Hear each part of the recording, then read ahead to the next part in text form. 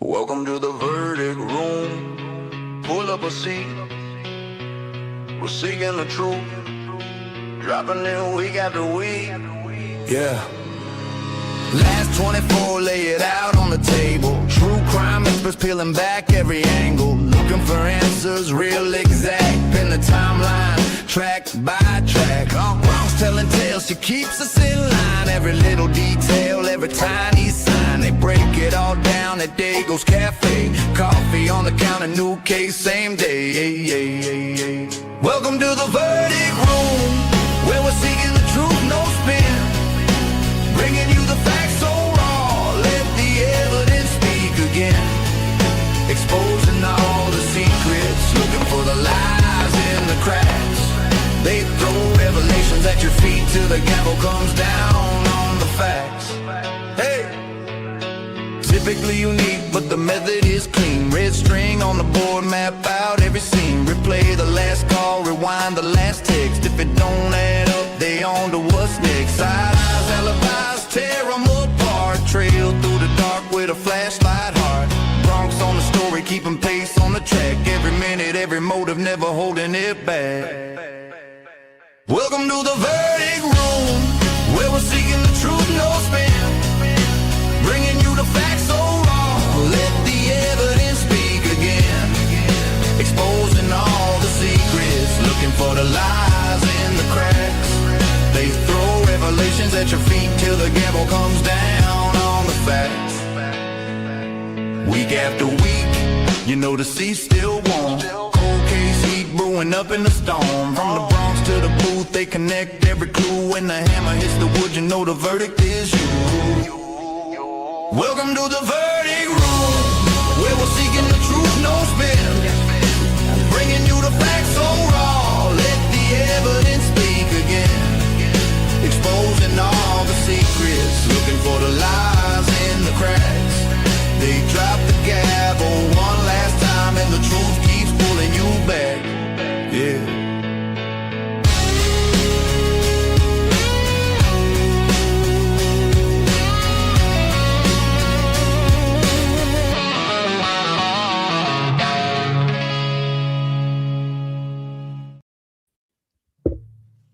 What's good? What it is, what it do. Oh, hey Maybe I guys. should turn my microphone over. Hello. Hello, Logan, Kimmy. Logan. Your lipstick looks so pretty. Thank you. Are you doing yours? Are you doing a different color every show now? Mikey, two. your hair looks beautiful tonight, bro. Hey, Love it, bud. bro. Just wait. I got 31 days of different styles coming up, bub. Corn rolls are for 31. Yes. I have 3 shades. 3 shades. Hey, it's better than 30. I love it. Oh, I As long love as it. we ain't getting into no 50 Shades or anything like that, Yeah. I'm good. Ooh, that was cringy. Now, you both look lovely this evening, ladies. Absolutely, 100%. It's good to be back with you guys. I swear to God, you guys, we just did this a few days ago. It doesn't feel like a full week. It was like a couple of days. It's weird. It doesn't. Yeah. So, how is has well, how go ahead, I'll say it anyway. How has everybody's week been? Just fantastic. Mine was a little emotional. I had to take a day off. Mm. Then I got right back into it. And the weather's trying to get better, so that's good. Yeah, I just Trying. got crabby with the Hasn't emotional. been successful. Right. I heard that it's like been a full moon, or it was a full moon, or it is a full moon. I don't follow it, so I don't know what that means. But I do know that means that everything is wonky. So Everything I think goes it's on the haywire. 30th coming up. is it? Astrologist in the chat, let us know. What, the 40th day because everything's been wonky for 40 days? Maybe it That's just 40 makes days. it extra. extra wonky. Alibaba and his 40. Where did that even come from? I Thinking don't- of a Beastie It's Boys a rap song. song. It is, Yes. it is a Beastie Boys song. What I was just thinking. Bubba and the 40 Thieves. Yep. Yes, we're showing our age again, Kim. I had their album. I had all of their albums. That group. I was a big fan. All right, guys, welcome to all of you. Yeah, we see you guys. We're not just going to talk to each other. Hello and welcome. I hope you're all having a great week. And we're here to end it again and drop the gavel on all the craziness that, because again, we're still on Idaho, of course. but we're gonna drop the gavel on all the crazy and wild and weird things that have come out that we've discussed about the Idaho 4 case again. Because it's been an interesting week. There's been two pretty interesting interviews I think we've gone through. Of course, we talked about Pete Elongoria or whatever his last name is, him, and broke that down. Travis joined me the other night on my channel as we broke him down and discussed that. And then the lovely Ms. Logan here was able to get us Mason Barstow's interview in. Oh, Yeah. buddy. Oh my gosh, Logan. Wow. Yeah. That's That like was a little different. That was like a gold mine, you guys. There was a And- bunch of weird shit in that one for sure. That's one of the best ones yet. How in the world? Group. I don't even know. Like, they clearly, like, this dude she was staying at his place. This is more mixed up than Yes. what was the real backstory going on here. That's I think what we all want to know. Holy Yeah. shoot. Wow. Real quick, Tara just dropped Oh, a huge thank you so donation much. there. Bronx, we Thank love you, you. dude. Get better real quick. We need your possum presents. I love that. That was cute. thank you so much, Tara. You are so appreciated. And would you like to address how Yes. the Yeah, I mister is think- doing and where he's at? Yes, Yeah. 1 second. And then I'm going to address something after she speaks on that too. Let me because, grab a tissue. 1 second, just in case. Of course. She hasn't been having the greatest week, guys. For those of you Yeah. that may not know, it's been a rough one. I want you to know I've been thinking about you, Logan, but I didn't want to like bring it up to Sorry to bring it up. emotion. Go ahead. Listen, you don't have to do this if you love don't you. want to. No, Yeah, it's we can okay. wait. I want them to know. Bruggs has not had a good week. He's not feeling good. Seems to be possibly kidney failure. So we're doing everything we can for him. He's currently in the animal hospital. So just so you guys have an update. I know some people say, it's just a dog, but you guys know I'm alone and he's all I have. And He's not my just whole a world. dog. so That's right. he's, A dog. he's everything to me. So You know what the best thing is I think some of the stuff that can't really see that's unknown is because he hasn't gotten to the stage of 80% failure. So there's some positive things that are going on here that it was caught early. He's doing good. Yeah, it was caught early, and he's going to recover. So Yes, fully speak. and completely. And here's my thing though that I need to throw out there, and I know you guys probably get tired of this, but this is a different situation. I'm going to ask everybody that is part of this community, these communities, and this family here, if you can possibly step back and possibly throw some donations in Logan's direction. This is very expensive, what she's going through right now for this dog, Yes. for her dog, for a dog, for her family, which is what this is, guys. Okay. So if anybody, I'm all upset watching her get upset. If anybody can feel it in their hearts to be able to want to donate to help her, please and thank you. We will put the links in here. Everybody and anybody that can, that is amazing. Enoch, God bless, hon. Thank you Thank you so so much. much. Oh, Thank you. you so much. We do love Bronx. In any fashion, whether it's super chats, whatever you guys can do, it'll all help because again, I was just talking to her on the phone earlier today. I swear to God, you guys, taking care of animals is more expensive than human beings. And if you can't do it, you don't have It's- other choices. So I mean, they hit we you got to right do when what we they got to do. right when you Thank go in the you. door, especially with her situation. It's Yes. Thank you, Mountain Man. I appreciate you. Mhm. I just really want to say that I love all of you guys. You guys have come to be family to me. And it took an eye-opening thing like this for me to realize how close we actually are, how much I appreciate you guys. That I say often, I'm alone. I do everything alone. But in this moment, I don't feel alone. You're not. Aw. And that means a lot to me. Yeah. I'm sorry to you're bring this up at the beginning. Do what, So- bud? I said I'm sorry to bring this up at the beginning. This was No, my it great needed to idea. happen. I feel Did it- like I'm always transparent, or as much as I can Yeah. be. So you Please guys don't deserve to apologize. know. Yeah. And we appreciate that. And they appreciate that. Thank you. Case Thank you, 1723. Thank you very much. Thank you for sharing, Oh, even though it's so hard and sad, Logan, because everyone loves you. I mean, loves you and wants to support you. So we're gonna help Yes. get through this. And I'm going to put my links in here too. Anything that is directly sent to my links, I'll be sending directly to her as well. So just so Yes, anybody same. knows. One can, Leanne, thank you for that. Yep. Thank Uh, you, one can. absolutely appreciate it very much. So thank you guys very much.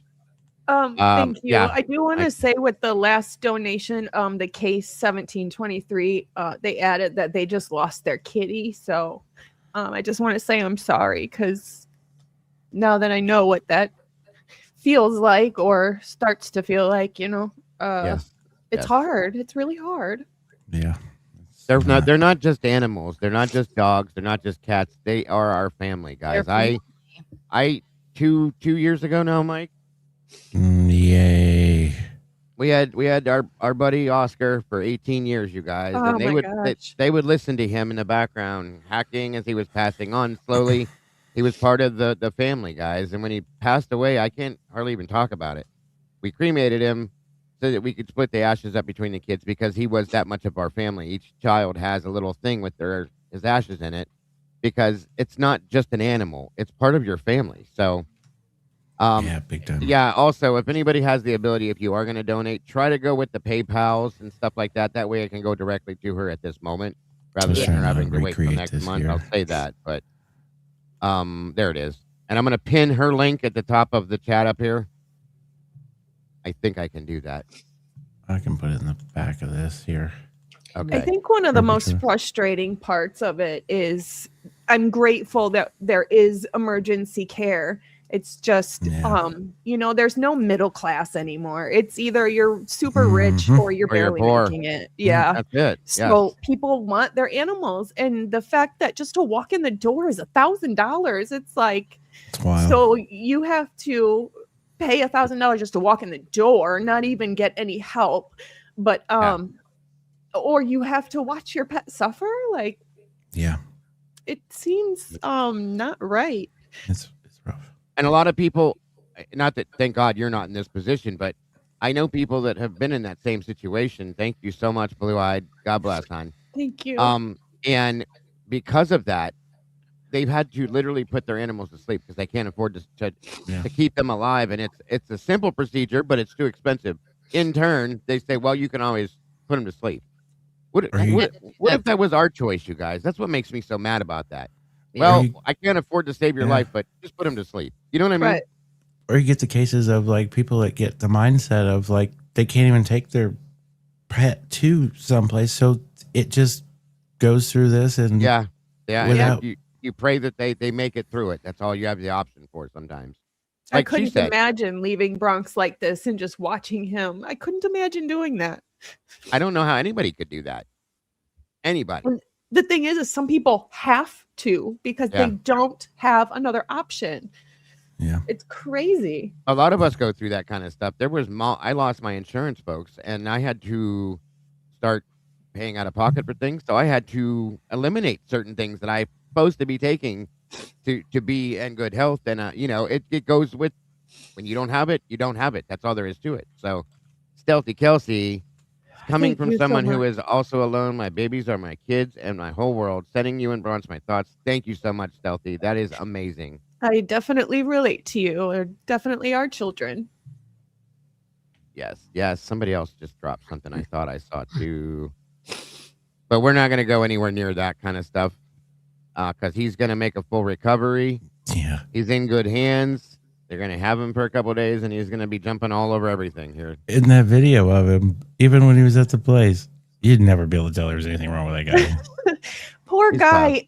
The thing is, it's just him and I walk him, but it's not like I run into a lot of people walking. So it's just him and Right. I. He doesn't get to see a lot of people and he loves people. He loves Yeah. people. So when I Right. brought him in there, it's a completely different dog from when he was here because there's people and he's excited. It's go They time. had to sedate him. That's how happy he is.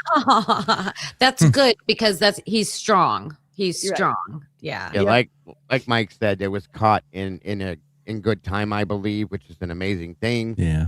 and therefore it didn't get to the point where there's no turning back, and he's gonna make it. He's gonna be good, and that's that, folks. That's all there is. So just keep sending your prayers and your thoughts. And again, anybody that chooses to donate to any of us tonight, every bit of it in those donations are going directly to her to help her with that situation to get her through this, guys. So Yep. thank you so very much. He is his mother, but exactly to a T. Makes sense. Makes sense. I do want to say thank you to Conspiraling as well, who sent a care package to my house this morning, and it made Bronx so happy this morning. He couldn't play with the toys, but he laid there and he was tossing the balls to me while he just laid there. So it was cute to see him try. That is so cute. And he needed that. So thank you, Conspiraling. That's awesome. I love this community. I love this community. Big time. Gail said to check your Cash App, Logan. Karmic says, of course, yes, we love you. And Bronx, thank you so much for that, G Bean. What did I just do? Where did it go? There it is. We love you. Lost my pup Bailey 2 Halloweens ago, and when my daughter went to bed, she gave her dog a big kiss. Next morning, we had to tell her, "Oh, that's horrible. Shattered my heart. He loves you. Remember that. Lean on others." And that's what we tell her too. Thank you, G. That's awesome. Yeah. We are here for her. She's not alone. I said that to her earlier today when I called her. That's not, here's the thing. Understand something. Somebody that is used to being alone is not used to having that. Okay, to having a family of people that are just there for you no matter what. So it's new for her to deal with too. This is all new. But we are all behind her 1,000,000%. She knows that, and now, thank God, and we will be no matter what. Legal Swag, congrats on 1 month. It looks like prayers and strength for Bronxy. Thank you, Legal Swag. I appreciate you. You ever have a broken Jack in the Box and you like crank the wheel and nothing ever comes out? Yes. Okay. That's my life. Every day, Mike. Every day, bud. Anyways.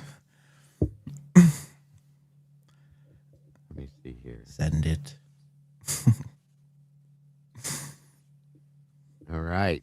Thank you guys so very much. We will continuously drop these links throughout this. Thank you. Welcome, Miss Bianca. Good to see you, dear. Okay. There we go. Thank you again, Enod. Lost my cat. My 2 cats several years ago. They are our babies. Yes, they are. Thank you so much. Oh. Okay. Let me make sure I'm dropping all this stuff the right way. This is PayPal, I think. And it won't let me pin it. So, go ahead, Mike. I'm going to put, Jen resized this thing, Logan. I'm going to put it in this back chat. Do you want to pin it to your thingy madoobie? Is it in the backpack? There it is. That one will fit. Oh. Can we put it in the chat or no? Do you want me to put it out there? I can do it. I just didn't know if it'll. Just try to drop it in the chat, Mike. See if it works. It just doesn't have any creative animals on it. Okay. Accomplished is in the house. Good to see you, Accomplished. Thank you for doing this. I'm so sorry, Logan. I lost my 14-year-old Pomeranian, Lexi, 2 years ago. So I know how much our dogs mean. Sending 20 to help little. Keeping you all. Thank you so much. Accomplished. Thank you so much. And I want to tell you a fun fact. My family dog growing up, her name was Lexi as well. So I relate to that. Awesome. Yes. Thank you all so very much. I can't even tell how many people are in here right now because I got all 3 screens up again. Wait a minute. If my mods can check our mod chat and Discord, I put the link in there. Probably got like 400 total. Okay. So you guys can copy it and paste it and put it in our channel. Thank you, guys. Yes. You guys Sorry, are I'm a awesome. slacker, Kim. What? Sorry, I'm a slacker. I could have just did that. You're good, bud. Hang on. I'm learning, Mike. There it goes. I still had it in the copy. Catch up with us, bro. Just do it. I could have done it too. I have my studio. Thank you, Mike. Thank you, Jen, for putting this together. It says, Yes, Pack, it is time to lend a helping paw to the bestest boy of them all, Bronx.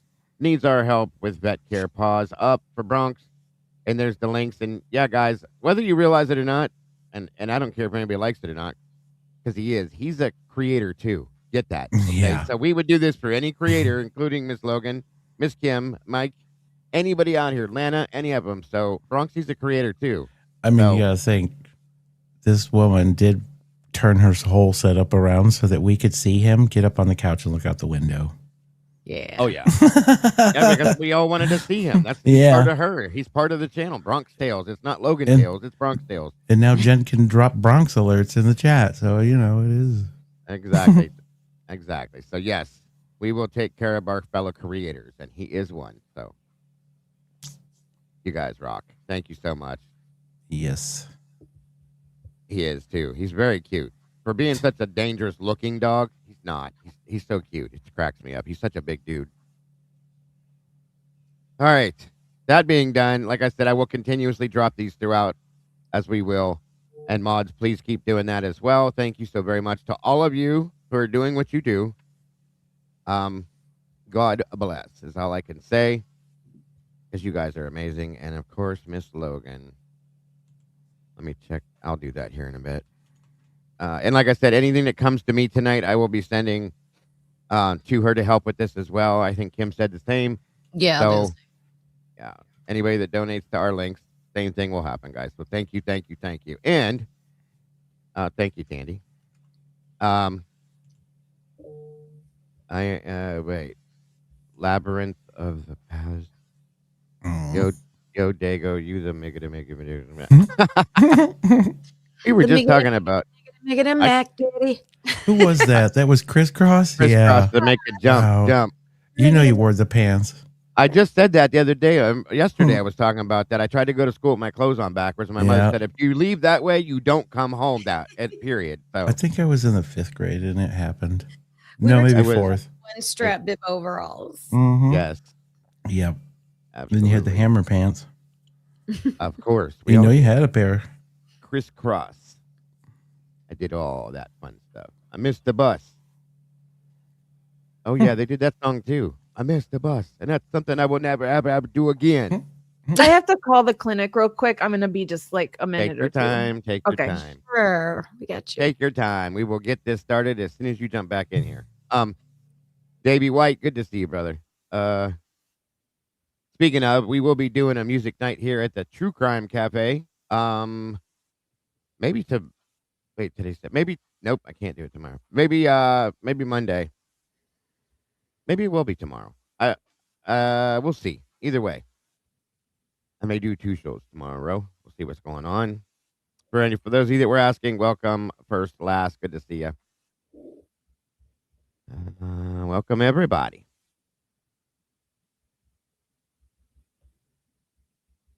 Let me see.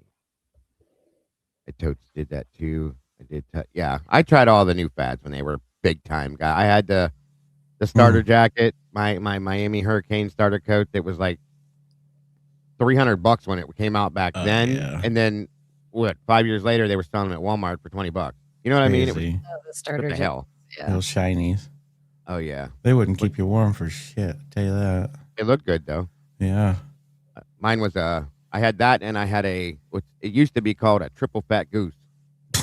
It was You stuffed hating on Kim's goose? It was no, it was stuffed with a bunch of duck down, and it was Oh, a yeah. puffy The old jacket. It was puffy crazy. jackets. Yes, Uh, no fear shirt. No, I had cross colors. I had all the yes. We talked about that the other night. Awesome, thank you, Legal will tell her. Dickie pants. Oh yeah, Dickies and Chucks and a white tee. Yes. you know where I ended it? With 2 pierced ears, bleach blonde hair, and Janko jeans. I said I'm done. I did those once, and I looked at myself in the mirror. Even then, I looked at myself like, why am I wearing these stupid jeans? Mm-hmm. I still have my ears pierced. That's never going to go away, but it is what it is. So, I since didn't we're grow, waiting, go ahead. I was just saying I didn't grow up poor, but I didn't grow up like we were on a budget, so I never had like name brand stuff. Right, We were- right. Oh, It was God. hard to get that. You guys some are of that saying all stuff. these names. I'm like, what? I only got that shit when I got my own job. So yeah, my mother Yeah. wasn't gonna buy that. That stuff was expensive back then. Remember that? Yeah. Z Cavaricci jeans, I think were like Hmm. in the 90s. I think it was like $60 for a pair of jeans. Ain't no way back then. That was a lot of. Yeah. That was like $150, $200 now. Mm-hmm. That was like a week of groceries. Mm-hmm. Yeah. Yeah, that Back wasn't gonna happen. Buy groceries for the week for about $150, children. Yes, you could buy a pack of cigarettes for 75 cents. Oh, buddy, you could have a good time on $10 $10, you could fill with up your car, gasoline. Yeah. gas, cigarettes, and some beer. Hell yeah, the 80s was the best. 99 The cent complete 40s. snap down pants. Yes, live I do. Farm was like $3 for a bottle. Oh man. $2.50. I swear to We God. used to Yeah, hit the 99 cent quarts. I remember getting the 40-ounce of King Cobra because it was only $1. Ooh, It was the cheap. Oh yeah, that was bad coming back up. I'll tell you that much. man, when we would go on the other side of town and somebody would buy the Old English, oh boy, that was 8 rough. ball. Ugh. Yes. OE. OE. That and Mad Dog 2020. Wild Irish Road. Wired Irish Rose. Ding, ding, ding. Yep. White Lightning. Mm. Good God, you guys. That stuff was cheap. You could have a couple bucks in your pocket and be smashed out of your mind. We always seem to have the best time on St. Ides. St. Ides. Yep. Susan, welcome. Good to see you. Was it your channel in the beginning trying to figure out what was in the backseat of the Rosendale car? No, it wasn't my channel, but I did look at it. I remember that. And could it be Dylan's vacuum? I mean, anything at this point, Susan, anything could be anything. I don't put anything past anything with this case now. I think that Yes. really what she's describing as a gun. It sounds like a rifle. Mhm. Some of those rifles we looked at, it definitely looks like one of those. Yes, the description. I fully agree with you. What I'm Sarah. trying to figure out is where did the firefighter thing come in? So it's clearly there was probably no firefighter there. So what were these people wearing that made her think they were a firefighter? That's a great question. I'm with everything Lana is bringing out, which I think we're probably going to talk about tonight. But Yeah. We need to account for all these officers and what was going on for them. And we're getting more and right back, more guys. information about early notification with people. And I'm starting to really question how soon law enforcement showed up to that house. Who else showed up early? You know, we've always questioned the 911 call. There's a lot to question about that. I've always said, how can Hunter be telling them to get out of the house to call 911 when they're already on the phone with 911? Yeah, that was definitely a play. So it just, and we're seeing all of these things, especially with the Mason interview, Mason Barstow, the editing that they've clearly done. And when you can catch it so blatant, like the room had 3 walls. Okay. Mhm. Yeah, that was like a freaking porta potty, or like it was like a bathroom in a freaking Someone said fisheye camera. Isn't that interesting? I'll have to ask my daughter because I know she used to do photography, but I just feel like it's not getting better for them, for Moscow Police Department. It's getting way worse. We're seeing things that are they just getting lazy, and it's too much for them. We're on to too much and they just can't redact and silence everything. Oh, so like basically you're talking from the recent interview, like what was let out that you felt like maybe shouldn't have been, like why didn't they redact this? Or what were you saying about that? Well, the way I feel like there is an overlay on the actual law enforcement that's in the room. Like you can see movement. Yeah. The one guy's got 4 hands at one point. You can see the room move. You can see the frame around the window like goes uneven. Like what? That's weird. Like that's not just a legit recording where they hit record and then, silenced whatever they wanted to redact and then sent it out. So That's do not what they, with their overlays and their blurs and all this shit, so have they pulled in, what do they call those people? Interns to do this shit? Because there's so much of it that people want, and they really don't have these professionals they claim that are reviewing this to do this. I don't know. It's just some rando person. I mean, I wouldn't trust somebody like that to do it. I don't know. I think Maybe they're to they're the using point. their WSU intern. Oh no, that's Pullman. That's not Idaho. Maybe it's the AI program. They're using AI. It was all I know is it's bad, and it just makes you like, why don't they want us to know who? Why are they covering up the interviewers? I'm surprised that they didn't redact what he said and how squabbly he was about not letting his phone out. Yeah. That's the biggest issue I had with Why? that entire interview. Huge. Yeah. You know what that says? Imagine all the other shit they have redacted. Thank you. And the other information that they didn't redact, I don't think they realize how smart we are and are keeping track of everything and connecting information, because, man, we got some nuggets out of him that it's just starting to, for me, confirm some of the things I was thinking. Yeah. I like the blue. For I do me, too.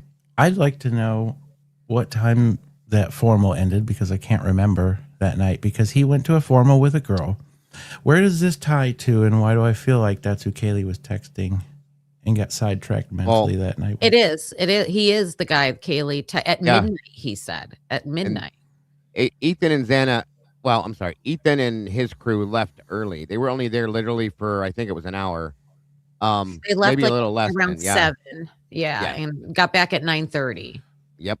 So that go ahead, Mike. Sorry. Oh, we never asked Logan about the puppy. Sorry. Everything good, Logan? Yeah, they needed a partial payment. It's ridiculous. That makes me nuts. We're gonna do this, but can you please pay us first? At Save us, night? In the evening?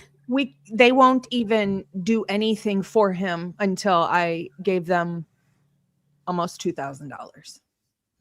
That's insane. And that's That just is- a partial payment. Well, I It's understand. ridiculous. My friend Lori, I'm a trigger warning, but I need to talk to you. She's one of my mods. She went through a horrible medical thing with her pup, and she I mean, busted it. She had yard sales all weekend, every weekend, and she raised that money, man. Yes. Her puppies are her kids too. They're my nephews and nieces. I feel you. Yeah. It's all going to happen. So there's a lot of people out in this community that have been there and feel for you. I'm sorry that happened, Logan. And we're going to fight against that money making. We got this. We will make it happen. Yes. All right. Yeah, there's some angles on that. It's interesting. No, let's jump into that now that she's back. So first and foremost, that interview came from Miss Logan. Thank God that she got that. Mason Barstow's interview was something else, guys. I'll tell you right here and now. If you haven't seen it or heard it yet, we broke it down yesterday. Kim joined me and we broke it down. She broke it down her channel. I'm going to finish it up probably tomorrow morning and then go from there. But there's some first, the biggest thing with that is how he immediately got into a complete and total transaction back and forth with this guy about, do I really have to give you my phone? Yeah. That threw up like a red flag as big as my house, folks. And I was like, what is this guy doing? And why are they arguing with him? Get the warrant, take the phone, shut up. You know what I mean? I mean, it's something else. And he's talking about, well, I'm kind of a freak. I'm a freaky guy. And no, bro. Come on. Yeah. Oh, That's not there's what they're some, worried about. There's some fraternity stuff on there. Some weird fraternity stuff. And it makes me wonder, though, freaky how? Like, is there some shit on there that you recorded that you weren't supposed to, that you didn't tell somebody? Does it have one of the victims in it? That's my other question, okay? Yeah. Yeah. And that's what I started wondering, because he really did not want to let that phone go. And then then he agreed to it and said, "But can you make me a solemn promise that they iced that cake for him. Oh, I know. Yeah, that they'll only take this. No, they can't just take that.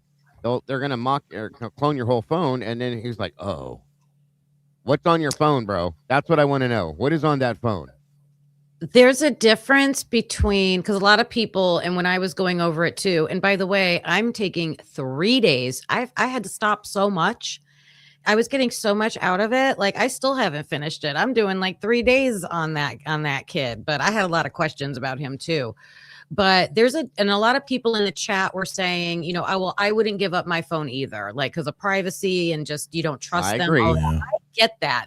But there's a difference between saying, I'm sorry, officer, I really want to be cooperative, but I just want to follow the legal process. And I would really like it if you would produce a warrant and then I'll give you my phone. He wasn't doing that. That was not. That was he not wasn't even thinking of. He didn't want them to see it no matter what, in my opinion. So he wanted to know what they were going to find on his phone. Yep. Yeah. Yeah. Incriminating. There's some incriminating stuff on there, And I agree with you guys too. Like Kim said, I was saying it yesterday when we were going over that. I said, yeah, I understand. Yes, they should get a warrant. They should do it the legal way, which we know they don't do. But that isn't even the point. Why are you even arguing this point? It's crazy. I wonder if he did lawyer up. I got to wonder that, Becca. That's a good question. What would Luigi do? Good question there. Well, that's interesting because the one you got was it a FBI agent and an ISP agent that was I believe ISP, it was right? 2 ISP, Brown and Hopkins. Well, you listen when you get a chance and go back, because they say something to him like, when we talked to you before, one of the guys said this, when we talked to you before. And they also said at the beginning that he was interviewed by the FBI first and then ISP. I thought that was really weird. Yep. Mm-hmm. And talking about him being a lawyer. If you're getting interviewed by the FBI, I think I would lawyer up. Thank you. So one thing that I question was you wasn't saying that, Kim, is why did they even do that? Well, obviously the FBI isn't going to give anything up, but I guess it was just for a paperwork process. In my opinion, the FBI isn't going to put any paperwork to shit that anybody could see. So they went, oh, well, we got to start freaking interviewing these people. What I found interesting about that was when he stated that, the FBI interviewed me. It was a while ago, or he said like a long time ago or something like that. And it was literally 7 days, a week. And now I'm like, every time he talks about a time frame, I'm like, is that the time frame, or was it more recent than that? The time frame for the fight. He talked about the fight. Yeah. Which he said, that was at a formal, but that was weeks ago. And that would trail, if it was weeks ago, it would go before Halloween. Right. Which is 3 to 4, because remember we were calculating it, Dago. And it was based on the dates. it was based on the date from the 13th of December, wasn't it, Kim? Is that the date that he did? Yeah. So we did a whole thing on the show, found that. Then he claimed that he was at the Hunka-Dunka. So here's my thing with that one, okay? As I told you when we went over Peter, his interview, and he made the statement and he said, I'm not going to lie to you. I took him outside. We had a couple beers and I froze right there and said, stop. First and foremost, thank you so much, Princess Scary. Says, I have 3 sweet canine babies. I know what you're going through. Hope this helps, Bronx. XOXO. Absolutely. Thank you so much, hon. Thank you. But yeah, I said, wait a minute. That's not just 2 guys having a conversation. When you take, and we brought this up before, Mikey and I have both been on both sides of the fence with that, guys. When you go outside or somebody takes you outside, it's to cool down. It's about to get real. Exactly, Hangman, right there. It's cool down, period. Somebody's calm down, about to turn relax, bro. Have a beer, calm down. Especially if that's in a crowd of people. Yes, it's not just to have a talk. So, that being said, where does this connect? That's my thing right there. Where does this connect? Where does that connect with them going? We see the possible Ethan walking into that Linda Lane thing. Yep. Without Xana. Absolutely. Absolutely. I fully, truly, and honestly agree with you. Oop, wait a minute. What did I just do? Thank you, Buffalo Chick. I have 2 fur babies. My daughter said I love them more than her. I said that Um, might be true. Yeah. Thank you so much for that. Appreciate that very much, dear. Thank you so much. And somebody that was looking for Venmo, there's a Venmo link right there if you need one. Thank you very much. So yeah, guys, I feel like there's got to be a connect there between what Pete said about what happened at the Hunkadunga and Mason Barstow. I don't know why I automatically felt that, but I do. Too coincidental, and I stopped 3 years ago believing all these coincidences. Like this case is just coincidence after coincidence after coincidence. And then they tell you you're crazy, and you just go, "Oh, It's what do I do just a now?" coincidence that Xana was his little. That's just a coincidence. And it's just a coincidence that, yeah. It's a coincidence that there's so many coincidences. I'm sorry, but no. Yeah. Well, that's where the tie between Kaylee and him came. Is, in my opinion, was he was partying at the house at New Xana and whatever. Somebody sent me an interesting piece of info I forgot to even bring to your guys' attention. Do you know? Do you know that? Remember how I made a big deal about finding who I thought was Hunter Chapin's blue sports jacket balled up underneath the TV? Yeah. You want to know who else was wearing that same color dress Mason. jacket? Mason Barstow. Is there a photo? So there's a photo of him from that night. With who? Yes, ma'am. He was standing there with them. And I wonder whoever what that chick girl he was. supposedly took to that formal. Yeah. Let me Mia find it. Darwood. It was Mia Darwood, I think. Yeah. Yeah, it's in the book. It's in the book, Broken Plea. Let me find the picture. So she must be in the same sorority that Maisie is in, and I keep it. That's a Kappa something. Kappa. Oh, so where does that bring Kappa Maisie into the something mess? beta.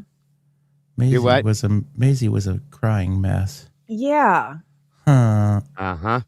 So I think something more happened at that Hungadunga, and nobody wants to talk about it. And 2 of the Chapin siblings were there and could have possibly witnessed it Or been part of it. Isn't that a hungadunga? Yep.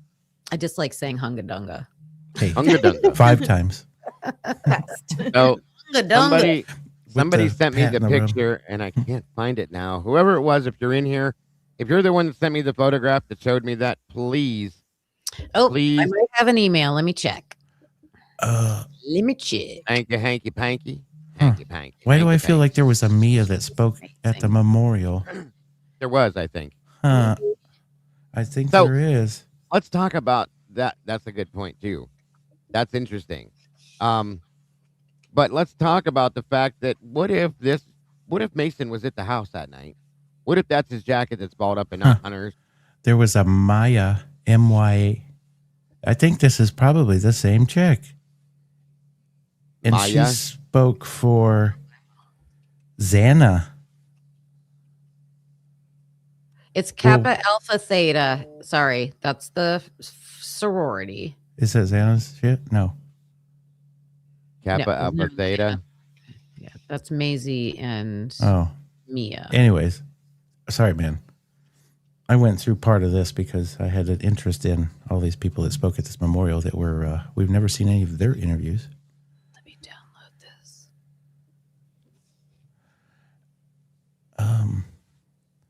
Hey, Logan. Image. I'm going to pull it up so you can share it. Which one? It's just a photo of what Mia looks like. I mean, I don't know. Okay. It's I her, have- and it's her and Maisie together. So it's there if you want to show it. I will real quick. Wait. That's not Maisie. That is somebody else altogether different. It's got names under it. Is that typed or is that from the, let me see. I can't see the bottom. Hold on. That is Wait, Maisie and Mia commented the following on the above post. Oh, oops, there you sorry. go. No, it's Sorry, okay. I sent the wrong thing. This is why I don't do stuff on the fly. You know what they Oh, say, good. Kim? What? Do it live. We're live. Live. Thank you, Jen. And looks like Miss Jen just provided a new peep over at the peep What about this peep one? coop over at Typically Unique. Thank you for that, Miss Jen. I can't see who got it though. Love Jen.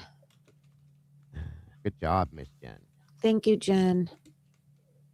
And Miss Jen just dropped one here as well. Thank you, Miss Jen. God bless. Let me see. That went to. Come on, scroll down. Okay, look at that one. Hiya. Looks like. Hey, it's me, KP. What it do, KP? Hey. Welcome to the sauce, KP, and thank you again for that, Miss Jen. You're amazing. There we go. That is Mia, Maisie, Hunter, and Ethan. There we go. Same girl. I see it. Yep. And she just dropped one over in Bronx as well. Thank you, Jen. We love you so much. Yes, you're so awesome, Jen. Thank you, hun. Very much appreciated. Yep. Absolutely. But you have a photo, you said, of Mason in a blue jacket? I can't find it. I will find it. I promise you I will find it at one point. I can't find it as of right yet, but I will. Okay. Right now I'm gonna bop this up here real quick. Baby bop boom. Mikey brought this up. Boing. Oh, you know what else? Well, no. Never mind. What? So Never mind.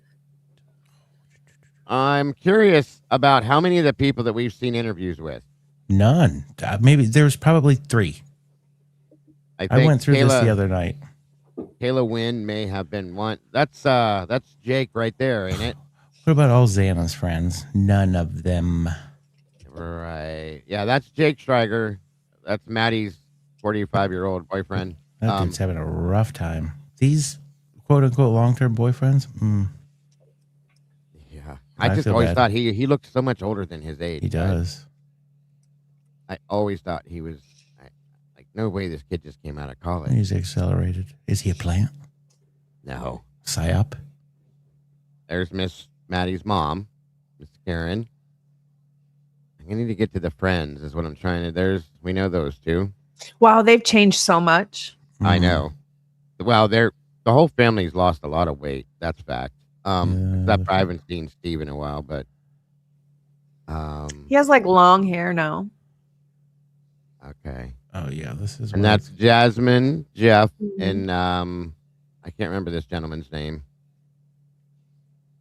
Let me get to him. Come on. Jasmine, she's just beautiful, just like her sister. No. These are hard to watch and listen to. They're so hard. Jeff had a hard time. This is Anna's aunt. I remember that. Is this her brother? Didn't she have a brother too from a different marriage or something? I thought. I feel like yeah. I could be wrong, but that's what I thought when you said you didn't know who he was. I thought brother for a second. Like half brother. Yeah. I think that might be what it is, you guys. Because I remember when I first found out, I'm like, wait, Anna doesn't have a brother. What do you mean? He's from another mother. Liv is in there singing the Ozempic song. You guys are hilarious. Thank you, Jen. Again, yes. Let's not forget, you guys, please, and thank you. Let's not forget. The main reason that we're here is because of these 3 right here. I don't care what anybody says. I don't care what anybody thinks. They're wrong if they don't believe that we're all here because of these 3 beautiful souls that have been lost. Xander Kernodle, Kaylee Gonsalves, Madison Mogan, and Ethan Chapin. That is the reason why we're here. Day one to day now, period. It's because they deserve real justice, and so do their families, whether we agree with some of them or not. They absolutely do. So, it's ridiculous. Period. End of story. We are here for them and the real justice that they deserve. Thank you so much, Curious Carrie. That divide's awesome. Always been Bronx weird. Get Better Fun. Yes. And Steven, thank you. Bronxy will be home soon. That's right. He will. Thank you, Steven. And it's good to see you. Thank you, bro. All of you guys, thank you so much for being who you are. Thank you, Curious Carrie. Yes. Logan, you did it. I'm trying to tell them all. I don't know if you even know what you did, but it's everything for the victims. Yeah? Well, I think he's talking about the interview. But you bringing that interview out Logan truly and honestly has opened up my eyes to a lot of other things that I think a lot of people are seeing it for what it is. Thank you, Death Child, very much. Oh, what a cute cat. This is a little baby one. Aw, thank you, Death Child. That's so sweet. Aw. Another membership in the Bronx Tales true crime community. That's awesome. So on that video, you're going to have to go to at least the 53-minute mark. That's what I was going to say to get to the. Yeah, I kept bringing up that, we're waiting on Mason Barstow, waiting on it. I knew there was going to be good stuff in it. I just had a feeling, and Okay. they sure didn't disappoint. No, so I agree with crazy. you. This is Kayla Wynn, I do believe, isn't it? I think so. They And I do say don't- their name when they all talk. Oh, yeah, let me turn that on for you. That'd probably help, wouldn't it? Oh, no, I was just... You're right, though. That was kind of dumb of me. Oh, my goodness. I forgot I have a low IQ, you guys. So, Oh, yes. What are you doing? Yeah, I know. You're so boring, Joey. And I'm boring and I'm dumb. But I just want to make sure you guys all know how boring and dumb I am. That's all. Anyway, on we go. That's bullshit. Wait. Sometimes it's for Xana. Okay, here we go. Thank you, Enod. I love you. Hi, my name is Ellie, and I wrote a little note for Xana. You never think that you'll be in a situation to have to write something like this for one of your best friends. So sometimes it's hard to come up with words you think are good.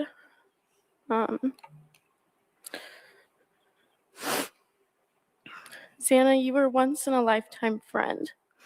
You are one of a kind and someone that was so incredibly easy to love. You're irreplaceable, and no words can accurately describe how amazing you were and the substantial impact you made on my life. You made life so fun. I can't imagine a better person to have experienced the last couple years of my life with. Having fun with you was a different type of fun. I've never met someone so unpredictable and free-spirited. You were funny without even trying, and were the source of everyone's laughter. Imagining my life without you feels dull and unbearable. That is a great question, Mr. Fillmore, because we've asked the same question. You're not being unkind. How many best friends do they have? And I get that. Okay, I get it. When we were growing up, and I'm sure that Mike and Kim and Logan can attribute to this. When you had a best friend, you had a best friend. That was just one best friend. Everybody's saying that Ethan had this best friend, that best friend, and 3 other best friends over here, and Kaylee's best friend was this one, and then that one, and this one. It's like, what the hell, folks? And you know what, though? What's kind of interesting is this girl is talking right here. You notice how much in this less than a minute that she talked about that the own 2 roommates that survived they never even said any of that. They lived with them. Good point. And yeah, watch the body language when they're talking about certain things too, you guys. But something my wife noticed when we were watching this more than once. So yeah, I will be quiet again.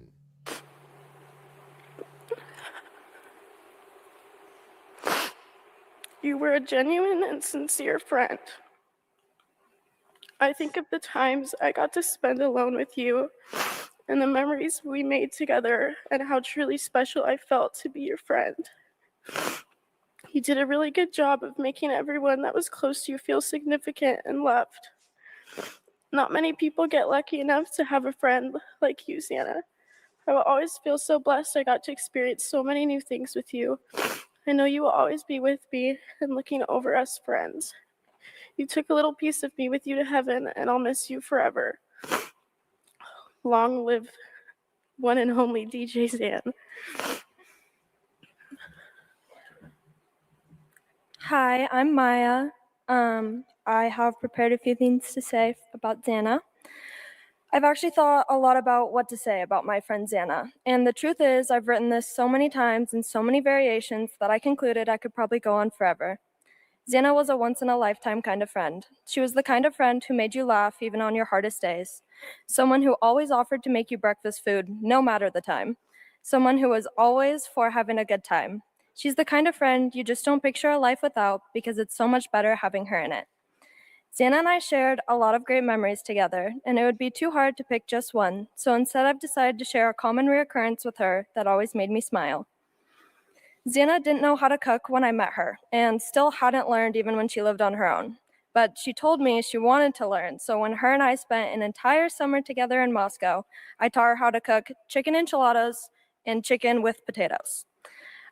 These were the essential meals that Xana wanted to learn.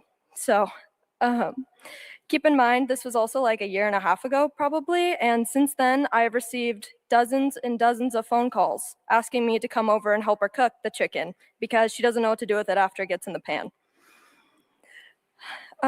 This was also coupled with frantic FaceTimes, with her showing me all of the chicken enchilada ingredients on her table while she's in the background saying, "Now what?" These calls never failed to make me smile, and some of my very favorite memories have been with Xana, and I am certain I will never have as much fun as I did with her. She is easily one of the best people I've ever met, and I hope heaven knows how lucky it is to have her. I hope they have unlimited chicken enchiladas and blasés on repeat for you, my Xana girl. To say I'll miss you is an understatement, so instead I'll say I'll carry you with me forever.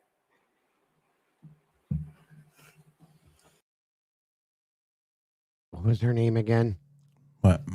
Who? This one? The one that just spoke, the blonde. Maya. That was the Mia. Okay. Is that the one that homie took to the freaking whatchamacallit? That's what my thought is. Me too.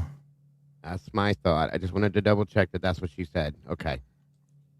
Interesting. Thank you. She was kind of vague. She was. It was kind of quick to the point, and out the door she went. I agree. You see how that head down and just kept focused on her little thing. The emotion was a little bit off, too. So, say that.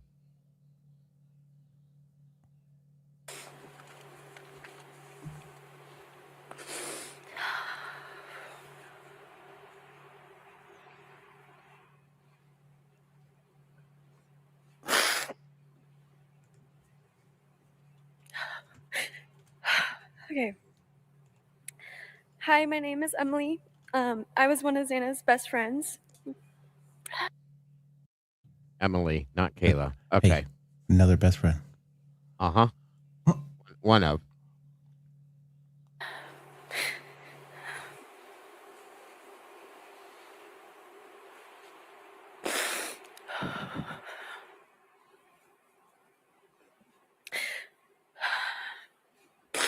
Xana was such an amazing, ambitious young girl. She was someone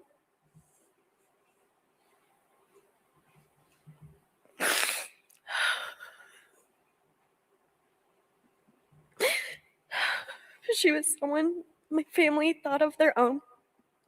We spent almost every night. Thank you for that, my nature. God bless. Appreciate it so much. That's a Yes, little thank you so different. much. Different reaction here, huh? Uh-huh. He's really showing a lot of emotion. Have we really ever heard of this Emily in anywhere or anything? I don't think so. I don't I've either. never heard her name, and I was just getting she's ready to the ask one you who's- guys if you know her last name. yeah, she's like the most upset. Some of these gals seem to have quite the emotions. I was You going to can't ask even- you about this the you other can't night, even but talk. then Bronxy stuff came up. Hmm. Sequoia for these girls Yes. thingies. They had Emily. to have. There's no way that they did not interview these girls.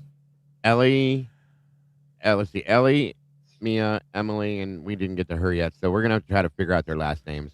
Yeah. Whatchamacallit? The last one is Ella. Ella, We'll see how my Hey, Cap. spelling goes here. Yep. Together, whether it was a school night or a weekend. She was my other half. Everyone knew us as a 2-in-1 package deal.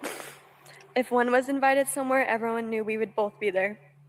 Xana and I had an unforgettable friendship from the first day we met in the 4th grade. Then why do we not know her?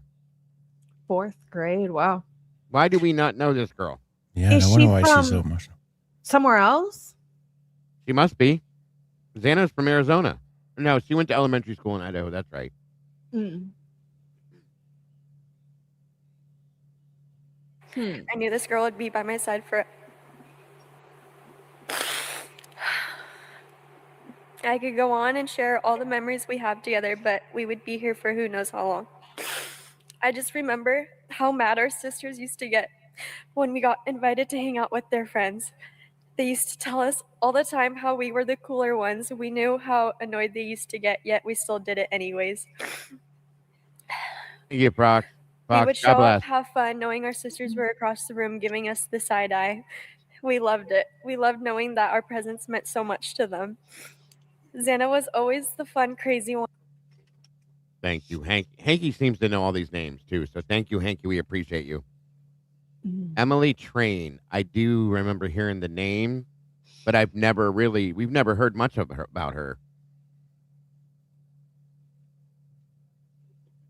No, of course not.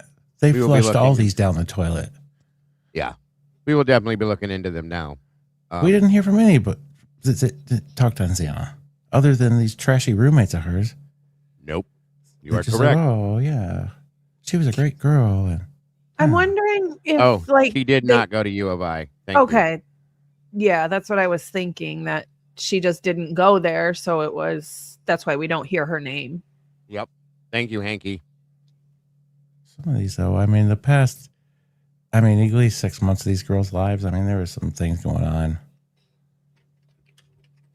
That's what we all need to be able to find is what happened to each and every one of these people over the previous year before. You know what I mean? Because obviously some things turned upside down. And I clearly, like when these girls broke up with their boyfriends and stuff. And they're not in any of these pictures. I mean, of course, they're just going to, if you wanted to say that they had long-term boyfriends, how come there's no pictures of them guys with these girls in the house? Good point. It's just weird. There is. I don't know. It's not. I do fully agree with that one. I mean, I was in a relationship once with one of these types, and it is a thing. Those are tough relationships, especially with the whole dog thing. Right. It's a string-along game for sure. Yeah. I agree. And while I tried to keep up, yet still made sure we got home safely. She always cared about everyone and made sure everyone was having just as much fun as her. She was everything, an amazing friend, comedian, pop star, therapist, sister, girlfriend, and daughter. This girl was the light in everyone's life. She lit up every room she walked in. She didn't care about what anyone had to say about her. She definitely lived up to the term YOLO. She always told me that if she were to die tomorrow, that she would be okay with it because she has lived every day to the fullest that she could and has left her mark on this world. I told her how much she meant to me every time we saw each other. She always told me, I'll forever. Something that my wife noticed about this, she's definitely emotional, okay?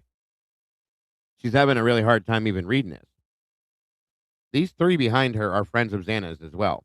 So, and I'm just saying, this is something that she noticed, and it doesn't mean it's anything. But she said, if she was this girl, that these girls behind her, she would imagine they would be breaking down as she's saying these things too. Okay? And it's an opinion. I know that. Yeah. But they're not. I don't understand it. And it's crazy. If that is the thing, and she didn't go to school with her, there's some real disconnect here, huh?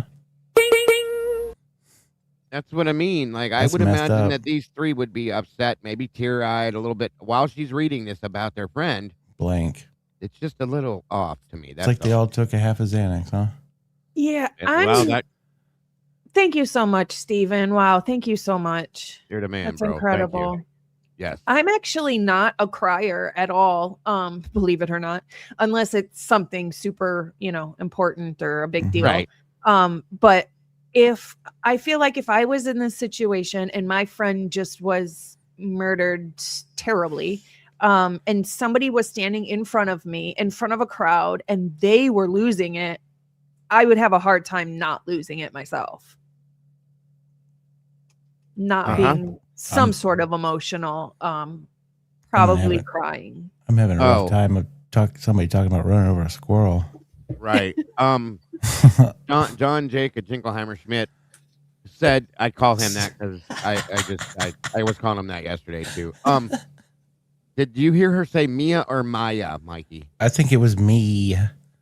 No, my. Hold on a minute. Who said what? Yeah, who said what? She said Mia. I don't know what homeboy said. I think it was Mia and not Maya because I had Maya down in my phone. And I think it was really Mia. I'm going to jump back real quick to double check it. And then I'll go back to where we were just at. Give me 1 second. Let's see. Always for having a good time. She's the kind of friend you just don't pick. She's offered to make. I actually thought a lot about. You took a little piece of me with you to heaven, and I'll miss you forever. Long live one and only DJ Zan. Hi, I'm Maya. I freaking just screwed the pooch on that, bud. Okay. Hey. There you go, John. Maya. I think it matches, though, whatever he said. I was just, bass backwards. You're good. You're good. Me and then introduced me again to all her college friends as this is my best friend. She's Asian, as if they couldn't figure that one out. Xana is someone so special that I'll forever hold so close to my heart. Someone I'll never forget. She left such a big impact on my life and everyone around her. We have talked and planned so much throughout this lifetime. We talked about our dream wedding and how we were going to be each other's bridesmaids. We talked about what kind of moms we were going to be. I always said I wanted 3 kids, and she said she'll probably be the single one and have no kids because she'll be the cool aunt that shows up wine drunk to family gatherings. No matter how much time spent apart, when we saw each other, it's like nothing changed. And we just saw one another yesterday. She always understood me and would stand up for me knowing even if I was in the wrong. She was such a determined girl. She knew she was going to make it big one day. She told me if she ever got famous, she would bring me along to enjoy that life with her. She always cherished the moments and memories spent with her friends and family. We used to find ourselves in the bathroom crying to each other about how we couldn't live without our family and how much we love them. Life is so unfair and unpredictable. My heart aches knowing I can't see her again in this lifetime. And it tears me apart knowing I can't hug her. So hold those you love closer. Hug them a little tighter and tell them you love them. We'll find justice for you, Ethan, Maddie, and Kaylee. We love you all so much.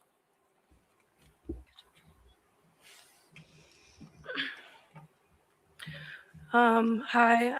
So for those that didn't get it, the Asian girl that just spoke, her name is Emily Trane, Trane. She was Xana's best friend that they went to elementary school together. And I know Kim stepped out for a minute too. I wanted to make sure she knew that as well. I'm here. And then the blonde girl was Maya, Maya. And the first girl, this one here, was Ellie. I'm sorry. And now we're about to meet this one. I never heard of the Ellie girl. I never heard of most of them. This Emily girl, why don't we know her better, being that she was so close to Xana, in my opinion? You know what I mean? But minus Emily, they're probably all Pi-Fis because they're all talking about Xana. She didn't go to U of I. She's just her. Yeah. Yeah, right.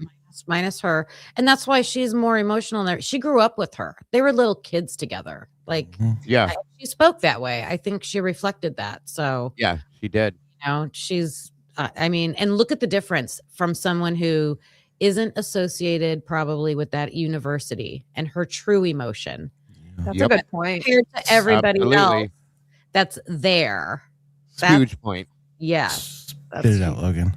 It makes you wonder if the ones who aren't emotional because they're part of that university know more, and that's why they're not emotional, because they're holding back secrets.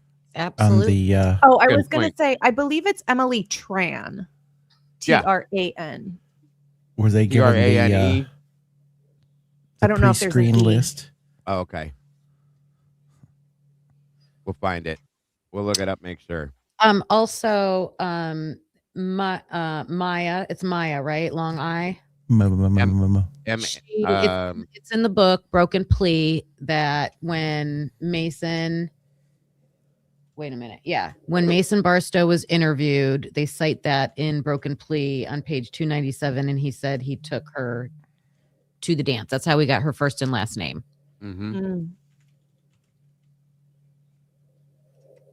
Okay. First and foremost, Mark B's in the house. Good to see you, brother. Thank you for joining us. I'm glad to see you're using that logo now. Yeah, buddy. I noticed that a couple of days ago. Yeah, right. And thank you for that donation for Bronx, brother. We do appreciate you so much. So very much. Thank you so much. Hanky said the first girl is Ellie Shepard and was a Pi-Phi in Xana's pledge. Thank you again, Hanky. I get to put names together now. Thank you for that. She's been saving names of people forever, so she is a vast. She has like everybody's name. It's amazing. Shout out to Hanky Panky Mom. Yes, you are appreciated, ma'am. All right, here we go. I'm Ella. That's Ella. Okay. Ella. I met Xana when we first got into our house at Pi-Phi at University of Idaho, and she quickly became one of my best friends. I think we all know that Xana was a very special type of person, not the type of person that many have had the blessing of meeting in their lifetime. What she had was so special, and we all saw it and felt it every day. She cherished every moment she had with any other person, and she cared about her relationships above anything else. And that is the best quality anyone can have of a friend, family member, or girlfriend. And that was one of my favorite things about her. She was just pouring love to everyone, whether it was a close relationship or someone she had just met. I just know I'm going to miss having that. Just being able to sit on the couch, doing absolutely nothing, but having the best time just because you were with and around her. I have so many memories that I hold close to me, and choosing one is hard, but here's one of my favorites. It was at the end of the school year, freshman year. Lots of people had already gone home, and Moscow in the summer, it gets pretty hot. And Xan and I and probably a few friends were sitting in the lounge at our sorority house one morning, and we decided we wanted to go get a kiddie pool to swim in it. So we called around Moscow asking, and we finally found one. And when we went to go pick it up, people that around saw 2 adult college kids running in the parking lot with a kiddie pool above their heads, screaming, "It's time to swim, let's go." So we shoved it in the back of my car. We grabbed Emily a lot, and we went to Sigma Chi to go swim. It was more sitting and trying to fit all 3 of us in the tiny pool than anything else. And that kiddie pool came center to a lot more memories entering into the school year too. I wanted to share this story because it's not much, but it's about the little things and the spontaneous things that don't seem interesting, but they become the best days of your life because of the people you were around. And a lot of my best days had Xana there. Xana, you are the light of so many lives, and one of the best parts of mine. I'll miss you every day and carry you with me. I love you.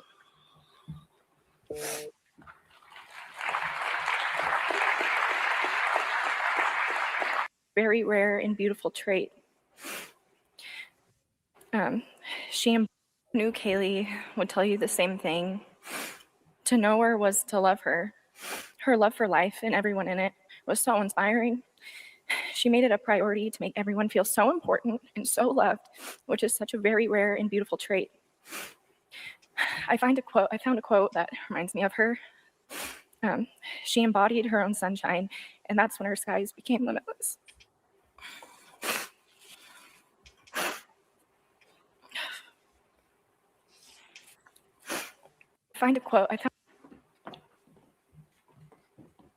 Sorry, I'm trying to get their names real quick. Hi, I'm Riley. I was really good friends with Kaylee. Can you pause it for a second? So this is the one that was at the house with her the night they went to the bar. Oh, so Hanky Panky Mom said that the Maya was Maya Hippensteel. So maybe it's a different one. Because I'm wondering, like I said, if these are all Pi-Fis. Uh-huh. And they're talking about Xana. Maya Hippensteel was the blonde. Before.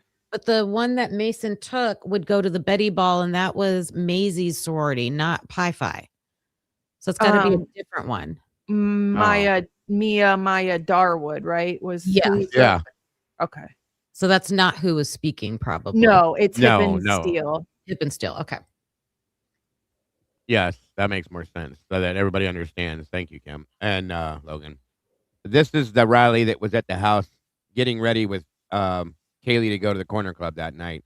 She was the third one riding with them. For those of you that didn't know. Last name Riley. I know that one. I know I've seen this. I know it too, and I just can't think of it right now. What's her last name, Hanky? Someone in the chat will tell us. I know Hanky Panky knows. She probably knows my last name. Maisie Moreland. That's what it is. Yep. Riley Moreland. Yes. Thank you. You're such a good resource to us. Thank you. Anyone who knew Kaylee would tell you the same thing. To know her was to love her. Her love for life and everyone in it was so inspiring. She made it a priority to make everyone feel so important and so loved, which is such a very rare and beautiful trait. I found a quote that reminds me of her. She embodied her own sunshine, and that's when her skies became limitless.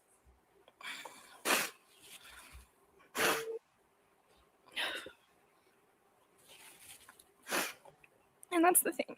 Kaylee's skies were limitless. She had a drive and a passion for life.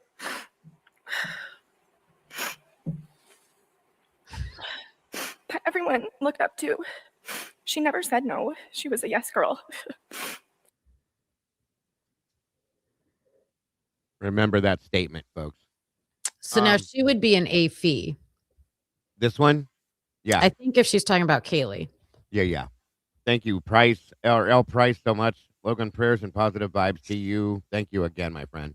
Thank you so much. I also want to say thank you to Nico, who donated, and oh, my chat is stuck. Hold on.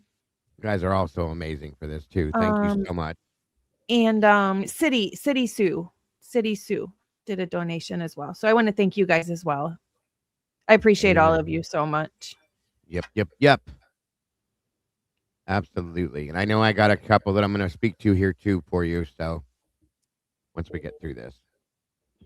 I remember meeting Kaylee for the first time in high school, and we immediately clicked.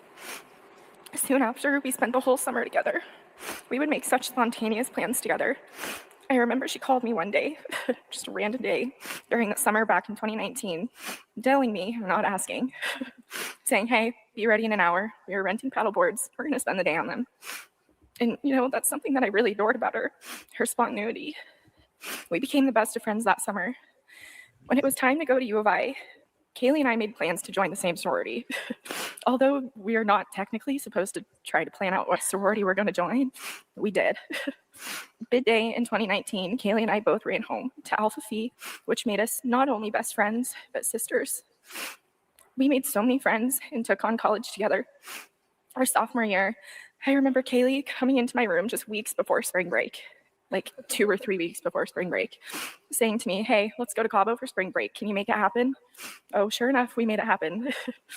Kaylee, I, and 2 of our really close friends, Zoe and Josie, flew down the California peninsula for the best vacation to date.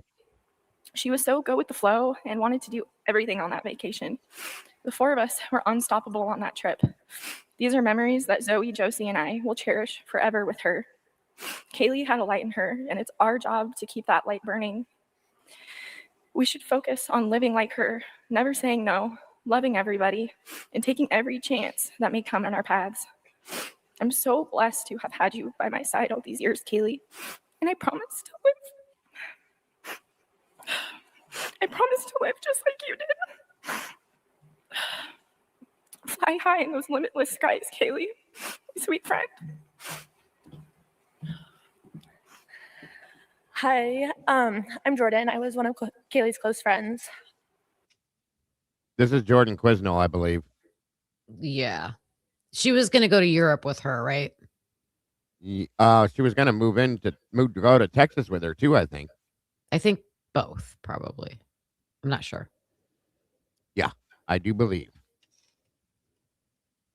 All right. I don't even know where to start when it comes to talking about Kaylee. The person she wanted, the person she was and wanted to be, the plan she had, and impact that she made on everyone's life. Kaylee and I had so many plans. We were planning to move together in June, and we finally, and I say finally, because it took us about 7 months to decide on a place, but we finally decided on Austin. If you were to ask us why we chose Austin, neither of us really could tell you. Our friends just simply got tired of us talking about it and forced us to decide. We talked about Boston, Nashville, San Diego, Charlotte, and even Knoxville, Tennessee. That was our biggest problem. She wanted to go everywhere and anywhere, and I was the same way. She wanted to see the... They were going to Austin because of the job, though, right? Pretty much. Maybe Kaylee could have worked anywhere. Was it a online job? It could have been that they had places everywhere. Yeah, it's a good Yeah. point. I wonder when she was moving her stuff out, Kim. Yeah. You hadn't, yeah, right. Not to be goofy, but I It's mean, real, come though. on It now. Hadn't happened, that's for sure. Hmm. But then we're hearing too in Bethany in her interview, well, she changed her mind.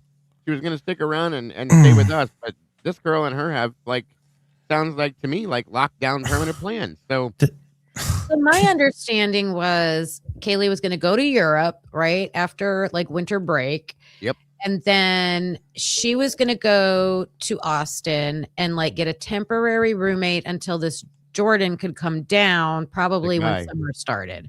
You know what my permanent question has been? the guy. Why did she get a dog if she's going to go do all this? You can take the dog with you. Are you She Willis? probably got the dog before she made the decision to do this. Yeah, I know, but where did it go sideways? A dog to me in this for a college girl is a relationship fixer kind of thingy.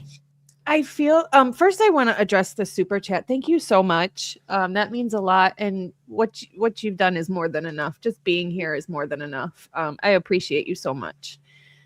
I also want to say that I do think that Kaylee got the dog because she was going through a crisis type of deal. I mean, she was estranged from her, she was going through all that stuff with Something. obviously at some point she was breaking up with Jack, and If you listen to and- Jack's interview, he helped her source the dog just like the car. yeah, I don't understand. I don't know. I can't explain it. I'm I not feel like sure. I mean, Definitely weird. I'm not sure of the timeline when she broke up with Jack. Lately, I've heard from couple different channels that, and from reports and stuff, that it seems like it was more recent, like October, like maybe a month or so that they had just been. And Amber Vance did a thing and was saying that Jack lived in the house with. Did he say that in his interview that he lived with her over the summer? I don't remember that from his interview, but then I didn't listen to it 5 times like I've done everything else. So I didn't hear it anywhere. I want to go back and hear that. I know it said that she had a roommate for the summer. I do know that, but it didn't say who. Oh, I did. A catchy part I recently caught was, about 10 months ago, I helped her move out of Xana's room to upstairs. that was when the summer was over. So when the summer was over and everybody was moving in, she moved rooms and Jack helped her. And I'm like, well, that kind of makes sense if he's staying there. She lived in the Whites before that. Yes, the Right. Whites and then over So to. when did she live in the sorority house? Seems like a lot of places she lived. Freshman year, I think. Well, she was there for 4 years. Yeah. So probably her first 2 years. At least, yeah. Yeah. Oh, I have something interesting to tell you guys real quick. So I FOIA'd, Kaylee got underage drinking ticket citation type thing back in 2020. You can look it up online and read the citation and whatever, and the court costs and everything like that. It exists. I FOIA'd it. I FOIA'd for the body cam for it.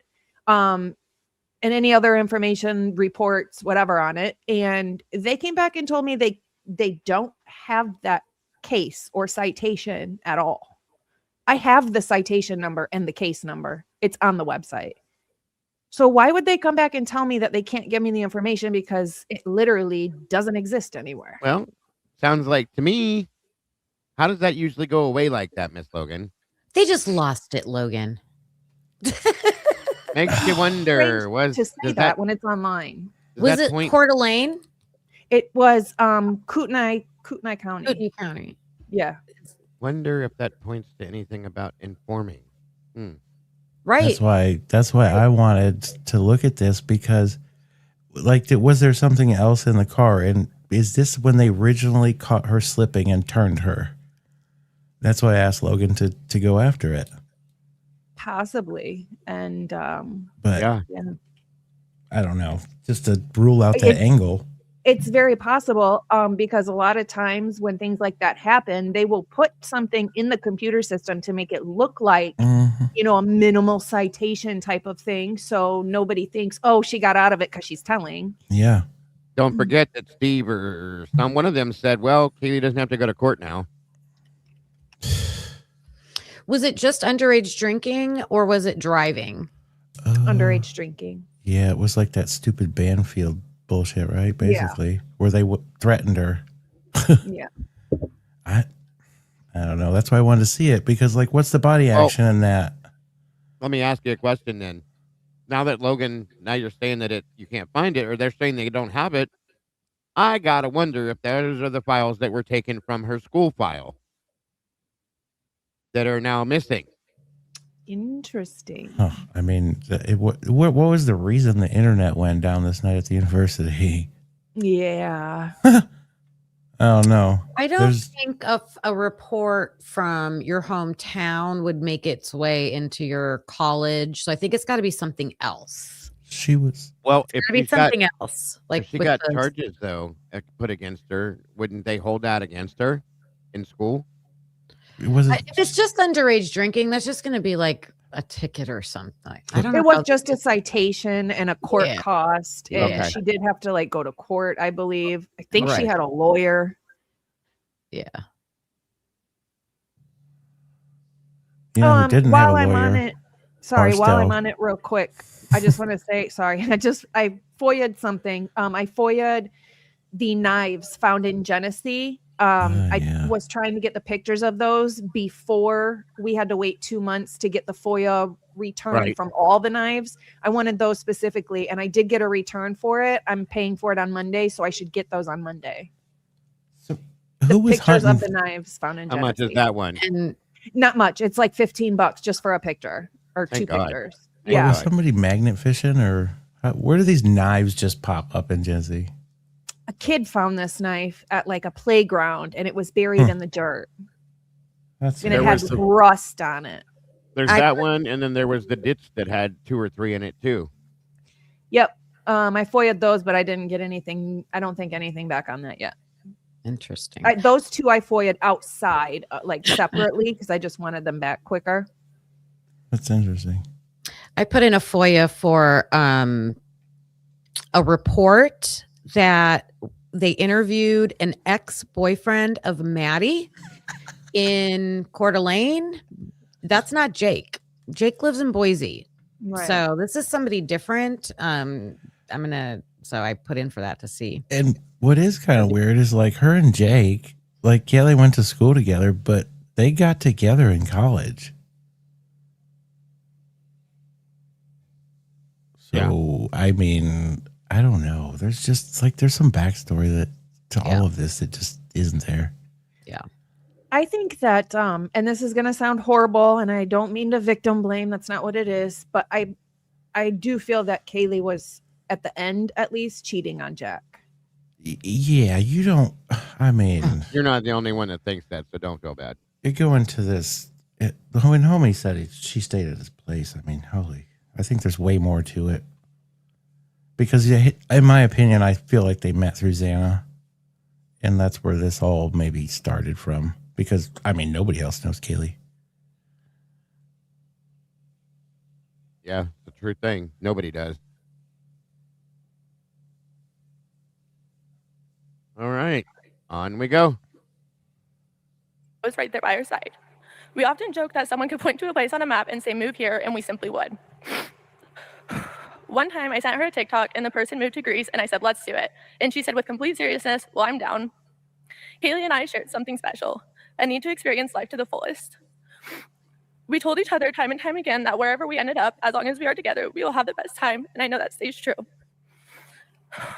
That was the thing about Kaylee. She lived life. And not in the sense that we were living every day. She truly 100% lived life to the fullest. And for that, I am so honored and proud to have been a part of her life. Anything, and I mean anything we would do, she would turn into an adventure, a memory, a time where we laughed and nothing else in the world mattered. Something that we would have fun doing, even if it was going to Walmart to get a bottle of wine. We would have a blast doing it. I have a lot of favorite times and memories with Kaylee that it's hard to narrow down. I mean, we studied for our praxis for months together, and it was the most miserable time, but also one of my most favorite times to look back on. If I had to pick one of my most cherished memories we have, it is an itinerary we made. So it was the week before finals, and me, her, and the other member of our trio, Cass, had so much to do, and we all decided to study day and night during the week to finish everything we had to do the following week. I mean, we did everything. We were even emailing our professors asking if we could do assignments and tests early. We grinded, and somehow the three of us finished and had all of finals week free, so we made the most of it. We sat down one night and planned every day out, and sure enough, followed through with it all. It was jam-packed with plans, but we didn't want to miss out on anything, and we wanted to create memories and live our last finals week in Moscow all together as best as we could. That's the kind of person Kaylee was. She wasn't letting life go by. She was living life to the fullest. Kaylee was a very special person. She brought everyone and anyone out of their comfort zone and was the brightest light in everyone's life. To know Kaylee was to truly love Kaylee. She was everyone's go-to girl, down for anything, and the most selfless and kind person I had the pleasure of knowing. It breaks my heart that we won't be able to live out our dreams together. But for Kaylee, I will continue to live in capital letters. I will live in New York for us because that was a dream. I will travel all the places we wanted to travel, and I will continue to say yes and turn the smallest things into an adventure because that's exactly how Kaylee would want me to live. Kaylee, you will never be forgotten. We will live right for you every day with your mentality in our mind. We love you so much. Wow, that was fast. Huh. You know, I think it's quite interesting how like some of the categories of these folks, I'm going to say, speak differently and more fluid than the other category. There's pauses and I sped that up so we could go through it a little bit quicker. Yeah, but still, it's like so fast. Sweet Pea said, I thought Kaylee stopped talking to Mason a week before, not a month. And you are correct. It was a week before. That's what he said anyway. A week. But why he stopped talking to? Why? Wonder why that was though. But why was there contact that night of the formal, which would have been the same night that she would have this night. Right. She would have been at the corner club. That's right. I'd like to know what that contact was about. And I firmly believe that if he wasn't with somebody else or he was with somebody else and it wasn't going to happen for him that night with that person, that it probably was for Kaylee. But I do want to bring something up that I'm not sure many people know. And I'm not sure if it matters. It does for some women, some girls, but Kaylee was on her period at that time, that night.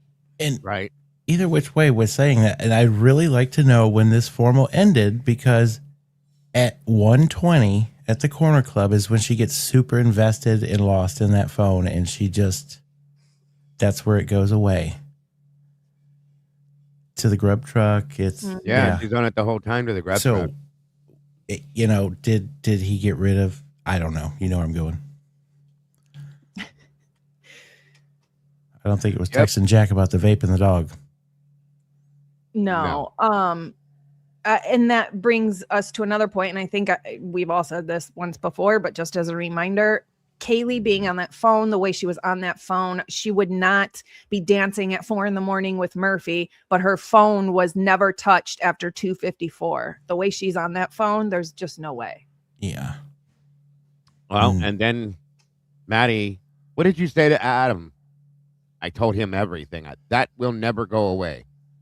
I don't care what anybody says. That has something huge to do with this, I think. I'm telling you. And I don't know why. Maybe they didn't know right away that was said. Like officers didn't know to ask Adam when they interviewed him. But later, when you found out that was said, why would you not just call and ask him? What was said to you? Was it anything big, or was it something, a silly rumor? You know what's interesting? I never paid when they were walking to the grub truck. She was either looking straight ahead or at her phone, and then she was still disconnected from the walk. And then you got Showalter that's just like, oh. She didn't stop looking at her phone the whole time, and even the only time she did was for a few minutes at the grub truck. She was messing around a little bit with Kaylee or with Maddie, and then she was back on her phone again. So something would have had to been said in the phone to bring up, like, what did you say to Adam? Right? Because other than that, she was probably disconnected. Yeah, whatever she was doing thing. in her phone is what brought that up, Mike. I fully agree with that. Yeah. Whoever she was talking to said something about Adam and whatever they were talking about. Otherwise, it wouldn't have got brought up the way it did, in my opinion. I agree with you. That's a good point, Hemi. It's a lot bigger question. Adam Lauda, come on, it's over, bro. They didn't do a good enough job on the audio for 1112, at least not for you. Give up. Give it up. Oh, yeah. I don't know. We'll see. Annie Ruler, good to see you, dear. Whatever Maddie told Adam is all about whatever. I feel the same way. I have for years. And Miss Wisdom, that is no longer with us, said, Dago, I'm telling you, whatever that statement was that was made is your answer. And it's way bigger than you guys will ever believe. And I was like, okay. Thank you very much, Miss Wisdom. We miss you. Don't forget the selfie that the phone was being held way too high for. She was taking. Yep. Thank you. Way too high for a selfie. I don't care what anybody says. That makes no sense. That is not a selfie. Yo. It was up here. She's down here. Explain that. So would that be like maybe like a picture of like that you wanted to take of yourself, but you didn't want somebody to know where you're at? I don't know. That's dude. a dumb It didn't thought. look like the camera would have even caught her. That's weird. Pretty much. That's another good point too, Sophie. We've asked. She couldn't do the, or for whatever reason, she couldn't do oh my God. Student teaching program. And at that point, she changed her major to general studies. Yep.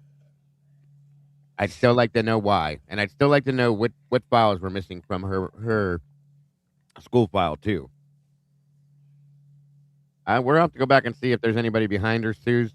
But I don't remember there being anybody directly behind her, so I don't know. Other than, wasn't that where like Joe was or something? He was on the other side, though. Oh. And so back to the whole teaching thing, and this has come up with some people. Did this happen when some people had made points of, like in her teaching thing, that she had to do something which basically 2020 disrupted? So is that when she changed? Because she couldn't do things to whatever for that degree. I don't know. Like it would delay You have it. to do a background check. Mm. You have to go through a state background check. It's weird why would she put it out on a video though? That she's like, oh, well, I can't teach. Da, da, da, da, da. I don't know. If she wouldn't have said that statement, I would just assume, I mean, the teaching world was a hot mess by 2022 because COVID just, Yeah. I don't know if you could say, oh, yeah, this isn't TikTok. It just ruined, I mean, that field. So if I wouldn't have heard that, I would think, oh, well, she just wants to get paid better because teachers don't get paid enough. But that statement, that's telling. It's weird. I mean, I don't know. Was it like when that turned up and her dad went, "Oh, you need to get into ID"? Good point. And that question is a great question, Amy said. Who was it that Kaylee was talking to when she said she was going to go to bed now? Did they ever ask Dylan that? And I don't know that they did. I Dylan's don't think that happened. I don't either. That's the point behind it right there, because I don't think Kaylee was out there dancing with the dog either. I don't believe that. So let's talk about what was really going on. We don't know. But yeah, that's a good point, Amy, because that does point to the actuality of what the truth probably is. Can I say one more thing about that? I was thinking the other day about that movie that's supposed to come out, and that scene, I'm like, I think if they act out that scene, I think it's going to look so ridiculous to put her in a room by herself and singing and dancing and not, like, I don't know. It's just not, to me, that's ridiculous. Who was playing that low budget one the other week? Oh, SRB found it. That was beyond low budget. Oh, that was right. That was in Discord. That was so horrible. I mean, I would do that if I was like cleaning or picking up or something. Right. Not at 4 a.m. Well, it's your Brian Koberger, huh? He cleans at 4 in the morning, right? That's true. That's true. I clean at 4 in the morning. We were looking for the Lifetime movie to see if it had come out yet, because somebody was asking. And SRB was digging around. She found something that it said that that's what it was. So we pulled it up and it was literally 1 hour long. It was so bad. Yeah. Was that was so the bad. Lifetime? No, it wasn't Lifetime. It was made by somebody else. Oh. It looked like it cost like $14.75 to make the movie. Oh, it was definitely a Ron Jeremy special. It was horrible. But anyway, that's what we were talking about. And the scene that you're talking about, they were talking about bullets, is the one where Kaylee's dancing around the living room and somebody else is in the bedroom. That's what Kim was talking about. On we go.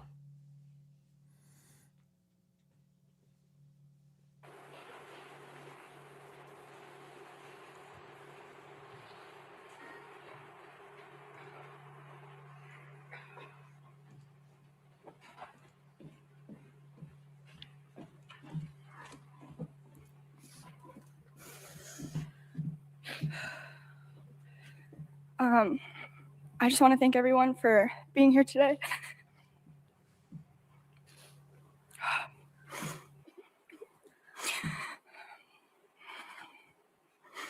My name's Ashlyn.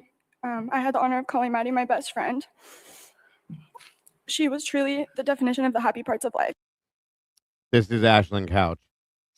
Wait, so did Kaylee only have the 2 girls up there for her?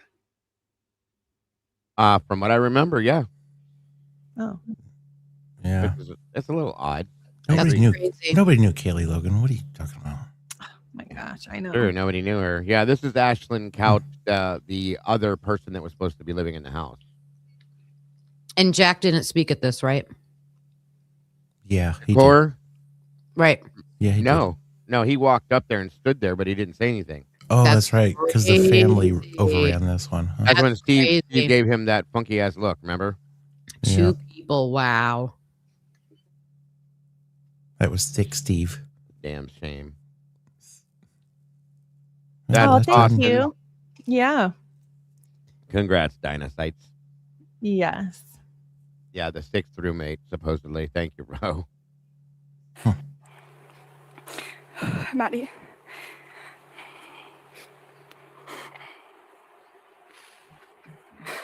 It's only been a little over 3 years that we've known each other. But we've had so many memories, it feels like it's been a lot longer. I think it's because the past couple of years combined, we may have spent more days together than we did apart. And I can never be more thankful for that time and the once-in-a-lifetime friendship that came with it. You grow so much as a person on your own in college, but we got to grow together through every step of the way. And for that, I'm so grateful because some people don't get that chance. Our lifelong friendship on this earth was cut way shorter than we wanted it to, but I know you will always be by my side. Holy shnikes. My dear Logan, I had to come and tell you that it's going to be okay. Oh, Angel. My angel Bronxy knows how much you adore him. He's going to be okay, honey. A few rough days and he'll be better. Your love will keep him going, and he'll be home soon. Angel, I love you, my girl. I'm over here crying, and thank you so much, Angel. That is amazing. God bless. Thank you, Angel. That's so sweet. He's just out having a spa day, Logie. They did sedate him, so he is feeling pretty good. And I said, can you please keep sedating him because he'll get upset and miss me. Did you ask for a take-home bag for sedation for yourself? Yeah, you probably should have got one too. You know what's quite interesting in this, not to change the subject. Boy, Dylan sure didn't, for Maddie being her big, never even remotely even spoke. She probably should have put something like this in her bullshit thing that she said in the courtroom, huh? Yeah, they had somebody else come out and speak for him. Instead of my.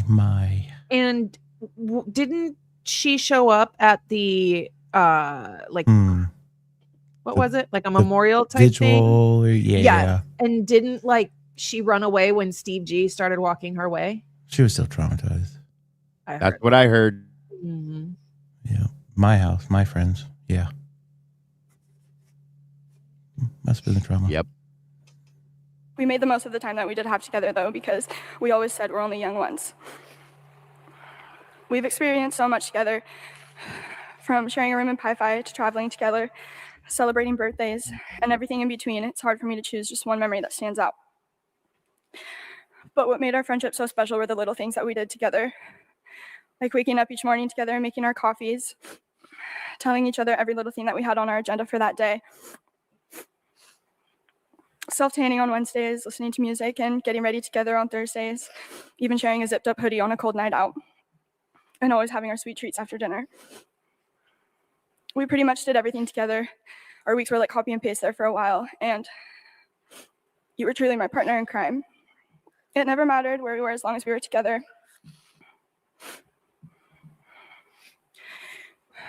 Going through the rest of my life without you is going to be a tough one, but I'm not only living for myself now, but for the rest of the life that Maddie wasn't able to live. So I'll do all of the things that you love to do every chance I get. All the sunsets I watch, every concert I go to, every road trip I take, I hope you're looking down with a smile on your face. Our friendship was one of a kind, and I'll treasure it forever. A part of me feels empty without you, but every time I think about you, I have so many living reminders to look back on, like the decorations in my room, the matching bracelets that we have, the little notes that you wrote me, videos of all of our good moments together, and Yeah by Usher. You truly will live on forever, not only in my heart, but in the heart of so many people that were impacted by your beautiful smile, your grace, your patience, your open heart, and your craziness. You were one of the best people I've ever met, and I know I won't meet another one like you. So for the time we did have, I feel so lucky that I can tell people about my best friend, Maddie. And she's going to be a busy girl up in heaven because she is now the guardian angel to some wild ones who really need her down here. I love you forever, Maddie May. Did you guys catch the matching bracelets comment? Yep. Interesting. Bracelet. And this is what I've come up with on this room situation, okay? Between the reports and the book. Now, with the reports, it's hard because the names are redacted, but I think you can see the first and last initials. Oh, like in one of them. But Ashlyn, I believe, lived upstairs in Kaylee's room because Kaylee spent the summer in Xana's room and then found out that the roommate who had lived up there the year before was not going to come back. So she said, "Can I move up there?" And the only reason I think that that's Ashlyn is because in the book, if it's correct, it clearly says that Sophia Whitehead was renting the room and still renting the room on the first floor. But with you saying that, didn't it seem like these girls, and wasn't it, we talked about this, Dago, right? That before Kaylee lived there, it seemed like she had a link to that address where mail was getting sent or something? She did. She was using that address before she moved in there. There's something, I mean, I don't know if it was like a money grab she was still a student. She was does anybody know where she was currently living? Like where the rumor was in the Bloom book that she moved in with her boyfriend. That's what was in his book. And I haven't heard anything about where she lives besides that. And then the other rumor was she was supposed to, like, remember the interview? This was on TV, and her and her mom, were like, oh, she was supposed to be there. Yeah. Did she I don't think she graduated. There's something with her because I don't think, she either graduated or she moved in with a boyfriend or she lives somewhere else that we don't know. But why would she say I was supposed to be there? Like just be in Moscow or be at the house? The only thing we know for definite, she definitely fell out the timeline. But she made it seem like on that show, her and her mom were so upset, like she was actually supposed to spend the night in that house. Yeah, that was a point. There was a few people that were supposed to. Ashlyn was supposed to stay the night there. We heard that in the beginning. But ended up having to dog sit or house sit for somebody or something is what we were told. Her parents. Yep. So what's up with that? Aiden McKinty is another name that was at the corner club. And she said she was supposed to go home with Kaylee and Maddie, but she got a weird feeling, so she didn't go. Like, why were these girls supposed to go stay there that night? Yeah. And they were all, and Jenna McClure, no. Jenna McClure also. She was going to stay there that night too, but decided not to. Also, Lakeland McComas normally stayed there, and we still don't know that she actually didn't, but and then decided to walk home. She was so drunk she couldn't walk, but she walked home. Something's off, folks. Hey, truly and honestly. Don't forget, a couple of them hit the flux capacitor, and it seems like they get mixed up between Friday and Saturday. What? But yet the interviewers don't correct them. Absolutely. That's a good point. If Adam got told something and then the word gets out. I don't think that's Ashlyn's situation because it sounded like she was in another city at her parents' house and she was supposed to go back and she didn't. Exactly. But why go back and stay at that house when you have your own apartment somewhere? That's a good point. Truly and honestly. Yeah, I didn't have anything prepared because I didn't think I would be able to get through more than like 2 sentences. All these girls are losing it, and even the girls in the background are losing it over the one in front of them, what they're saying. I love you forever, Maddie May. I agree. My name's Sophia. I didn't have anything prepared. Is this her, Sophia? Maybe. She had graduated the year before. She lived in that house and had graduated.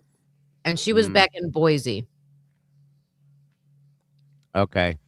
She seems pretty hardcore broken up over this, so this could be. With a real whitehead, please stand up. Because I didn't think I would be able to get through more than like 2 sentences. But Maddie was one of my best friends, and she was also my little in her sorority, and that was just a bonus. But she was easily the best person that I knew. She loved everyone around her more than life. She loved her mom. She always told me, "Don't you think my mom's so cute and so pretty?" She knew that she did everything and anything to make her live the best possible life, and she always made us aware of that. She loved Jake. She would always say, "Don't you think he's the best guy? He's so perfect for me." And she loved all of us, and like we could just tell it was so evident, and she was so loved, and she lived her life to the absolute fullest. One of like my most fond memories. She was so excited for her 21st birthday, and I'm just so glad that we got to celebrate it with her. We went to this restaurant in Boise called Western Proper, and she was so out in this mimosa cowboy hat, and it was like $75. And we were like, oh my gosh, like, do we really need to get that? But we got it, and she was so excited, and I'm just so glad that we got those memories with her. And her light and her love just shines so bright, and she will never, ever be forgotten.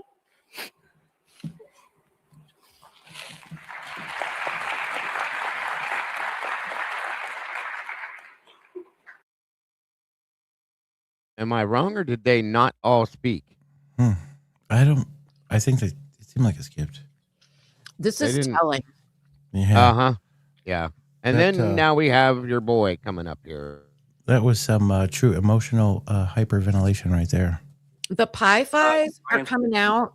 Sorry. The Pi Phis are coming out in full force, supporting their sisters. 2 Alpha Phis for Kaylee. Laid flat. I'm still blown away by that. I don't think, she left. Did she really leave? Did she really leave the sorority, or did something happen? They are on probation. There is something legally, in my opinion, my speculation, that something happened. You've got files missing from the university. You've got this pullover thing, or I guess that was previous, but yeah, it's weird. Yeah. They're not showing up for her. Nobody knows her. Right. And let me point something up real fast. I know this is a little bit off key for what we're talking about, but here we have Hunter Johnson. We heard Pete's interview. Can I ask you why Pete didn't come up here and speak? Yeah. That's his best friend, his best friend. Oh, wait. So is he. But And again, in Pete's interview, we don't hear a fucking word about this guy right here. Not one word. Not one word, you guys. And these two are supposedly Ethan's best friends. And as weirdo as it is, like Pete they didn't. have to. Go ahead. One more time. They have to have interacted at least once at some point, since they're all 3 friends. Sorry, Mike. Go ahead. They speak 2 totally different angles. Like Hunter's talking about Owen for beers and stuff as he's skipping around. It's just completely different. And like you're saying, like if they're both, even if they're both considering, like they have to have interaction to where this wouldn't be like this. I don't hear Hunter talk about Pete in his interview, and you don't hear Pete talk about Hunter, but they're both talking about Ethan, and they all have to know each other. I got a problem with that. Yeah. I feel like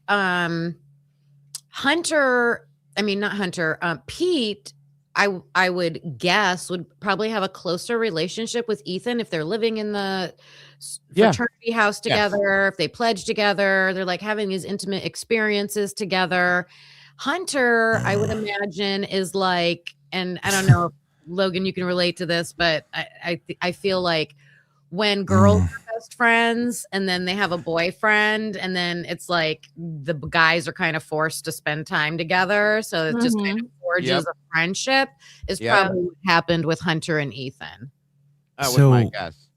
Let's rewind this to Hunter always answering the doors that were Ethan was basically living.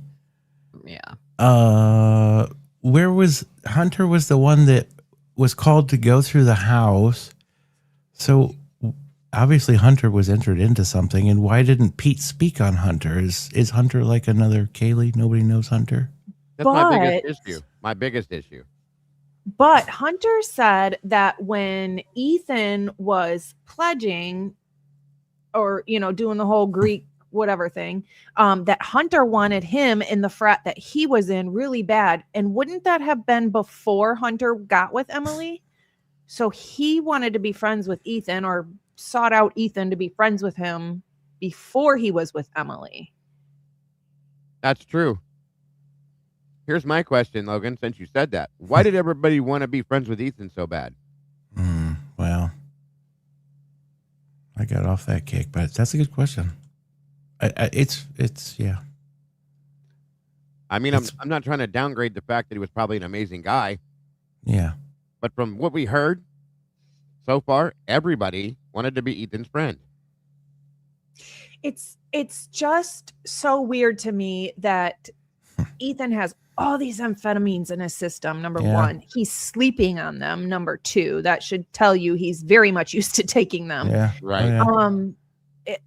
Did he buy them or was he the seller?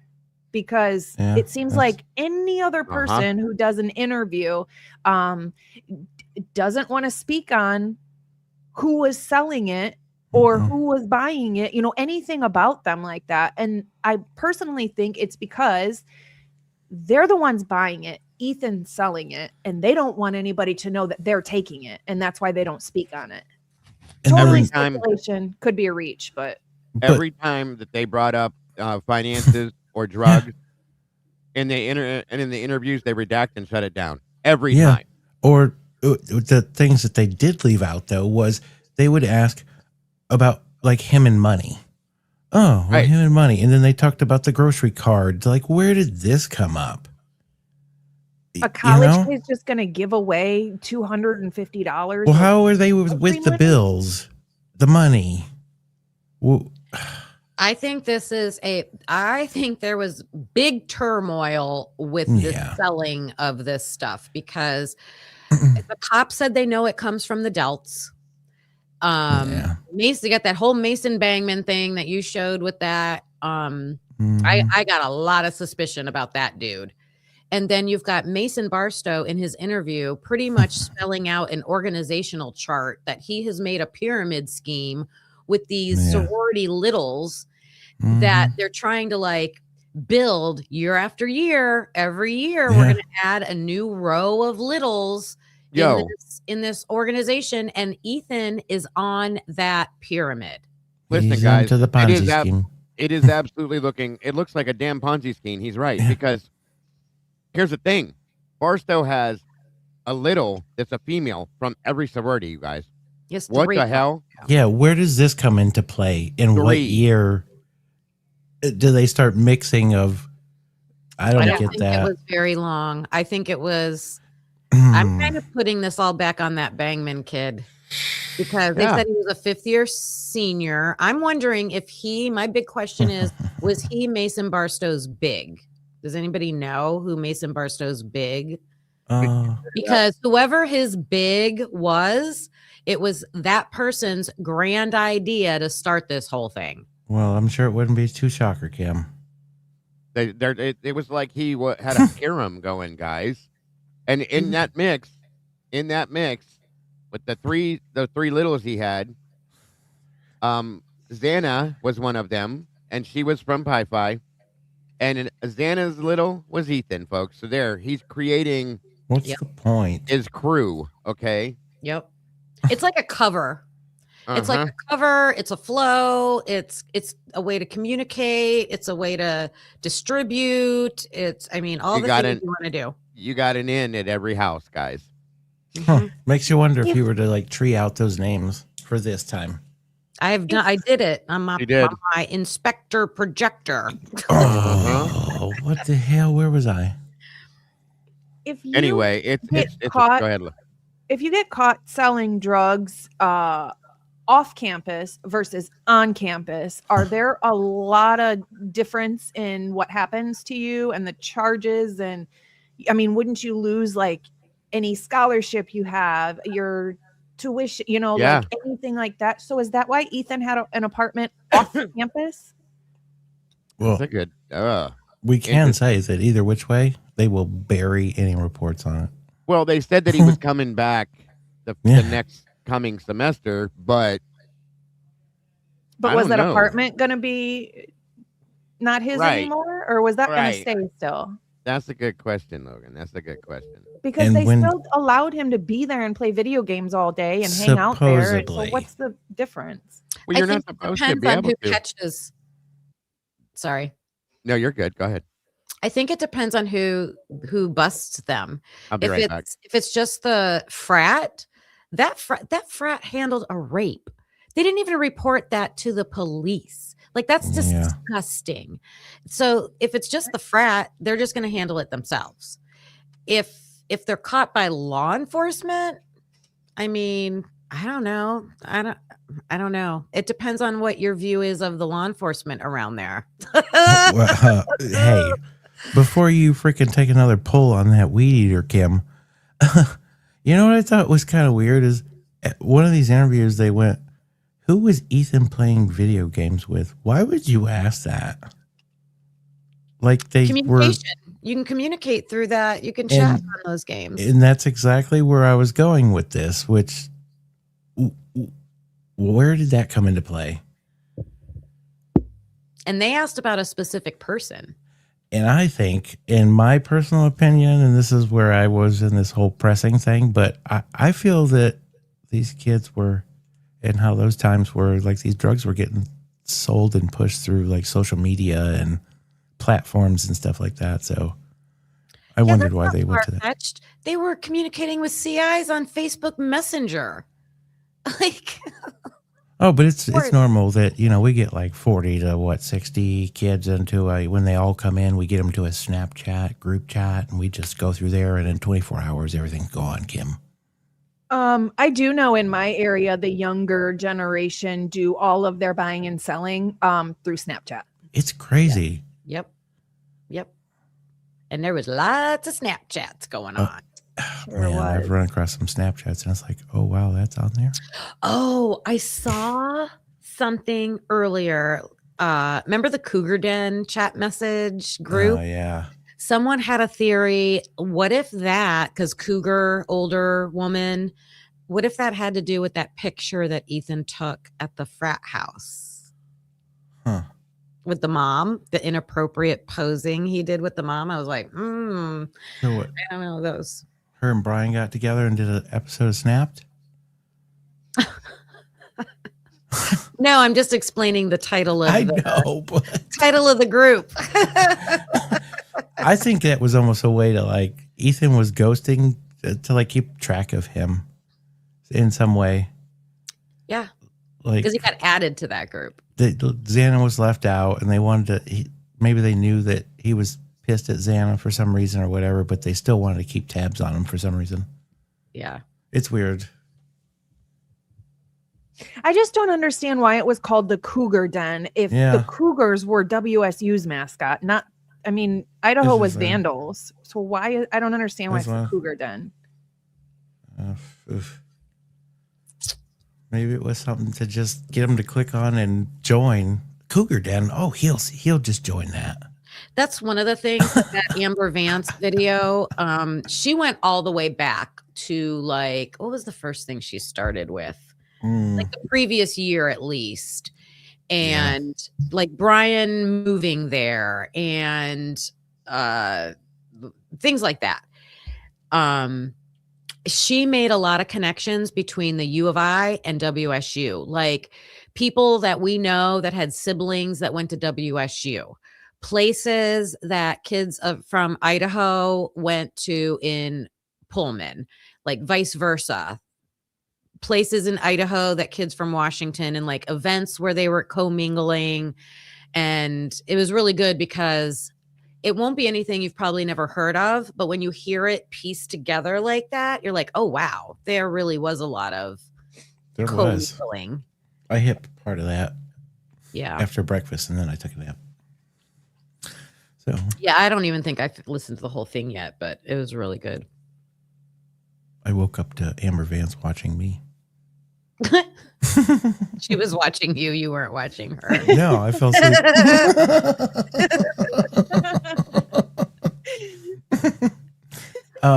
But no, she did have good points, and it wasn't because she's dull. But yeah. But I think that's a part of the problem. I mean, there's a lot that's behind in the backstory of this that would tell a lot. Yeah, we're figuring it out one little nugget at a time, I think.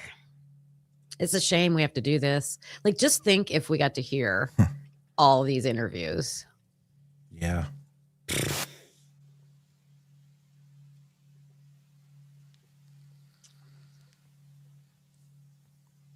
Where'd this guy go? Dick, are you there? What was y'all's two favorite nugget out of the Barstow thing? I would say, just because it has to be said, that how much he was fighting against the phone, I think, is telling. When he mentioned the white car, Sorry, trying to think. He said something about cameras, didn't he, in the cars? Was that him? Or Peter? No, that was Peter.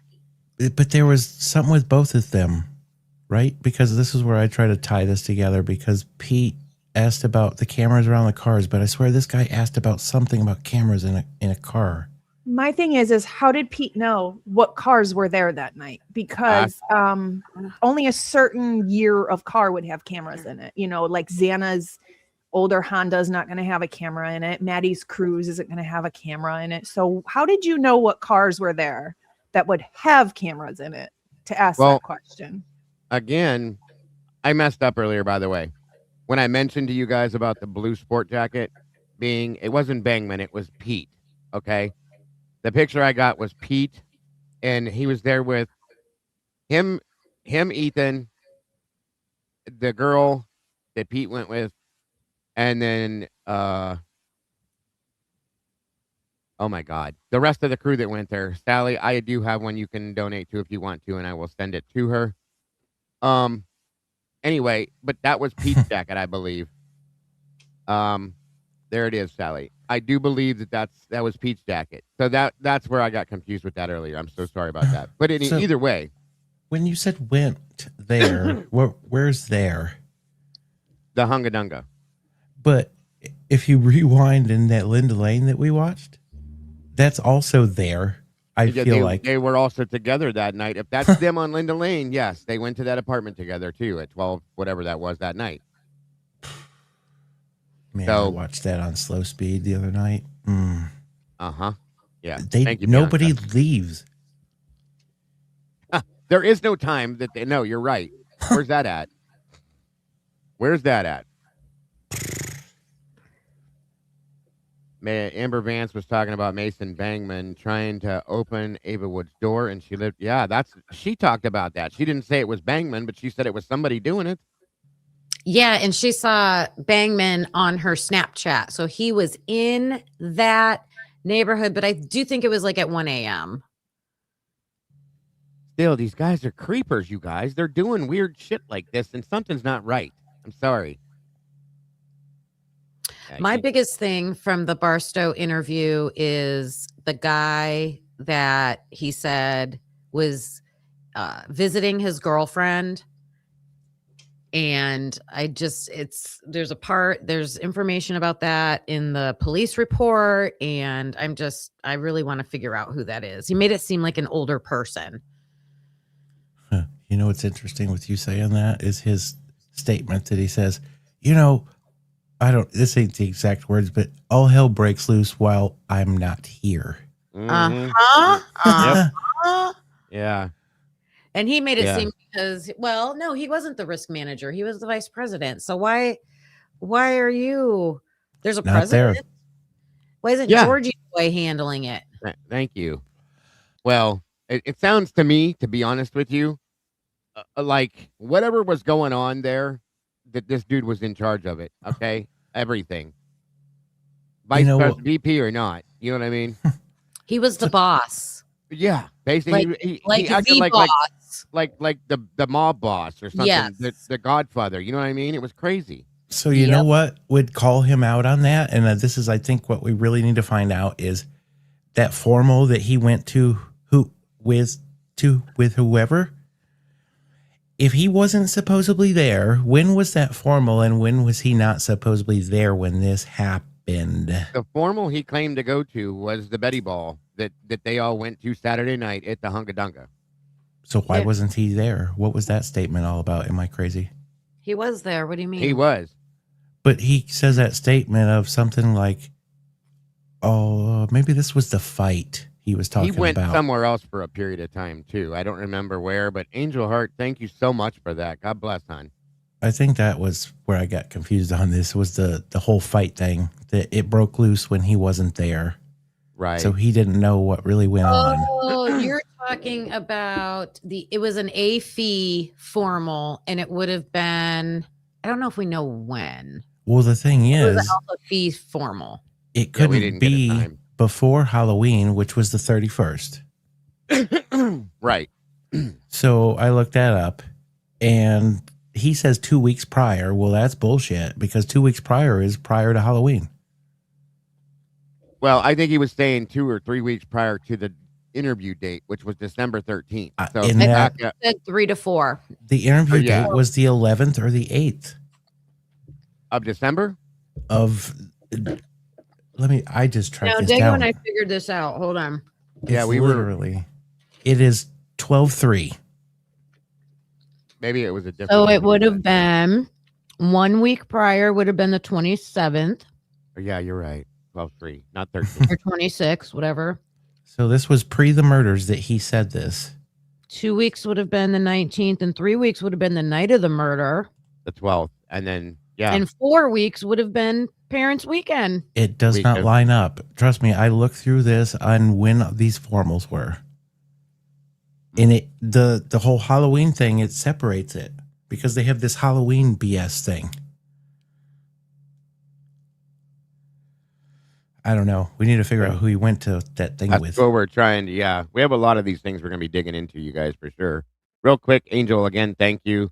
I want to welcome Rochelle Fiscus, Amy Formerly, Tommy Will Hoyt, Catherine 662, Under Your Scars, Maggie Baby. 1 minute, I'm sorry, it jumped.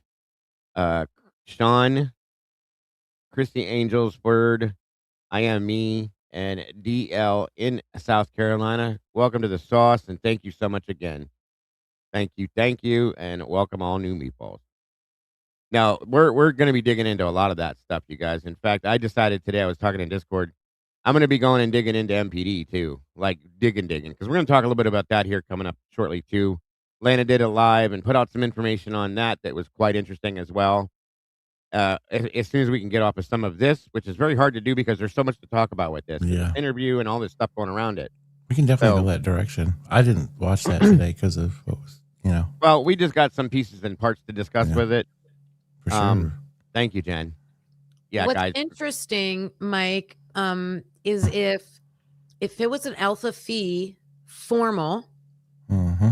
and Kaylee's alpha fee. Oh, wait, Yeah. but she said she left. They said she left. When did she leave the sorority? See, this That's is why you women are important, Kim. That's why we need to know the dates that they all left the sororities, too, I think.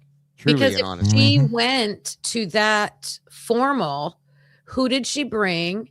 Did she go with Mason? Right. Mm. Did she go with Jack? Is this Or where was the- she already out of the sorority? Is this where the fight started? This is where the big fight was. And I think it was Connor. I think Connor Chestnut was there. But they would all have to be dates of alpha fees to be there. But it's either like Connor, Cole Berenberg, Jack Showalter, like it's 2 or 3 of them that were there. And Mason said one of them instigated it and the other one just was kind of wrong place, wrong time. Mm-hmm. And the names that were brought into it are all names of people that are known troublemakers, too. So, Mm-hmm. violence, folks, violence. It's interesting. It all kind of has, there's some dots that are connecting, for sure. For sure. And it makes it even more interesting. Like Hanky Panky Mom said, she thinks Kaylee was already out of the sorority the previous end of the school year. So if Kaylee is not associating with that sorority anymore, then what was this fight about? Thank you. Yeah, And Delts were the ones. So Delts are fighting at an alpha fee event. Mhm. and this last interview guy was a what? A Delt. Oh, that's a shocker, ain't it? Yeah. This is all about the Delts to me. Is the Delts Well- the one that they said that somebody had said, oh, if you want to find the CK and you go to the Delts? Yes. Well, yeah, that's who the interviews with the Sigma Chi boys. Yeah. That's who PD kept referencing, and that's who they kept pointing at, saying, "Yeah, I think it was the Delts." Basically, I feel they're like I don't they're know the where I drug pulled dealers. that They're out of this, my they're ass. that. But no, that's true. I think they try to do some weird separation with that. Like they try to talk down on them. They're always fighting or something, right? They were putting them under the bus, is what they were doing, Mike, for sure. Yeah. Like that was the finger that was being pointed. It was being pointed at the Delts from both sides of the fence, whether it was PD or the SIGs or anybody else was looking at the Delts with everything. So and PD was leading that march too. They were pushing it on these people, guys. You didn't catch that. Go ahead. What was Showalter? Jack was wasn't yeah. Jack Showalter, wasn't he a Delt and he was kicked out there or something like that? Please tell me he was a Delt. That's the banger right there. He was a Delt. He there was not you kicked go. out. He was not kicked out though. Or he left or whatever it was we heard. Yeah. Huh. I'm wondering if it was Mason Bangman that was kicked out. That's a good point. I'm just guessing. Oh, and Bangman's the one that was just arrested on drug charges, folks. Chitty bang bang. Let's get that straight now that I finally got it straight in my head. Took me how long, Kim? I kept confusing him and the other one. It's hard. Why would they try to divide like that? The Delts from obviously, well, they don't like each other, but anyways. I think they were pointing to a possibility at that point, maybe a scapegoat for the situation. I'm just saying. There's a scapegoat for what? The murder. They were looking at they were doing the interviews, and I think they were trying to point their finger at the Delts to try to make it, to throw them under the bus and say, well, with what we're talking about here, what we're seeing here, so on and so forth, blah, blah, blah. I think they were leading people in that direction to try to make it look like the Delts were responsible for this. Would make you wonder. That's how I took it. Did they know that maybe there was drugs running from the Delts through there? I know they know. They have to know. There's no way they didn't know. Okay. Like, what's the Delts tie? That's what I'm saying. That's what I mean. Like the PD was looking at, hey, Lenny, PD was looking at them from the beginning, from my understanding. And we heard in the interviews with Sigma Chi, they kept saying that. They kept pointing at them. And of course, the guys from SIG were saying the same thing to them too. And they were taking the lead from PD during the interview, saying, oh, yeah. You know what I mean? So part of putting all this together, for one, that would make you hesitate why you wouldn't want to give your phone up, huh? Oh, 100%. Sure. Yeah, absolutely. I don't think the Delts I don't think the Delts committed the crime. No. I think the Delts are the connection I personally have been looking for to find those college students who are connected to whoever they want to call the plug, right? The drugs. Who's that outside gang member that's bringing in the drugs from the big suppliers to this college?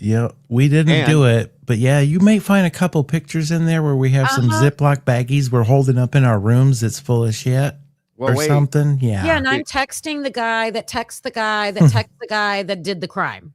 Yeah, exactly. And then if you think about this, let's go back a little bit to another video that Logan got for us.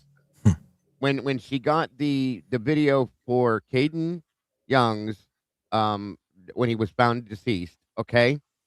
And the interview that was done where they drug the truth out of this guy and said that they bought drugs from a specific person or persons regularly through the fraternity there. Well, I gotta wonder. And you know what? How does that link together? Think about that, folks. And I think this rolls back. Okay, so I just had it coming too. So I slipped up on one. So Caden Young, he was a president, right? Yeah, but he was in Logan, which fraternity was he? Who? Caden Young. He was the president of something. He was the Alpha Kappa Lambda. There we go. Thank you. And then let's roll this back to, I just remembered when I was watching Amber Vance's thing, she talked about this, Kim, with what had happened around the C-Cane charges and a frat that got shut down for that before the Caden Young thing. Yeah. Yeah. On the U of I campus? Oh, no. That would have been, I think, the Washington side, right? Is that where he went? No, he went to U of I. Well, then it was the other one. I thought you watched this. He went, yeah, but he also was visiting. He was visiting in Washington, is where he was at in that video. But yeah, he went to U of I. And there you go. Thank you, Lucy. Maddie, Kaylee, and Xana left their sororities the semester before the crime. Thank you. Oh, so that's what the next thing that we're going to roll into here in our conversation, the stuff that I was telling you that Lana had talked about, is in relation to the drug program that was being run by Officer Warner, the money that was given to them for that drug program. I'm going to say it 15 times if I need to, that was being ran by one of MPD's officers. Why do you need a drug program on a college campus? I'm sure there's a real reasonable explanation to that, but this, in my opinion, plays into that. All of that. Yeah, this was what they were getting funding for. This drug program. And this, again, I think is partially part of what was going on with the it is the party patrols, I guess Lana called them. We have documents to show that stuff. But the party patrols there was 2 of them out that night, according to what she believes. Rosenthal, Tesdell was in one, and I don't know the other group. But here's the thing: we never saw another group. And if there was not to jump sideways too far, but if there were 2 groups out that night on this party patrol, why did this Tesdell and Rosie have to go to the other side of Moscow to cover that situation instead of that other patrol maybe being over there? Where were they at if there was a secondary patrol? But we happened to see this weird point in time where they just happened to stop these kids that were coming across this field for no reason. You know? I don't know. That's a whole thing in itself. But yeah, Jen, thank you. That was part of what we saw in Barstow's interview, is that they were awaiting their suspension. I think it was that for the fight at the oh my God, I just went brain dead again. The fight at the whatchamacallit. What the hell was that thing called? The formal, sorry. And some hazing issues possibly. And then he didn't want to give up his phone either for certain things, because he's a freaky kind of guy, according to him. Man, these departments scam some money. Yeah, well, just saying, that's another part of what we're going to go into. I'll let this go ahead and run through Hunter here real quick, and then is there more that you wanted to see to this, Mike? I think Hunter, and after Hunter, there's... Oh, negative, Captain. Let's move on to the Lana stuff. Yeah, I didn't want to see nothing else in this thing. That's okay. I'll run this one out because Hunter's actually the last friend that speaks anyway. So, and watch and listen to what Hunter actually says. For those of you that may have never seen this, it's interesting. Me and Ethan became best friends over the last year and a half we spent at the U of I. And since we became such good friends, I feel honored and privileged to even be able to share who he was to everyone here.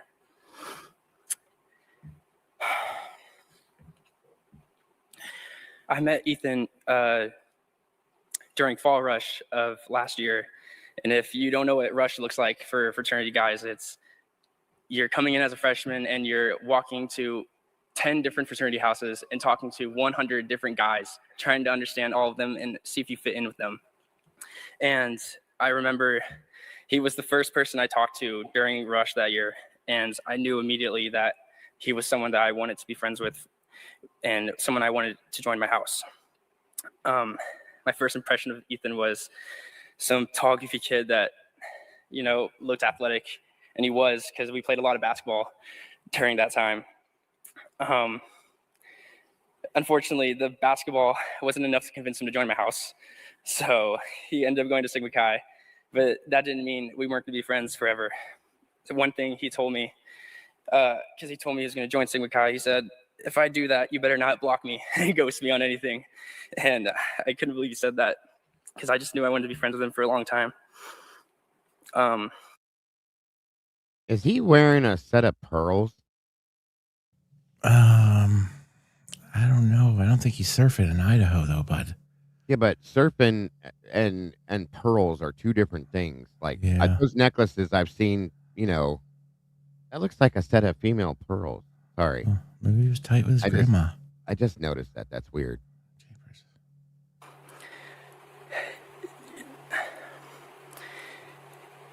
He had such an infectious smile and a charismatic personality. And if you knew anything about Xana as well, they were very similar in how they acted together. Me and Ethan shared a lot of memories together. Usually at a party where me and him would be controlling the aux. They're not pearls. Be singing at the top of our lungs any country music song with 50 other people in there not saying. Now, does this or does this not sound like the same thing that Pete just said? Oh, yeah. And you know what's funny is in these videos that we've seen, why do you hear the country road song being sung in the background? That's I know that, but yeah. And that's the thing, but no, that ain't candy. That looks real to me, folks. Like real it's pearls. Like some weird white ovalish stone. They look like real that's pearls. pearls. Oh my those goodness. are pearls for sure. It's cute. But Pete is the one that I seen in the video singing with him, not him. But I mean, maybe they did it too. I'm just saying it's the same sounding thing that Pete said. So no, that's pearls. Yeah, those are pearls for sure. Yeah, for sure. Can we do just one more time and tell me those are pearls, please? Hey, I'm not sure if you know. They're not puka shells, that's for sure. All right, I'll get my shit straight. Sorry, I'm just kind of like beside myself that those are pearls. I just never noticed it until now, and I'm like, Me wait a minute. neither. Why are you wearing pearls, bro? You. Oh, I don't know. That's a good question, Lucy. It could be. Good point. What? I see. That's the thing I'd like to see. Curious is Hunter and Pete together. Why Never does seen she it. have to put stuff out like that? What? Lucy. I mean, she makes good thoughts. Yeah, I'll I just say know. that much. Does that make you think stuff? It does, for sure. Us singing as loud as we could. Some of my other favorite memories that I had with Ethan also included Xana, and those were the times we spent on the golf course. Me, Ethan, Xana, and Emily, we went a lot over the summer and before summer. And you knew it was going to be a good time when we went golfing, when we had more drinks in our bag than we did golf balls. And we usually had to send Xana and Emily to go throughout the forest to look for more golf balls for us because we ended up losing so many. If you knew Ethan, he was never angry about anything. He would never get upset. You couldn't upset him ever. And one time we went to play 18 holes, and he wanted to bet money every hole, $2 every hole. If you won the hole, you got $2. If you tied, you didn't get it, it just turned to $4 the next hole. And I remember he won the first hole. He whooped me, actually, that first hole. And I remember him being so happy, and he was pretty confident going up to the next hole. Unfortunately for Ethan, I ended up winning the next 17 holes. If you also knew Ethan, you knew he wasn't great with money. And so it wasn't a great feeling when I had to come up to him and ask for the $34 he owed me after the round, because he would ask me to get him drinks every week. He'd say, "Hunter, I need some Bud Light Limes. Can you go to the store and get me some?" And I was like, "Yeah, Ethan, I'd love to. After you pay me back for the last 2 weeks that I got you Bud Light Limes." So yeah, as you suspect, I never got those $34. Ethan was always someone you could count on to make you smile and cheer up your mood. Everybody loved him and his beautiful mustache he had, and I feel so lucky. So I've shared so many great memories with him. I'm gonna miss our favorite Moana songs we would sing together.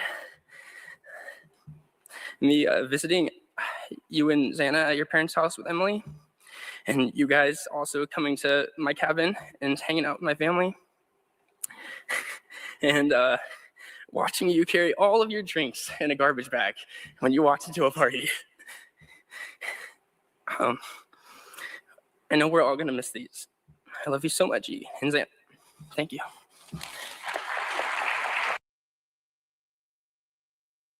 It's got some interesting tidbits. Yeah.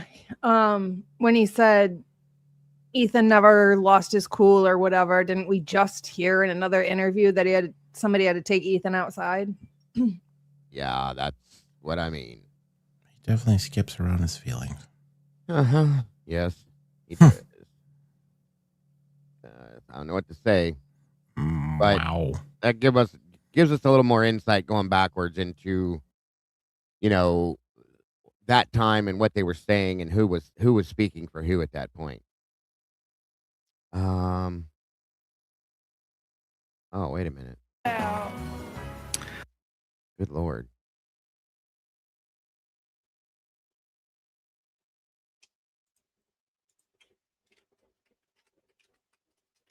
Hold on 1 minute here. Nope.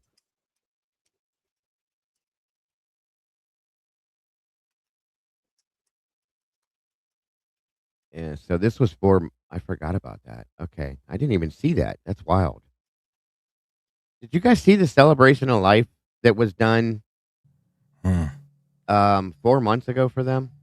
Negative, Captain. Mm-mm. It looks like Jack DeCour's speaking, Jake Schreiger's Yeah. speaking. I never saw that. When the heck was this? It was Who is this coming from? Are you sure February somebody 20 didn't like? February 23rd of this year. Sure somebody didn't redo this and like add to it. Mike, look. I know, but look at who put it out. No, I understand, but it happened. It's live. They're filming it live. Oh. Yeah. It said 12/30/22, right? It says February 23rd of 26. Maybe this is when this channel put it out was in Yeah, that's February. what I'm thinking. It was from 12 of 22 I thought that was the date that was or on 12:30 of 22. It's right here on the thing. I'm so dumb. See it right there? I wasn't looking there. I was looking down here. Or no, you're not looking at it because I took it down because I am a ding dong. Hold on a minute. I thought it was when like some dingle hopper decided to clip it and put it up and make it look like it was new. No. It was just the channel posted it then. Yeah. There's the date right there. December 30th of that year. Yeah, I never saw this. No. Because this is a completely different memorial thing. It's just for Kaylee and Maddie, right? That's what it says, yeah. Which explains why Decor and Jake are there. Yeah, I never saw this. That's interesting. I'm to go back and look at this. But anyway, I don't want to move you guys. Everybody that does speak on Maddie is super emotional. Yeah. I wouldn't mind seeing Jack and Jake speak. That's me either. Oh shit. 1 minute. Hang on. Yeah, I'm kind of curious actually.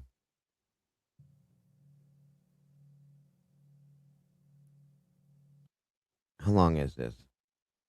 Holy hell. Well, I could just put this up for them to real quick because we're not going to go through that whole period of time there. 1 minute. That's Olivia. I don't think we want to see her talk, do we? Or do you? That's Olivia. That was before she lost all her weight, yeah. Oh, wow.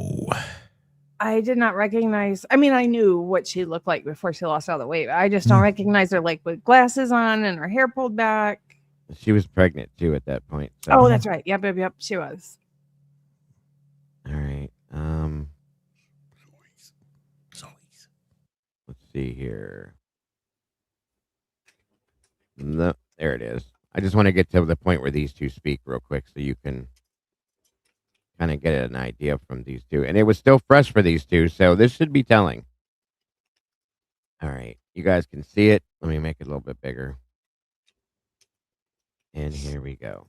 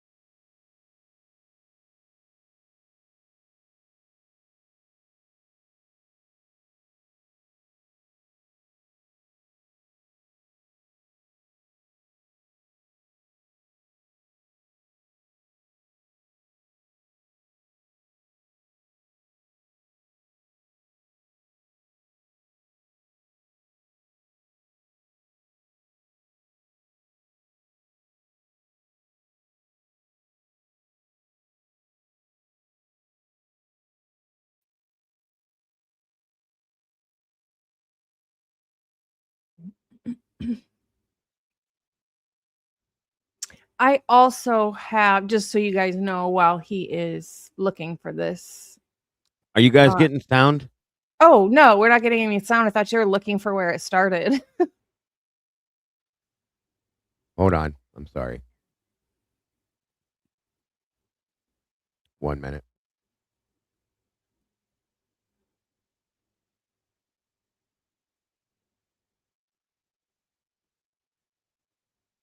Try it again.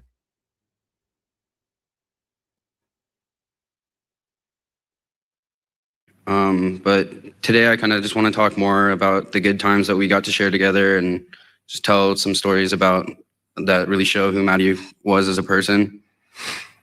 And I know that the Maddie that I got to experience was a completely different Maddie than Karen knew, or Sophia and Kaylee and everybody. Like, I just got to really know the inside and out of her. She was just always so supportive of me and everything that I did. Like, I really had like a tough time with graduating college and just like moving out alone and being in Boise. She helped me through all the tough times of struggling to think like if I'm gonna figure it out and all this stuff. And she was just always there to remind me like how great I was and what amazing things that I was gonna do in life. One thing that really amazed me about Maddie was how she really prioritized. Yes, this is Jake Schreiger, Maddie's boyfriend. Everybody else before her. An example of that is just when she gave gifts, like come Christmas time, she was so excited always. She was always looking for like fun gift ideas for all of her friends, and she's like, I would always be a part of the process, and I never really thought that I would be the best person to ask for most of the people that she was asking. Like, she was asking about Kaylee and Karen, and I'm like telling her like, you need to think about this one. Like, but no, she put a lot of thought into others, and it really just, I think it's a good way for everybody else to kind of live their life and just kind of prioritizing being such a good, just being a good person and being there for others when they really need you. But some of the times that I wanted to talk about that really showed who Maddie was. I'll just start with the Hagerman trip that we took that Scotty mentioned earlier. So we were living in Boise last summer, and Maddie was getting tired of doing the same thing every weekend, and she wanted to set up a trip, and she saw this TikTok of this little bay, and the water is like super clear blue, and you just rent kayaks and you go and hang out there. And so we did that, and we kayaked all the way across this river, and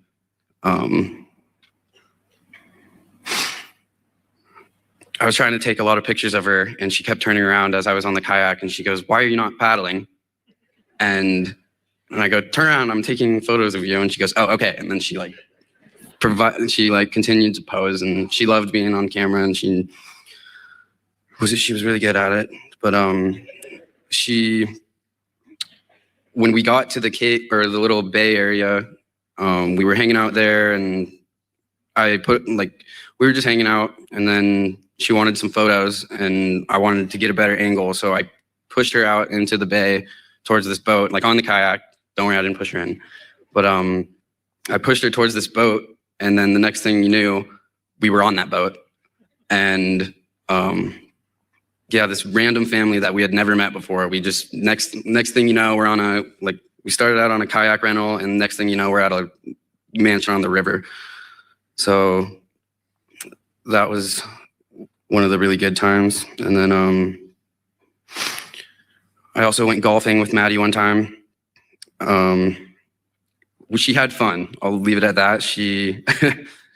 Her rule for that day of golfing was that you don't have to be good at golf. You just have to be cute. and I saw a lot of the photos popping up there, but she looked like a professional golfer that day, and she planned it out. She was just ready to go, and some of the videos I have of her swing, like, it's not the best swing, but if it was good enough for her, she'd turn around and smile and laugh, and she just really made the best of it, even though we didn't even get to, the conditions weren't good, so we didn't get a cart, so the girls had to walk, but we carried the bags for them, and we had a good time. And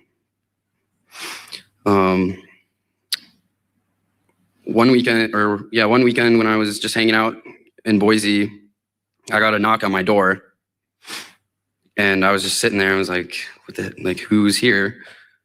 And I went and answered the door, and it's just Maddie, and she has 2 suitcases and a big puffy coat on. And I just remember her smile that day, just from ear to ear.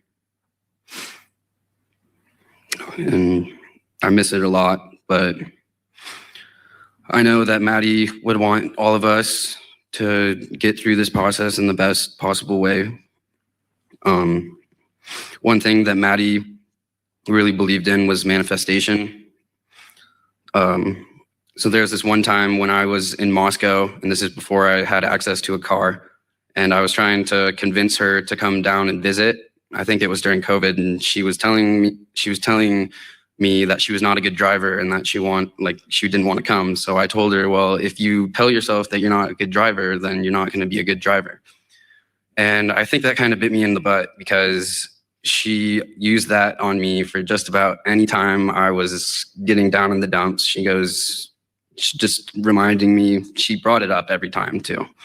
And she just mentioned that, like, I need to, like, speak things into existence and just be strong through everything. So I know that they're all up there watching over us, and I just can't wait to see them again. And I hope that they're loving heaven, and just can't wait to give them a big hug again. Thank you.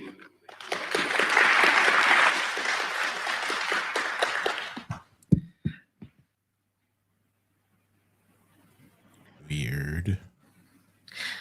Hi, I'm Autumn. I'm Kaylee's little sister.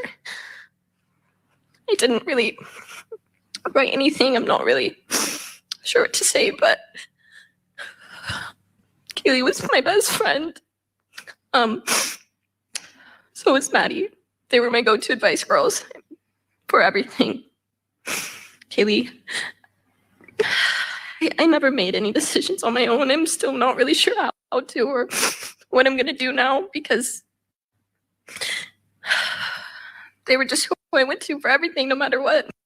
I remember, not last summer, but the summer before, I was going through a really hard breakup. I didn't know what to do. I was really lost, and I had Kaylee and Maddie, and Maddie came over every single day, and she would bring me a bagel and a Red Bull. Okay, so I just scrubbed through this. Decor doesn't speak.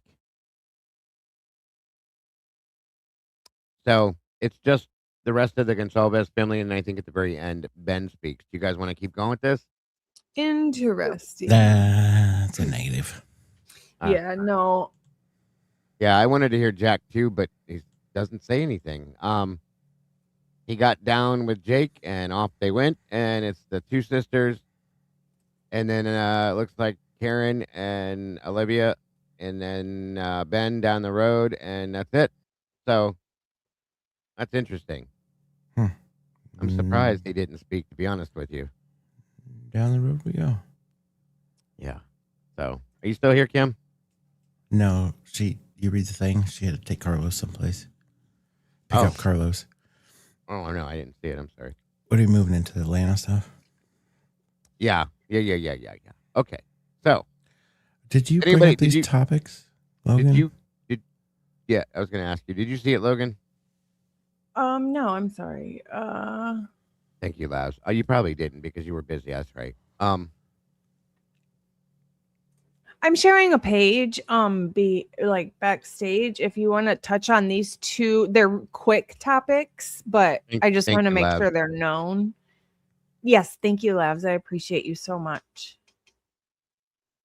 Yes, ma'am, I can do that.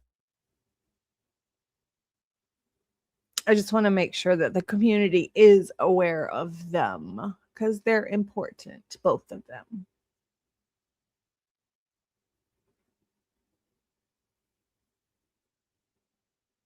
Yeah, I'm with you on that one, Keith. It's kind of crazy. Isn't that weird? I mean, not at all. He probably knew her better than anybody else, honestly, aside from Maddie.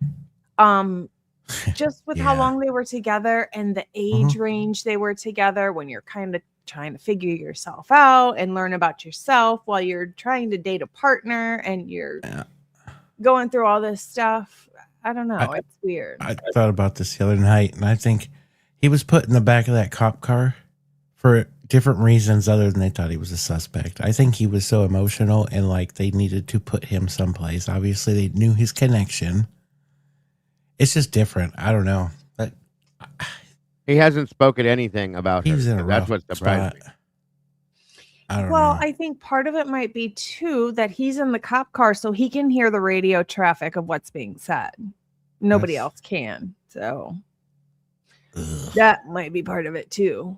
But who knows? Not everything is nefarious. But I do want to talk about this from Crime Talk posted this on Facebook a couple of days ago. And this is really important because you will think of this case. You will think of the Idaho 4. So this is a former DNA analyst with the Colorado Bureau of Investigation, the CBI, who pleaded guilty on Tuesday to 4 felony charges for manipulating forensic evidence in numerous criminal investigations spanning nearly 3 decades.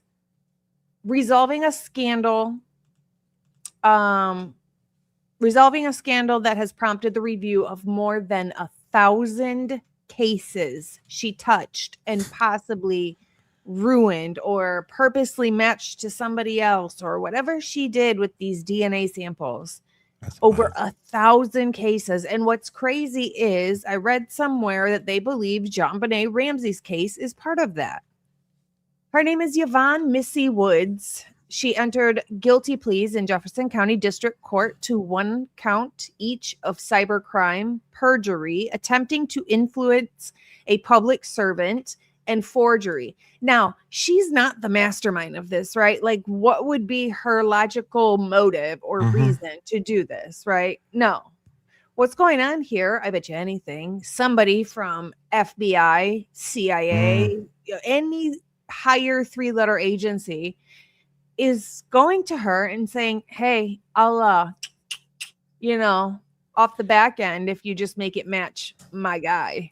It'd be interesting to see what in this process of this time that her life and who she was tied to, the come ups, what got her maybe kids out of something. I don't know. This is weird.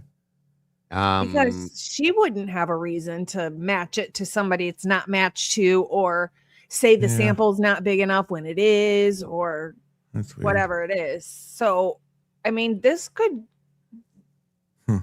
be that many people are in prison for connected DNA that wasn't actually ever connected. 1,000 plus cases, you guys. Are you kidding me? That's sick. Insane. That's wild. That is sick. And it is. She needs to go to prison for the amount of time that these people were sent to prison for connected DNA that actually didn't match, or whatever her deal was that she was doing, and do the time that she sent them away to do the time for. You know, it's an interesting little thought. When's the last time you've ever heard of like a murder case in Colorado? That's a good point. What was that guy with the daughter? Oh, Barry? Is it Barry? Yeah. Is that where they live? No. Watts. Is it? Yeah, Watts. It was around the time of the Watts. It was a guy who was like really close with his mom, but had a girlfriend and but had a daughter from a previous relationship. him and the new girlfriend went and killed the mom of the baby. It's so weird. Real quick, I just scrubbed this. The video I have, Jack doesn't say a word. He just stands there the whole time. I can show you guys. It goes from Karen and Maddie's stepdad to Jack and Jake walk up there. Jack stands off to the side. Jake speaks the whole time, and then they leave the stage. So I don't know if I got a cut video or something like that it was clipped out of, but he doesn't say a word, guys. So I don't know what happened. It's weird. I'll have to go back and look for another version of it then, some down the road. But anyway, go ahead, Logan. I have it if you want me to send it to you. Oh yeah, if you do. Maybe it was just the one I grabbed, or because I just saw that on accident. So they cut him out. Thank you, Rogue. Yeah, Conspiraling just sent it to me because she's course. quick with the finger taps. Thank you, Conspiraling. If you want to drop it in the back chat or the private chat, I'll pull it up. Sorry, you guys. The one I have, it didn't have him talk at all. Which, why would you cut that out? That's weird. Can I send it to your email? That, or you can just link it to the private chat if it's easier. It's on my phone, so go ahead and send it to the Okay. email then. No big deal. Okay, it's sent. Thank you, dear.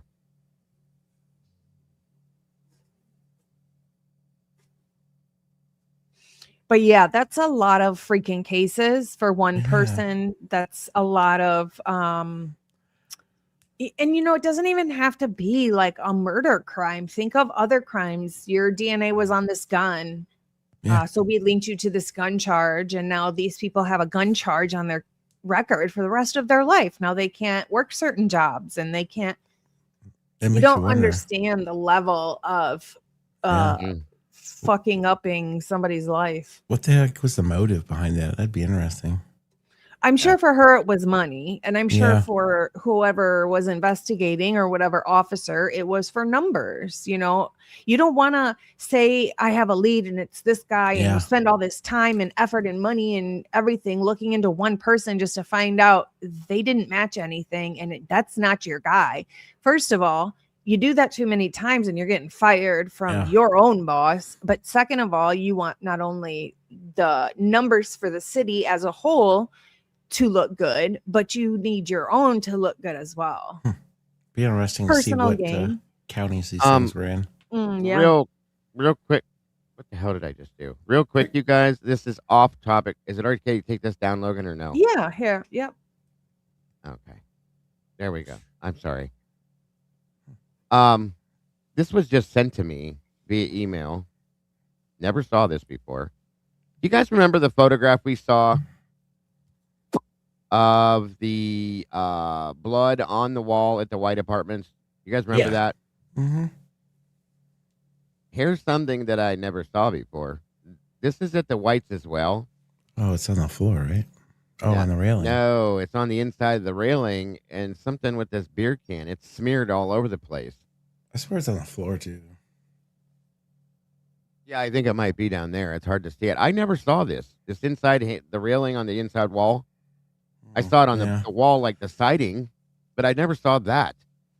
It's convenient, too, when they did that little walk around when they were questioning people. They sure shit didn't show anything in the Whites, did they?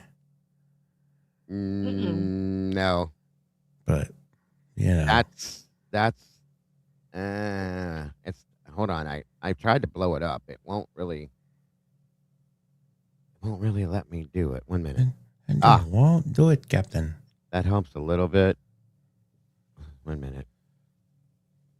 And I know this is a little off topic, but we're talking about everything tonight. So I'm just I just saw this looking for that other email right there. That's all blood. And it looks like there's drops right here. Absolutely does. And look at that beer can, folks. The beer can, that's part of the beer can. It's ripped and shredded, and there's another piece of it ripped up. It's like cut up or ripped up, and it's still sharp. You know what I mean? Yeah. I wonder if they clean for Parents Weekend.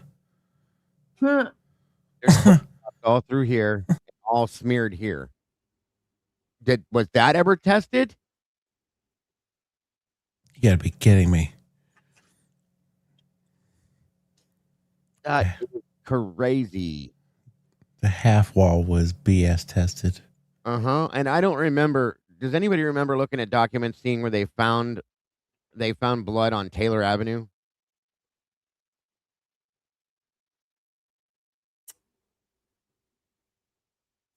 Trying to think.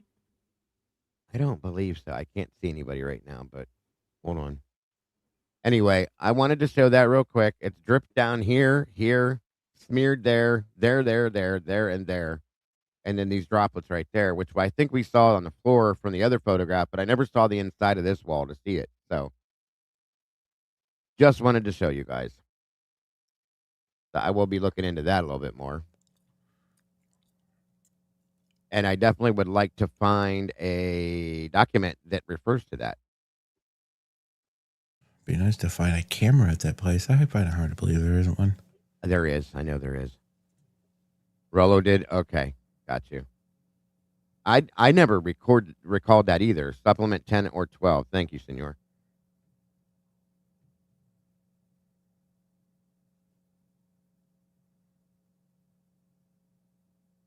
ISP or MPD, senor? MPD.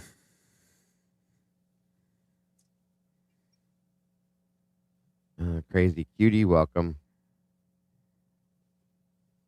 Says, did you notice Dana's broken bracelet on the ground in that pic? Wait, she's talking to you, Logan.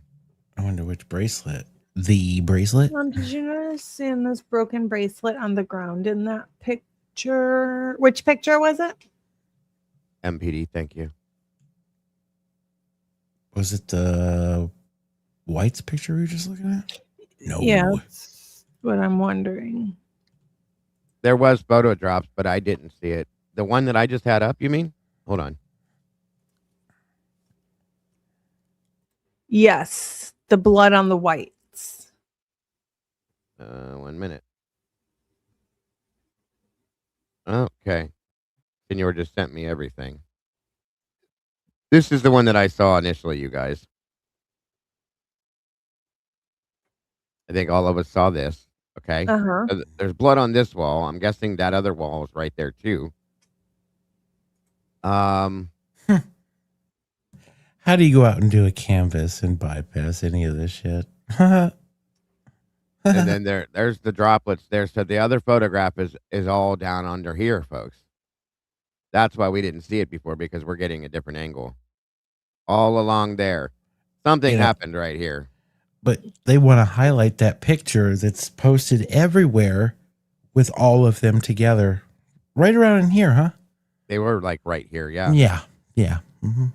So something went on right here that somebody was bleeding. This blood should have been tested. There's beer cans on the ground. That one is the one that was shredded and broken. Thank you, senor. There it is. Huh. A lot of blood.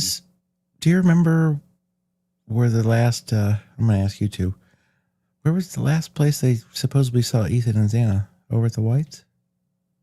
No. Okay. The last person that we saw Xana and Ethan was at, well, it depends on who you listen to. It was Pete. Oh, yeah. Between 1 and 120, or 120, 125. No, Pete, like pre-Pete and all the others. Oh, it was way earlier then. Wait, what was your question? Where was the last place that Ethan and Xana was supposedly seen at? It was supposed to be at Sigma Chi. Yeah. Remember, because 125. what's his name 120. said? I think it was Pete, wasn't it? Holy Said, shit, you were fast. There was some shit pre-Pete. Pete said he was going to the lodge, which is connected to Sigma Chi. And Xana and Ethan said they were packing up to go home at 1:25. You know what I think I'm parked on? Welcome back, Kim. Dylan's bullshit. There's a link in the private chat. Hey, Kim. How are you? Sorry. Hi. Did you drive fast, take chances? I'm back. I did. Passed on the right? Yeah, at least you didn't get pulled over. That's good. She wouldn't tell us. Oh, is this all the dumpster stuff and everything? Okay, thank you. Kim. There's pictures of the Whites. Oh, you got the Moscow, Idaho files? The dumpster files? Yes. The one Connor. This was posted by Connor. Oh, that's weird. So it don't look bloodish. Even if it dried, it would be that's- darker. Yeah, that's dried blood there. That's bloody. Yeah. That's blood. Blah, blah. What the hell happened here now, I wonder? I Look at that mean, red smear. Yeah. Don't you think that looks kind of light on the top for being blood? The dark part, make it real big. I made it full screen. The dark part is not blood. No, that's like The tar pink or Part something. is blood. Yeah. Well, I guess that could be blood, but This is blood here. And those are like fingerprints, Sam. Yeah, they're fingerprints. Hello. This looks like hair. Like what we've learned about the patterns and stuff. Like hair pushed against the railing or something. Looks like those. Yeah, like the eyelash or the hairs. Yeah. Like the hair drags or whatever, or imprints, whatever you call that stuff. And then, Mhm. yeah, the black thing is tar or paint or something. But then there's more fingerprints here and these smears here. Mm-hmm. And then there's the droplets on the floor. Hold on, I got more. This one, It's on the wall. yeah, it's on the wall there. I love that I can just blow these up as one of the So, things I want. you gotta think. Finger drags right there. How many weeks before this was Parents' Weekend? One weekend. I mean, did they leave this shit up there on Parents' Weekend or what? It was no, this happened. No, this Parents' was Weekend was the weekend before this. I know, but it makes you wonder if was this here before Parents' Weekend and like nothing was done about it, or was it after that? Or is this from the night of the murder? That's what Exactly. Right. That's what In I'm my saying. opinion, if it was there on Parents' Weekend, that's kind of trashy. I mean, I know these parents don't stay there, but so what I'm trying to get at is I think it happened after. Who Well, yeah. had these photos? Are these from MPD? We saw the one of these in the photo dump from ISP. Senior Right. Wazowski, PD. Yeah, right. That's blood there. That's a White Claw can, which I guess they all drink White Claw, so it's hard to tell who they belong to. I don't know what this drip here is all the way down here. I don't think it's blood. It looks like a garbage drip or something like that, or somebody was dumping something. I don't know. It has to be something. There are with blood grease to droplets in saturate here. like that. There's one there. This is crazy. I mean, guys, That's like and some nobody. kind of oil. Here's my question. Okay, this is my serious question. Yeah. Whatever happened right here, back and forth between the Is wall that and the blue? railing. Is that blue chemical on the wall right there? Look No, at that black stuff. You mean? No, up here no. on Wait this to the left. post. No, go up. Go Back, up. back. Right This- there. The support post. Oh, yeah, right yeah. there. Yeah, that? No. it might be. You shit me, Willis. I mean, why would you do that? Who knows what it's it is? like a It may- lighter blue. There's some there and there. It looks like it could just be like a rub off or chalk or paint or something. I think it's a rub off some more bullshit. If they canvassed this place and they didn't this isn't any kind of evidence. I mean, it's steps away. Oh, wait a minute. Is there more down here or am I just seeing things? Yes, there's Yeah. blue under there. Yes. Yeah, I see it. Yeah. That ain't that freaking blue I'll star be shit. damned. It would be almost black. So, yeah, it would be darker, I think. Still. But here's the thing. We didn't get any documents stating about any blood tested from the White's apartments. Nothing. Mm-mm. Nope. Mm-mm. Once again, failure. Should I say it like Cy says it? Systemic failure, folks. Yeah. Did he ever do his interview, or is he gonna do it? I think that's coming up this Tuesday. Oh, okay. Yeah, that's what they said 4 Yeah. weeks ago. I know. They did not test it, and it's all over the walls. Like somebody was like, I could have Yeah. almost envisioned somebody hitting the wall and like sliding down the wall or something with their hands dragging down. You know what I mean? Yeah. There's some down here. It looks like a tiny, tiny little bit. What number apartment? Who lives right here in these two apartments is what I would like to know. I wonder if it's the rack. It could be. Fucking rack it up to some more bullshit that didn't get investigated. When I was gone, did you say something about blood at Linda Lane? What were you saying about Linda Lane? Oh, I was talking about how I thought that, the supposed Ethan on the Linda Lane cam where he went in and never came out. That's what I maybe. Oh, Oh, that's, yeah. that's what I was going to ask. Like, we never see him come out, right? No, No. I've watched that on slow. None of the footage shows them leaving there. And you don't no even one leaving, correct? Like Nope. nobody leaving. Right, No. unless it's been held back from us once again. I even listened for door shuts and footsteps. Yeah, it was bad. I heard somebody say, someone, I don't know if this is true or not. Someone said that they saw a door on the back side of the 1112 house. What? I've never heard that before. That there was another door. And I'm No. like, I don't think so, but The only thing I could think would be like some kind of access to like the basement lower level. It was block. we went over that like house like with a fine-tooth comb looking around for different things. There's no doors that I saw. I wonder if it was like a plumbing access to something or some dummy. There could be Some access shit. panels to underneath maybe, but no door. well, I would think it would be a safety issue to have one way in and one way out. It should be. Well, no, you The have the whole front damn door and place then was the a slider hazard. door. You have the Not front door. 1112, the camera house. Oh, Yeah, yeah. 1112. Sorry about that. I misheard that. Yeah, I would imagine you got to be right too, but I've never seen one. But yeah, What is the consensus whether Ethan went home or to Xana's and changed out of his formal attire and I put don't on think- something more comfortable? I don't think he did. I think Xana packed a bag and took his clothes there, and that maybe that's what the message was. And she met him there, and that's what he changed out of.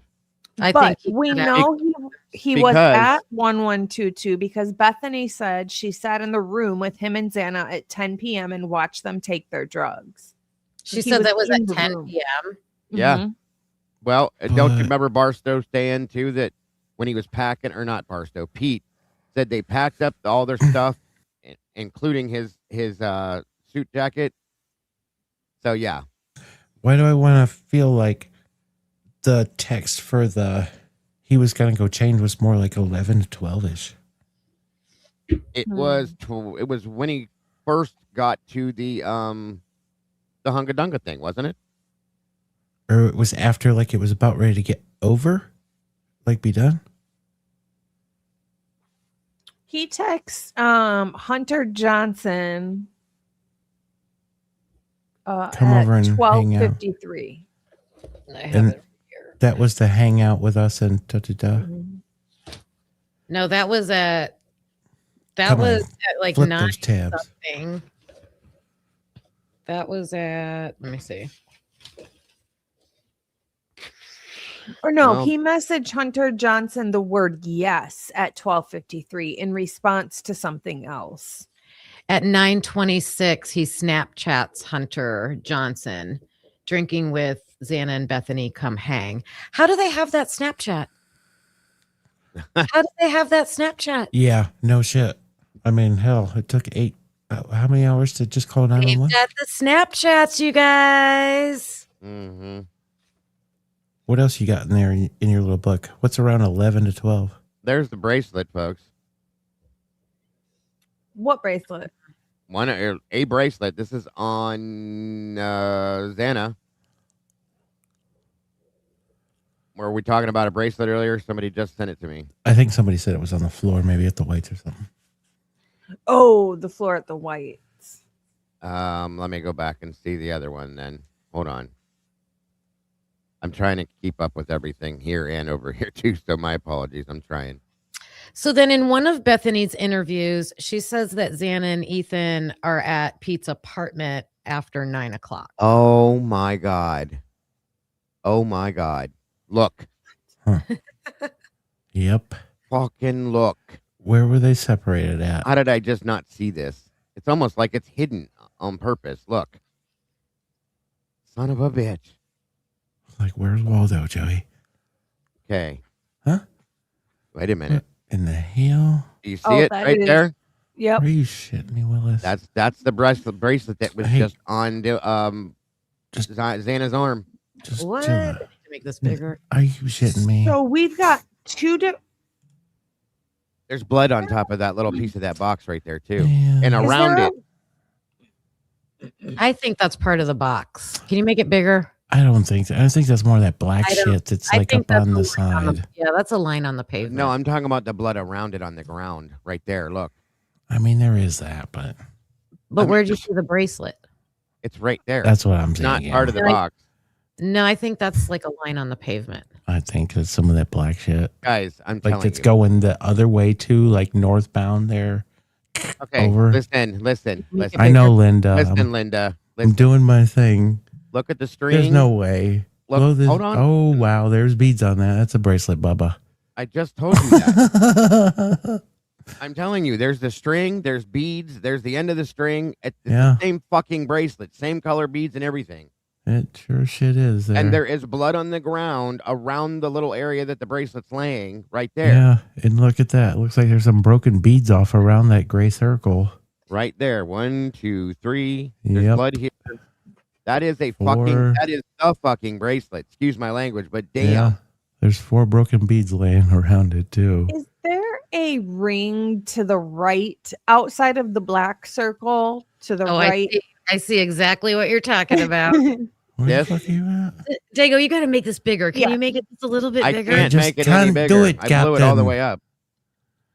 It won't blow up any bigger. This thing here is a pull tab for a beer can. Hang tight. Okay. Let me. Can, Nobody uses it. can Oh, you, oh yeah. can you zoom out, bud? And I'm going to do something. Oh, shit. This is getting That crazy. is 1,001,001%. I would bet my life on it. That is the bracelet. No lie. If that's her bracelet, then oh my god. Okay, look at that. I'm gonna blow it back up for just a second. That's as big as I can get it. Look at the bracelet as best as you can. I know it's hard to see, but that is the bracelet. That is a bracelet. It's missing some beads here, and there's beads there. Now watch this. Thank you for sending this to me, you guys. I mean, truly, and I'm sorry I just now saw it, but now, Oh my god, I can Uh, see it better now, you so- guys. It is Now a bra- look. I just blew it up on my phone. It Look is at a it. bracelet. look at her arm. It's the same fucking bracelet. I swear to God. If you want me to do a screen share on this, I can blow it up way bigger. Go ahead. Which means something happened to her. It looks like, or she got into a fight, maybe, Wow. or something happened. That blood needs fucking tested to see whose blood it is. Unreal. Maybe this is what Whitcomb was talking about a bracelet. And he just had it confused with the other bracelet. Isn't it weird that we have 2 completely separate different bracelets Yeah. broken and left behind near blood? Whenever you're ready. there, Yeah. buddy. What? Okay, what do you want me to do? Mm-hmm. I think you got to allow me or something, right? I mean, yeah. Hold on. Did you put something behind backstage? Or I'm you trying to blowing it up, screen or- share. Oh, okay. Hang on. No problem. Yeah, I see it now. There we go. Blow it up, Bubba. And it's not. Bring it down. It's very hard to see. It's kind of blurry, but I'm telling you, Like you can see. it is the same damn bracelet, period. And I feel like these are the other beads. They could be. And there's like another one that's laying around here. Where was this ring thing? No, she was talking about the pull tab over here to the right of the outside of the big gray Over circle. here. Right, yeah, right there. I mean, yeah, I guess it's. Dago, people are saying to check your email that there's a That's- much clearer picture. in Yeah, your that is email. blurrier than shit. Okay. stuff. Hold on. There's blurry shit. That's definitely a bracelet, though. There's Thank always you, Crazy broken Cutie. bracelets. Oh, wow.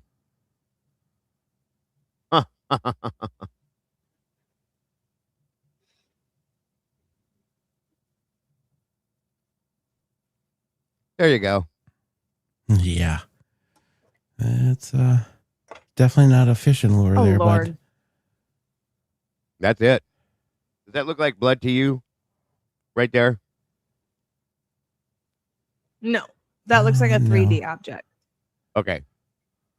But The there's hell's- definitely blood on the ground outside this, around this area that we saw that. the hell's That is 1,000,000% the same bracelet. I mean, it looks like there's even beads Yeah, on around the it. ground next Yeah. to it that Right broke off there's of it. there's one there. Right. Maybe there. Mike saw those earlier too. So and there. So okay, guys. Now we gotta ask the question: what happened with Xana at the White Apartments and when? And whose blood is whose? Is it Xana's blood or is it somebody else's blood? This is fucking Is wild. that hold on though? Is that the bracelet she had that was matching to other people? That I don't know. Let me go back to the. Thank you guys for dropping the pictures to me again. Amazing. Let me go to this other photograph. 1 second. Just a second. Okay. Oh, it only gets so damn big. That's Who the hell lived over there? I have everybody. Well, I know. Kayla Wynn. Wait a minute. Is this at the Whites or is this at? This is in coming out What's the that? outside of Maddie's. Or Yeah. I mean, sorry, the Top deck, right? Kaylee's room. Yeah. Yeah, it's the same bracelet. I don't know if that's the one that was given to somebody else, Logan. That's a good question, but thank you, Connor, for doing another great job, buddy. Where did you see the other bracelets, Logan? The best friend bracelet thing she was talking about earlier. Who was it that said that, you guys? I don't know. I tapped out. That- Bracelet. That is where Xana was beaten after trying to get away at 155. That's why Kaylee and Maddie didn't see her. I think it was Ashland Couch, if I'm not mistaken. Oh, did she No, that mention would have it? been with Maddie, not Xana. Okay, so then no, I guess is the answer. The matching bracelets would have been with Maddie and Ashland rather than Xana and somebody else. So that bracelet must belong to Xana. You got our email there, buddy. I know. Thank you. You're making me jealous. What are you eating? A piece of ice. Sorry. Oh.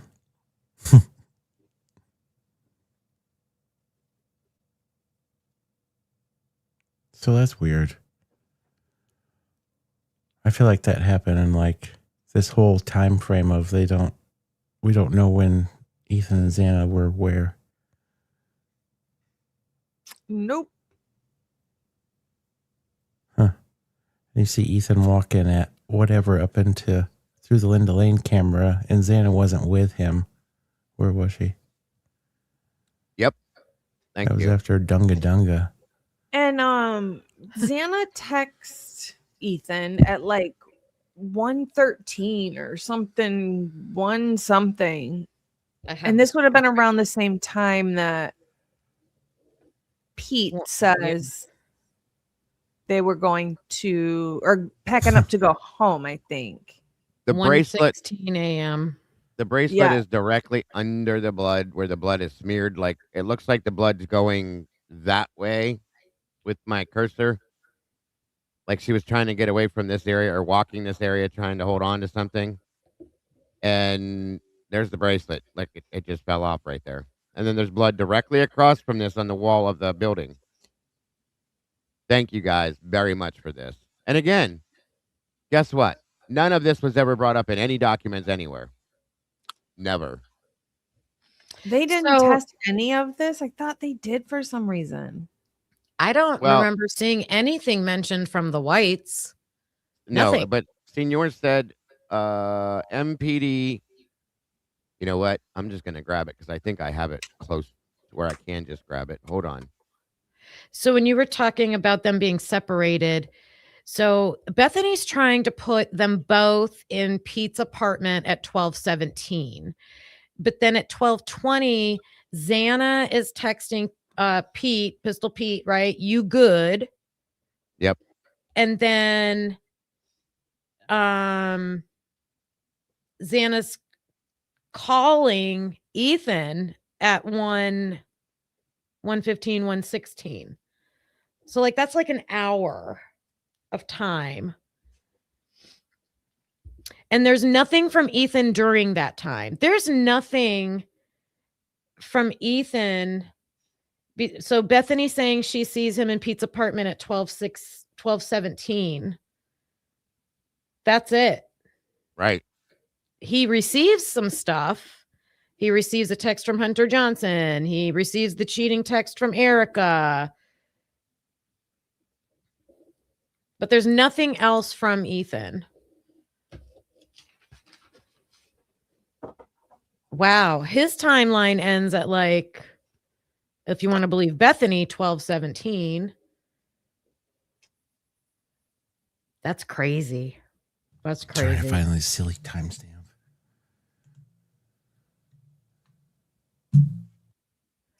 Those fraternity of sorority kids, man, they shut this down.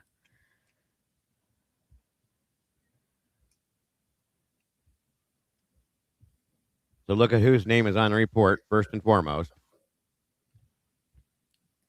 Who is it? Jacob Tesdale. Oh. Narrative is the plainclothes detail victim sighting, number 159. On November 12th of 22, at about 2100 hours, I began an overtime shift for a plainclothes detail.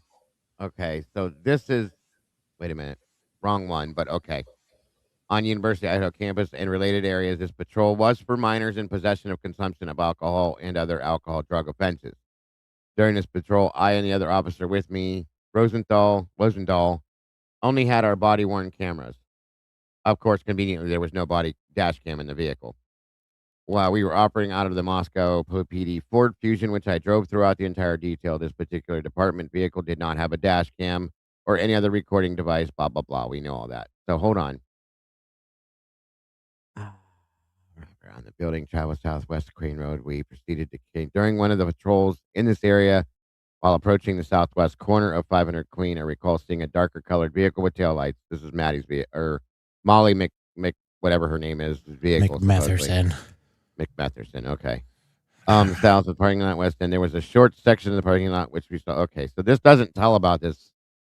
It must have been, what did he say, 10 or 12? Okay, so it's in through here. I'm sorry. Anyway, this is still something of importance too. Best recollection between 0200 and 0300 hours on November 13th, we traveled north on the west side and saw several individuals approaching the residence at 1122. This is the one that pisses me off that I always go back to.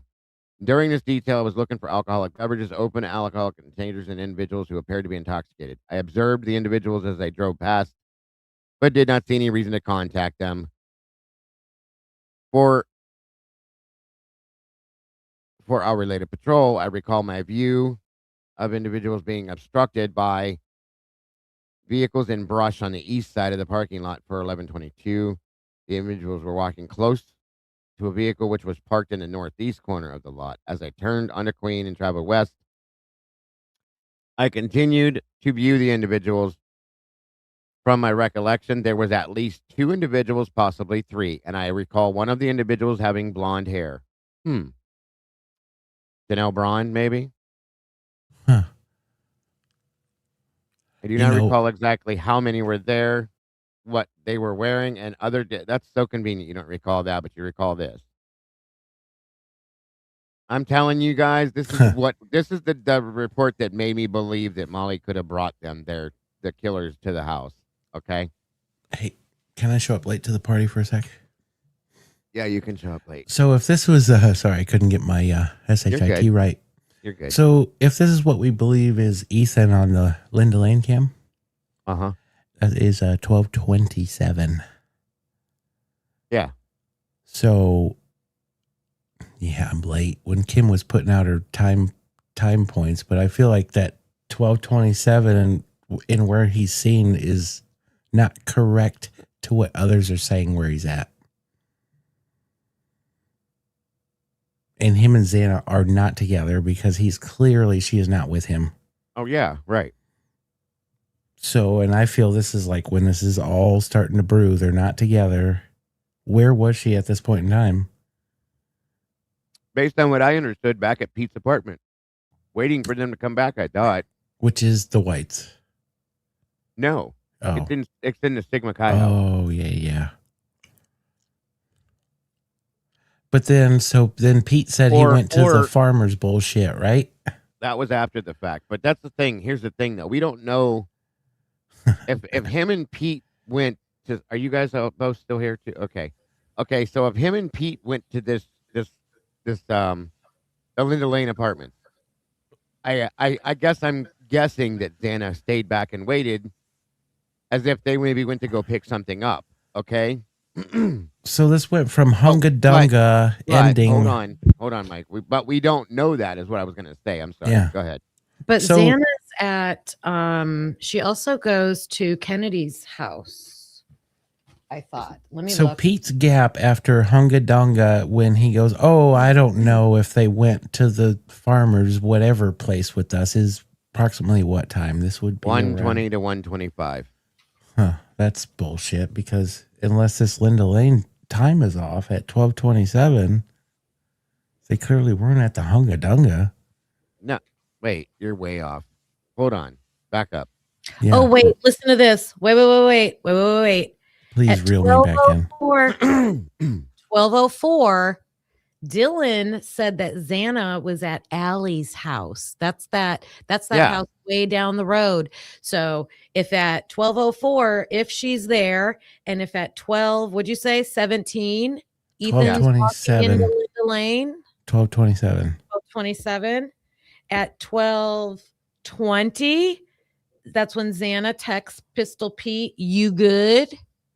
Huh. So they would have been in the car at that time, because they're just getting out of the car at 12:27:55. But I'm going to, Sluther. I'm just trying to keep up with everything going. There's a lot going on with emails and everything. I'm going to it, I promise. But here's the thing, though. Didn't we just figure out that it was almost maybe a lie? Because Dylan wasn't at Kennedy's, we figured out, Kim. Remember? But if it's right, what we found, that she wasn't even there. Remember that we just looked at that the other day? I don't know if I was there. I thought you were. I'm sorry. Hold on a minute. I didn't notice. I got so many things coming through. Hold on. Thank you, SRB. Thank you, Tandy. I'm trying to find what Sluther sent me, and why isn't it showing up over here?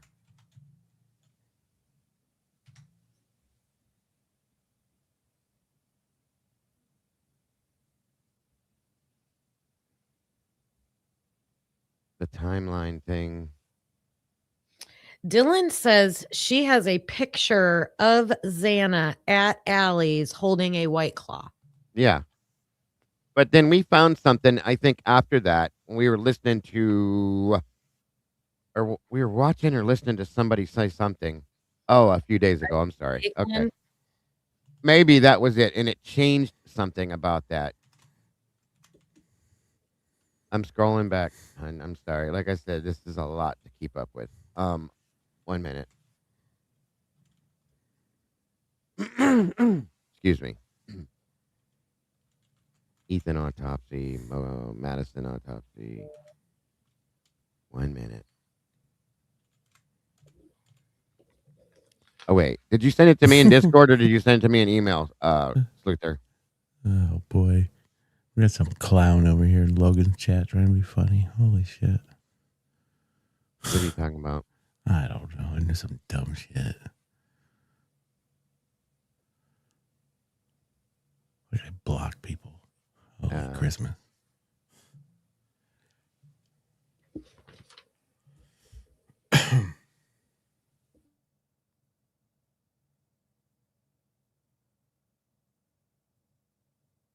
Thank you, Vesper.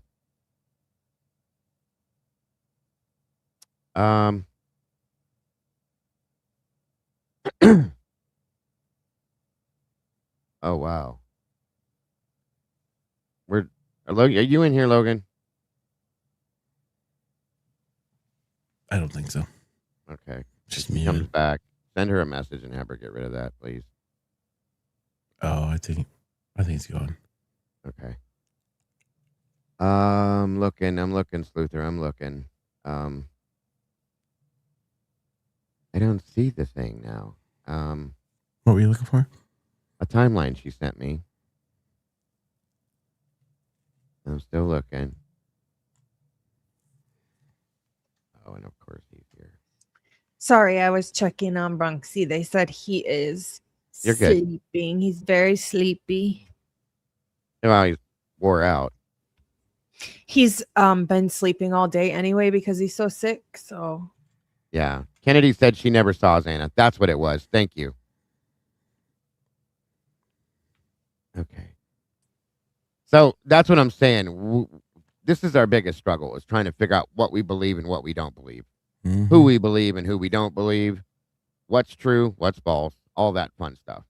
I think the separation of those two is huge, though, because, I mean, they're a couple and they're obviously separated at a certain point in a party and things happen from there. Right. Did you send me that again, Sluther? You did. I see it. Yeah, we saw the bracelet, guys. We know the bracelet thing. That's not a problem. I was looking for a timeline thing you sent me.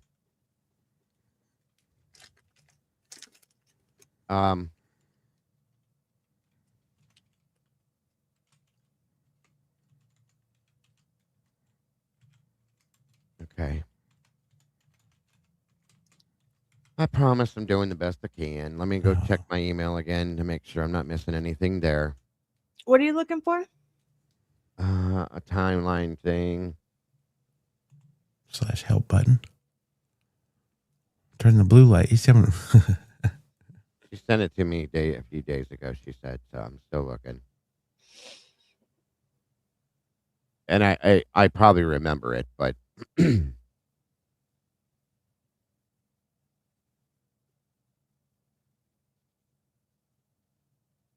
I don't see it in there too. Is it on that master timeline thing? Because if that's the case, we did use that once, but I don't. Is it supposed to line up with this? Is that what it is, Luther? Someone did say master timeline. Someone what? Did say master timeline. Yeah, that's what I was saying. Okay, but here's the point, guys. We know where certain people were. Yeah. We know where certain people were. We don't know where certain people were. Now we're seeing that this blood is at the White's apartments. I'd like to know an address as to what apartment building or what apartment number this is closest to. The bracelet is obviously Xana's, not the master. Okay. I'm sorry, Sluther. I have a lot flying through my head right now, so I'm trying to keep up with everything. I'm so sorry. But I gotta wonder now. That document only reads. Go ahead, Mike. There's definitely some disconnect at this point, for sure, for real. Mm-hmm. It's okay. Back to this real quick, because as Senor Wazowski said, it's in this report or these reports. I'm sorry. Upon review of my radio history, I contacted 3 individuals at something Taylor Avenue at about 02:55 hours, to the best of my recollection. This was after exiting King Street. After seeing the individuals at 1122 King, we cleared this contact at 0332.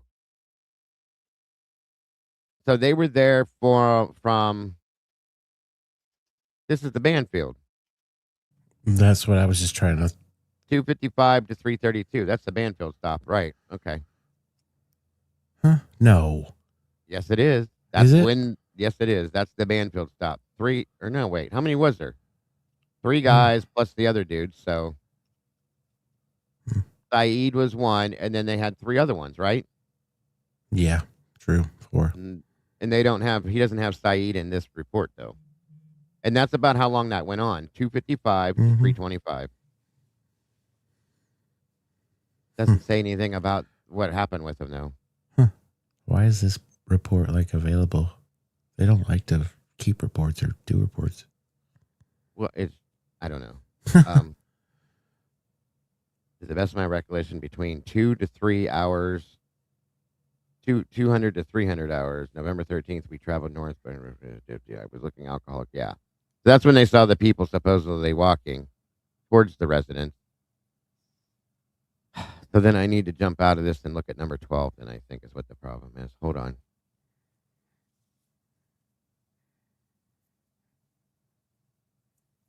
Just a minute.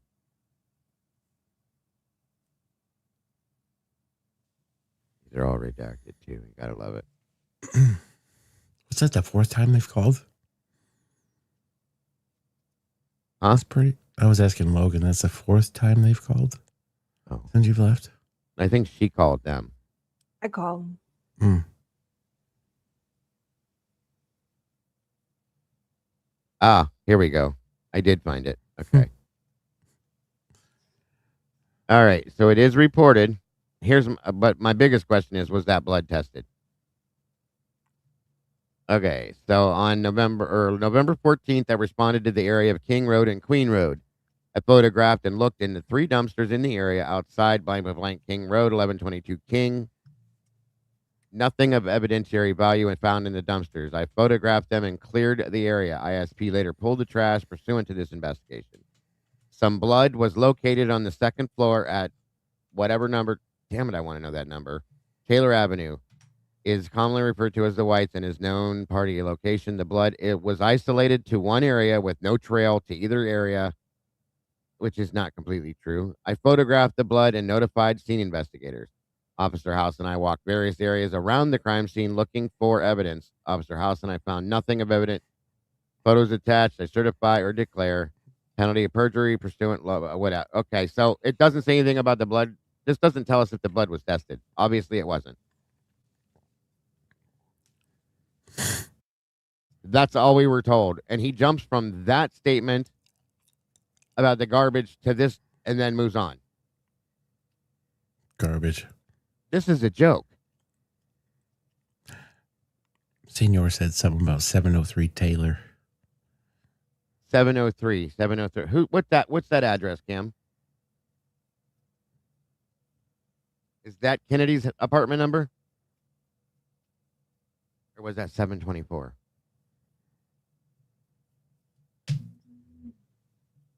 Kim's gone. Okay.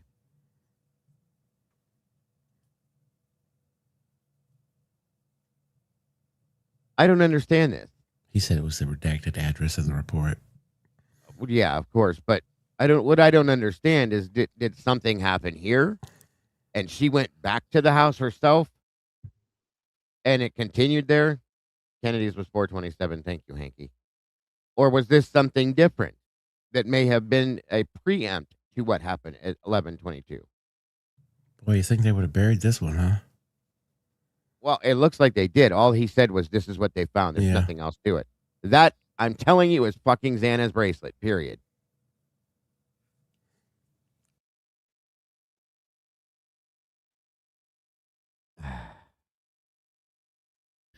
The White's apartments are 621 Taylor Avenue, and then each apartment has a number. And then 427 was the other one, right? Yeah. The other address, I'm sorry. Yeah. Okay. So we know that that's the bracelet. We know that there's blood found on the wall. And this thing, and that is her bracelet. End of story. How on earth do you find that? That's not like a little cut of blood. That was a lot of blood. How do you not, just because it's the night of a quadruple homicide, how do you not include it in the investigation? I agree. Yeah, especially if you want to go out and do this bullshit canvas. Right? Mm.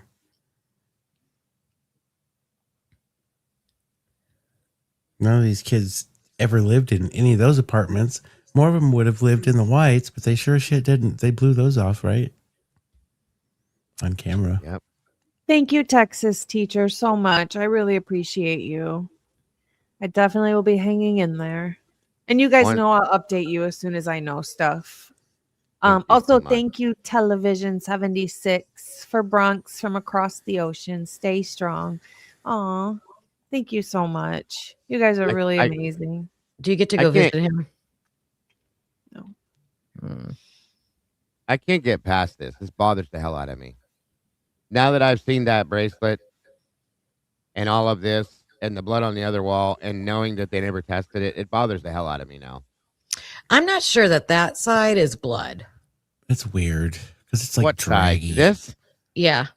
I'm telling you, that is blood. What are these pictures I don't from? know. I can't make it any bigger, but that, to me, it looks just like the stuff on the other wall, the wall directly across from it. I wonder what the date of the picture is. Okay, the top part looks red. This is blood. I'm talking about this. Yeah. That's what I'm talking about. This and Yeah, then I had down to here, make there's I had to more. make it full size to see it. Yeah. This is blood, and then down here there's more, and it matches and up on top a little bit there. There's a lot. This down here, no, there's a drop there. Right, I'm on top of it, right there for sure. And I think there's one or two other little drops over here, right Oh, and there that's around. Okay, that's above the bracelet. Yeah, right around where the bracelet is. There's blood drops there, and there. This, and then on the wall directly across from it, it's blood. So this is definitely a dripping right here. I don't know what it was, whether it was some kind of like something oily or something to make it stain like that, but that doesn't look like blood. So did they collect that bracelet? That's a good question because this was. They could fingerprint, they could test the bracelet to see whose it is. What was the point in taking the DNA, picture if you skin didn't? Huh? cells, touch DNA, baby. That's what I mean. Why'd you take the picture if you didn't collect the bracelet or test the blood? It's just part of the investigation. Crazy. Especially after there were so many pins to the whites that night that they would have said that people would have been there. This reminds me of the Long Island serial killer Gilgo Beach case because those are the first cops, the local police department, they collected everything. Like or documented everything. But you should, yeah. They did no solving of the crime. But then later, like years, decades later, a team comes in and solves it in like 2 months. Right. Yeah, that one was. That's what we need. Now, I'm trying to move on to this other stuff still. I've been trying to, but that other stuff was too important to me to pass up. This was the other stuff that Lana had been talking about. This was so good. The drug policy that, well, there's one of the MPD officers that was running the party patrol. We Yeah, all it was knew the that. other day. Yeah, Can I speak on this for a second? please do. So one of my jobs that I did when I was teaching, like extra, was I have written my own grants and received them as a teacher. You have to do that to get funding. So I know that process of it, of like having to write it and what you have to do to receive a grant. And I've done it for myself. I've done it as part of a building team for one school, and I just did it at the district level. So like hundreds of thousands of dollars. And then I also, because I had that experience, got to go to the state and be a reader of the grants to like approve them. So when Lana's explaining like this process, like you have to explain exactly what you're going to do. It has to be very detailed, and they'll give you a list of like requirements and criteria you have to meet. And so like when she was showing the first part of it, like their plan, what they said they were going to do, she's proving they absolutely did not do that. And then There's some inside players for sure. let alone how it's related to the crime. Okay. And that's a way to show it's like two different things. Like, yeah, they effed that whole system all up. But what she's showing is that there were she said two teams of 2 people out that night, and then this is going to show that it was just like on paper they want it to be 1 person. Yeah. So Bingo. yeah. Because if you look at this, look, it's Jacob Tesdall. That's it. Where's Rosie's name at? As you go down, it says right here, a 1-person plain clothing party patrol, 11/12/22, which resulted in 13 total citations, 4 of which were minors in possession, 8 drug-related citations, and 1 citation for theft. What were the 8 drug-related citations? Right. Yeah, I'd like to know. I'd like to see. I want to see every citation that was put out. Do you have any other expense for reimbursement? Total requested amount for $494.02. Why, if they had the money they had for this, why is Rosie not on this with him? Yeah. Absolutely. I can't believe they kept getting extensions and approved for it. Like, that's crazy. This grant stuff is wild. And here's the names of everybody that was on patrol with this: Tesdale, Aaron Morris, Rosinski, Joe Siverding, and Taysdale again. Again, where's Rosendall's name? Was he even on record that night on the clock?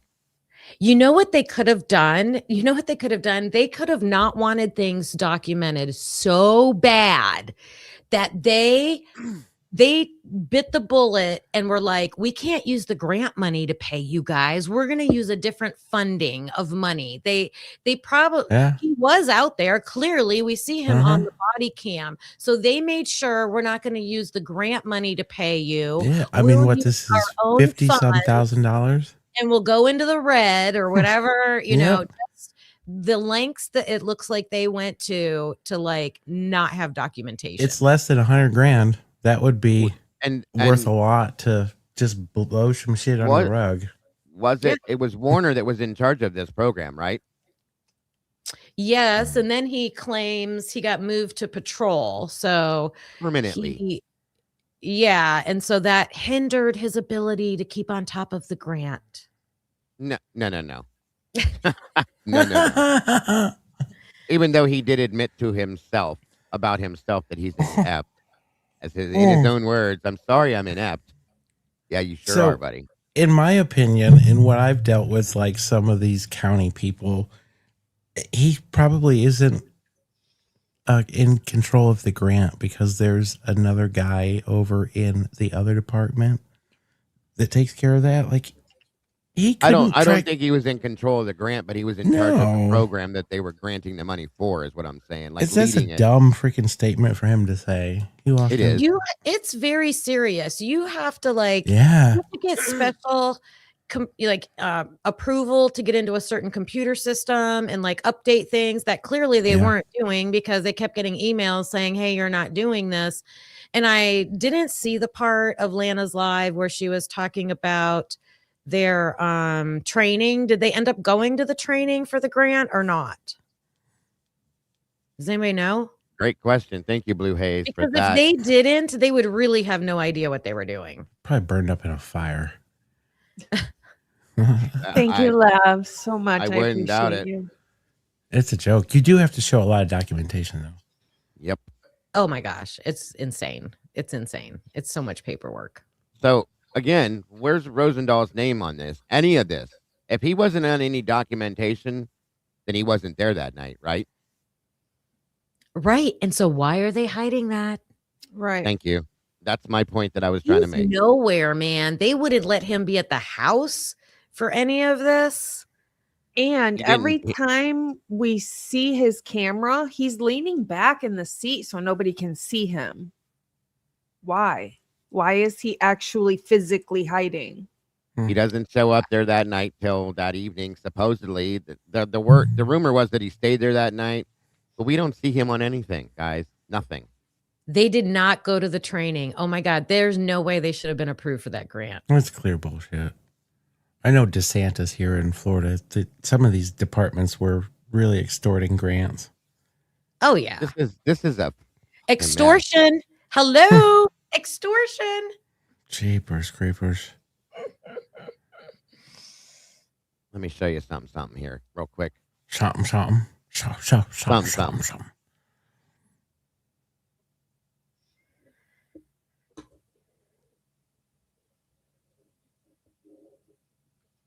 Yeah, it was crazy. There was Berries under the tap and said, "You realize that's not removing anything." those look yummy.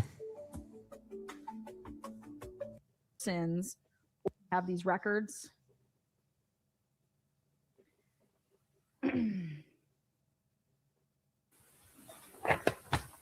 The list of the documents provided, they went ahead and listed everything out for me.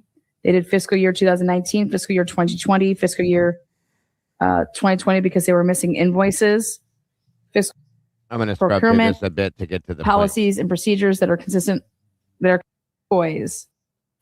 Then they said that these people, this budget. Well, first and foremost, okay. Okay. Look at the hourly wages here. Okay. Shane Gunderson is making $14.05 an hour. With his overtime, it's $58.53 for 15 hours. Snyder, $12.53 an hour, $52.20 with overtime. Dustin Dean, $13. I mean, they're making pretty decent wages with their overtime, right? And they're all on this list here. I don't know what interdiction means, but these guys are listed on the Party Patrol list down here. Tesdell, Nunez, Corbin Smith, Cyberding, Ken Patton, Aaron Morris. Gee, guys, guess who's not on this list at all? Rosendahl is not there. Anywhere. Was he working for MPD? I mean, was he employed by MPD for real? That's my question at this point. Makes you wonder. No problem, Kim. I'm asking that question. I know it sounds dumb because we see him there, but again, is he working for them? Is all I'm saying, because this is weird. His name's not on any of these lists. 1 minute. Okay. Party Patrols again. I'm trying to get to where that one thing was. I don't want you guys to have to watch the whole thing. Extension agreement, acknowledgement, receipt, prevention provider. I wanted you guys to see Warner's conversation between. It was hilarious. Where he calls himself inept. I thought I was going to die when I saw that. $73.95. Wow. Awesome. Marijuana use and methamphetamine use through June 30th of 2023. See right here, you guys were approved for $9,973.95. Wow. Awesome. If at any time you have any questions, blah, blah, blah. Great. Then this is what the award period is for. It says with the grant services, it outlays everything from what they filled out.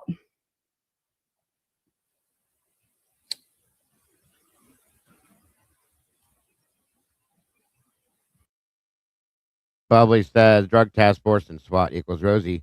And I know that he works for him, you guys. I'm just saying, I know it sounds stupid, but why is his name not on in this grid with all these other people showing what they make per hour and stuff like that? It's just weird. That's all I'm saying. I know he works for him. I'm just, it's strange. Strange.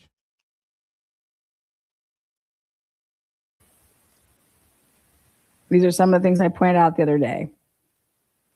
They provided me this part. Moscow did, okay? Remember I told you, I was like, we got the mayor signing on this shit, okay? And then it goes backwards. What I mean by it goes backwards, as you're going to see, I had all this. This was all given to me from Moscow. This was all given to me from Moscow, so we've already went through that. Fourth quarter party patrols.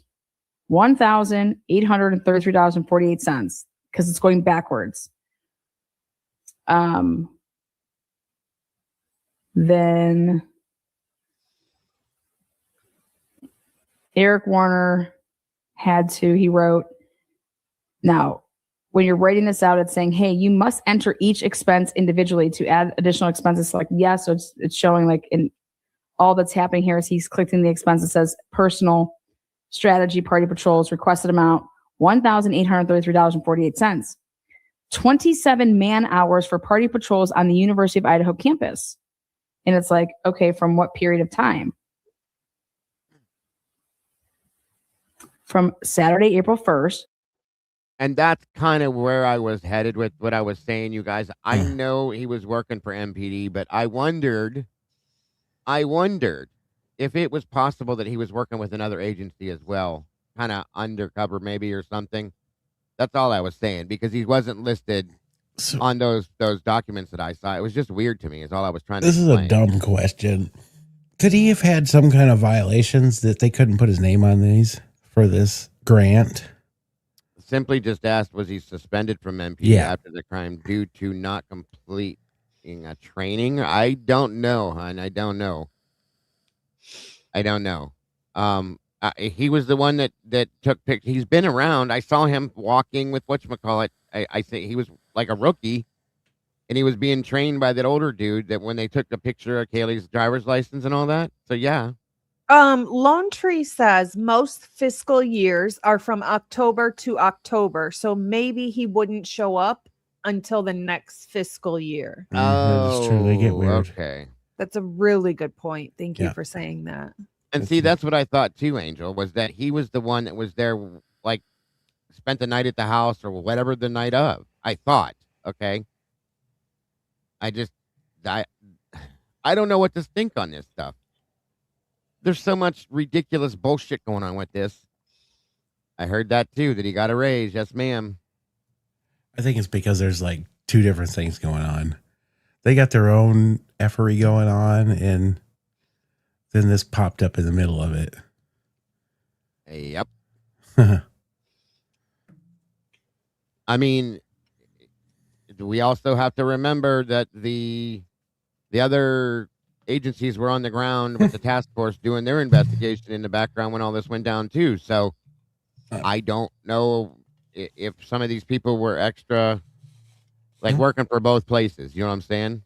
It makes you wonder, what was the party patrol for? And then it was shut down after this. Where was the party? That's the problem. The whole party patrol thing seems like a joke to me.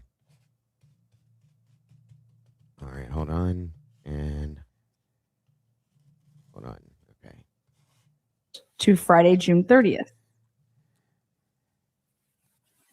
Whoa. 27 man hours for party patrols on the University of Idaho campus. Do you have another expense to request for reimbursement? No. You must enter each expense individually, right? So all this is showing that like you didn't click on any of this. Oh, thank you, Curious. Watch Lana's entire live, which I would recommend you guys all could do anyway. I just wanted to show you little clips of this. She explains the entire report. Tisdale was on the party patrol for 8 hours as a single officer, supposed to be a 2-man working group.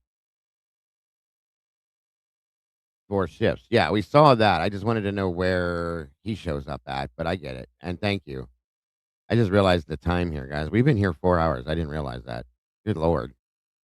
We talked so much about that other stuff. We didn't get a chance to jump into this too much. Thank you, Mike. There's Lana's link. Truth and Transparency for those of you guys that did not have that by some weird chance. There you go. We did look up the salaries, Mikey. You remember 3 years ago when this went down, Molly went digging and we pulled up their salaries at one point. They were making a lot. What's up, Logan? You look like you're just coming into a thought. If I say the name James Curtis Leonard, do you know who I'm talking about? Yeah, absolutely. Listen to this. This is a court document. The date is December 7th of 2022.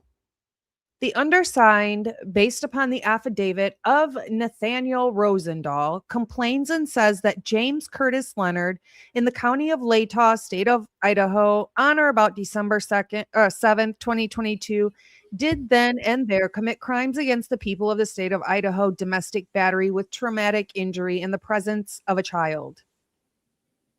What date? December 7th, 2022. It says that the defendant, James Curtis Leonard, on or about December 7th, did willfully and unlawfully use force or violence upon redacted while they were household members, and in committing such act inflicted a traumatic injury upon redacted by punching her or striking her or both, all done while in the presence of a child. So Nate Rosendahl was the one who was running this, or there, or arrested, or was part of James Curtis Leonard being arrested for punching his girlfriend in the face in front of a kid. Interesting. I feel like that's a strange connection. So Rosendahl was super young, right? Yeah, he had just finished his field training. Oh, okay. So he was brand new. Okay. Yeah, brand new. But James Curtis Leonard, for anybody who doesn't know, is part of the group that Pav was investigating for quite a while. Those So guys. yeah. I wonder when he was bagged.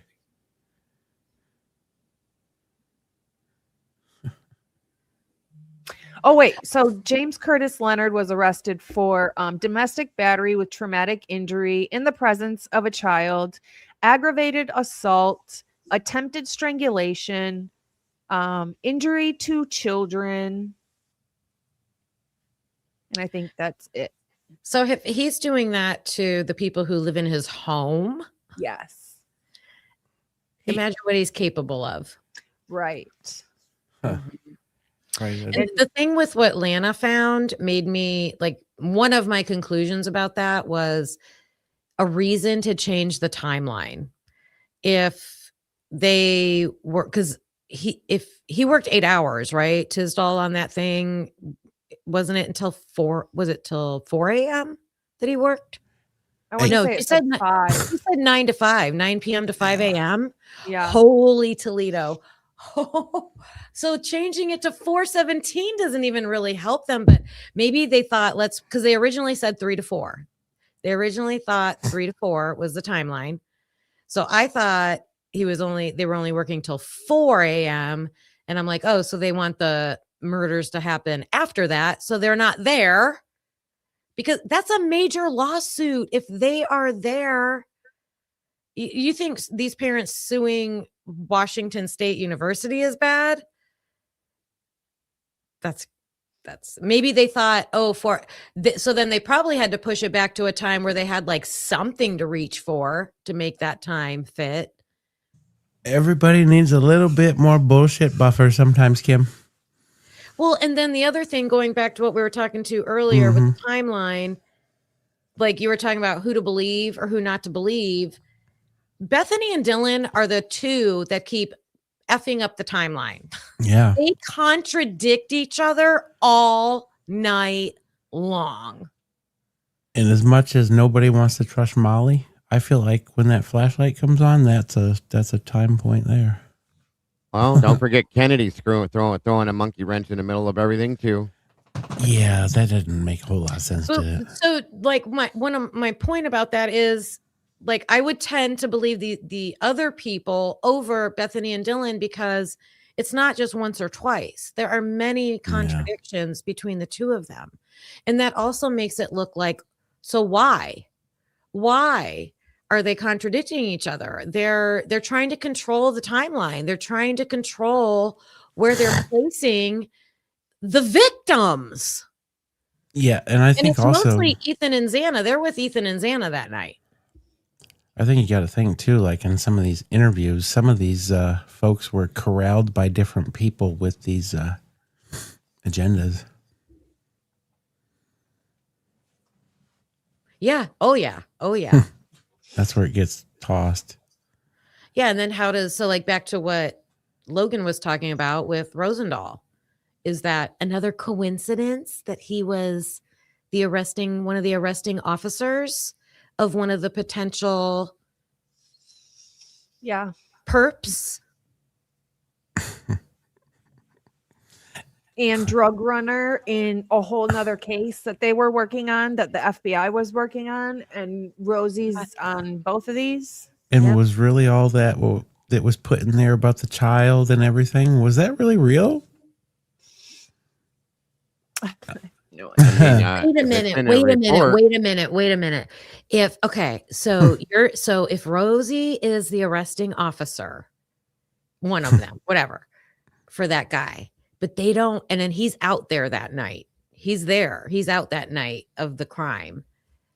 They have to hide him. They have to What is hide it? him. What is he tied What to? does If that they're mean? hiding him, he's not on Let's that paperwork. for that. brainstorm. So What- he's spinning off on this fucking party shit to do other shit that's involved with this, right? Which way does it go? Which way does it go? Does Straight it go good guy, to bad the freaking guy? shitter. Does it go good guy or bad guy? Bad. I feel like he's the tie to the other side. Why did he freaking pick up the dude that they made this whole? Was that real?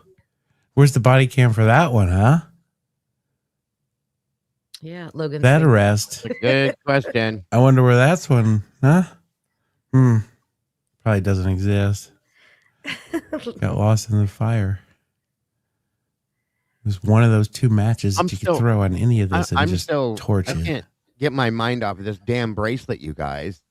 I know.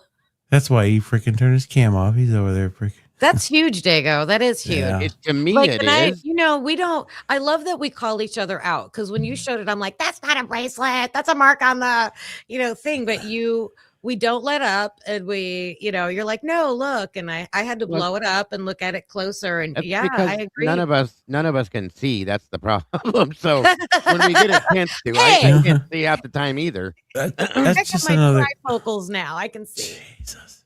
Yes, I need the better glasses too. You're crazy. You're muted. You're muted, Logan. Look at what Bubbly said. She said Leonard, less than 10 years prior to the Idaho 4, shot and unalived a man. Tyler Pace Lee was the brother of Kaylee's ex-boyfriend's mom. MPD dined at Leonard's house for Thanksgiving in 2022. And I remember Pop saying that. Yeah, Bubbly's I remember the always coming Thanksgiving out. dinner. Oh, Yes. wow. She's got those good digs, I tell you. Yeah. Bubbly knows. Go ahead. There's a connection between Leonard's and MPD, like relative, I believe, because I watched all Pop stuff too about that. That's crazy.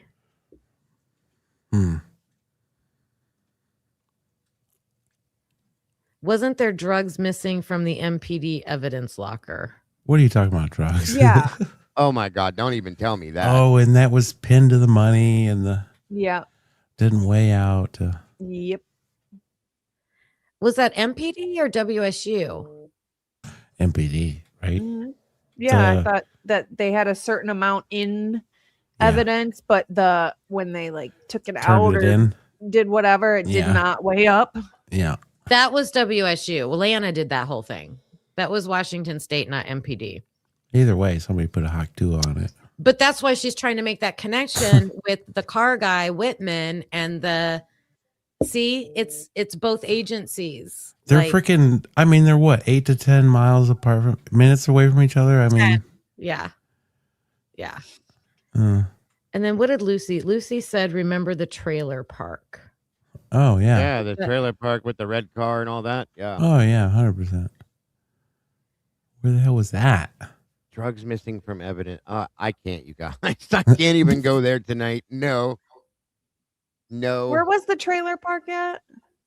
That's what I'm trying to figure out. Where the hell was Strip Park? I'm pretty sure it was right down the road. Tomboy. Oh, I that's think, knows. bullshit. Okay.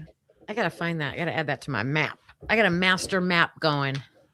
Uh-oh. I keep pinning everything. That was I early. pinned the Taco Bell.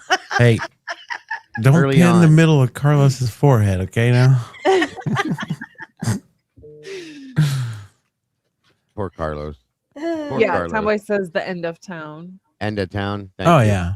I Wait, knew does it. the trailer park have a name? Yeah, into town. Lonely road. It's called the Super Nice Trailer. Why are you so concerned? Pretty much. The super nice trailer park at the end of town. Yes. Yeah. Big sign with neon sign. It says it right there. Welcome to the super nice trailer park at the end of town, folks. If you have any questions, call between 4 a.m. and 4 a.m. Oh, wait a minute. I just thought of something. Let me ask this question, Tomboy, because I know you know this area very well, but Is this the same trailer park? And I think it was a trailer park. Don't quote me because I'm so mixed up right now. You could put bacon on the side with my brains. Okay. Oh my God! Don't even. But is this the same trailer? Oh, trailer. I can't even talk. Trailer park that Molly watched her husband get shot in. Oh yeah. Coincidence, Dago. That's just a coincidence. Hey, fucking coincidence. There it is again. Why do I feel like you guys are like speculating 4 of here? them. Thank you, Rogue. So it's not the same. It would just be ironic if it was the same one. Is all I'm saying. Isn't? I know. I was gonna sing it too. Isn't? Goats do it. No. Oh, goats and Tomboy's getting violent. Mikey, bite me. Don't piss her off, bro. Don't No, piss her no. off. Hey, I'm over here. Hi, Laura. ABL, Able Community LLC in RV Park. Thank you, Sarah. Wait, Bubbly's dropping some info in here. What does she say? Bubbly's always drop. She Bubbly said- has everything.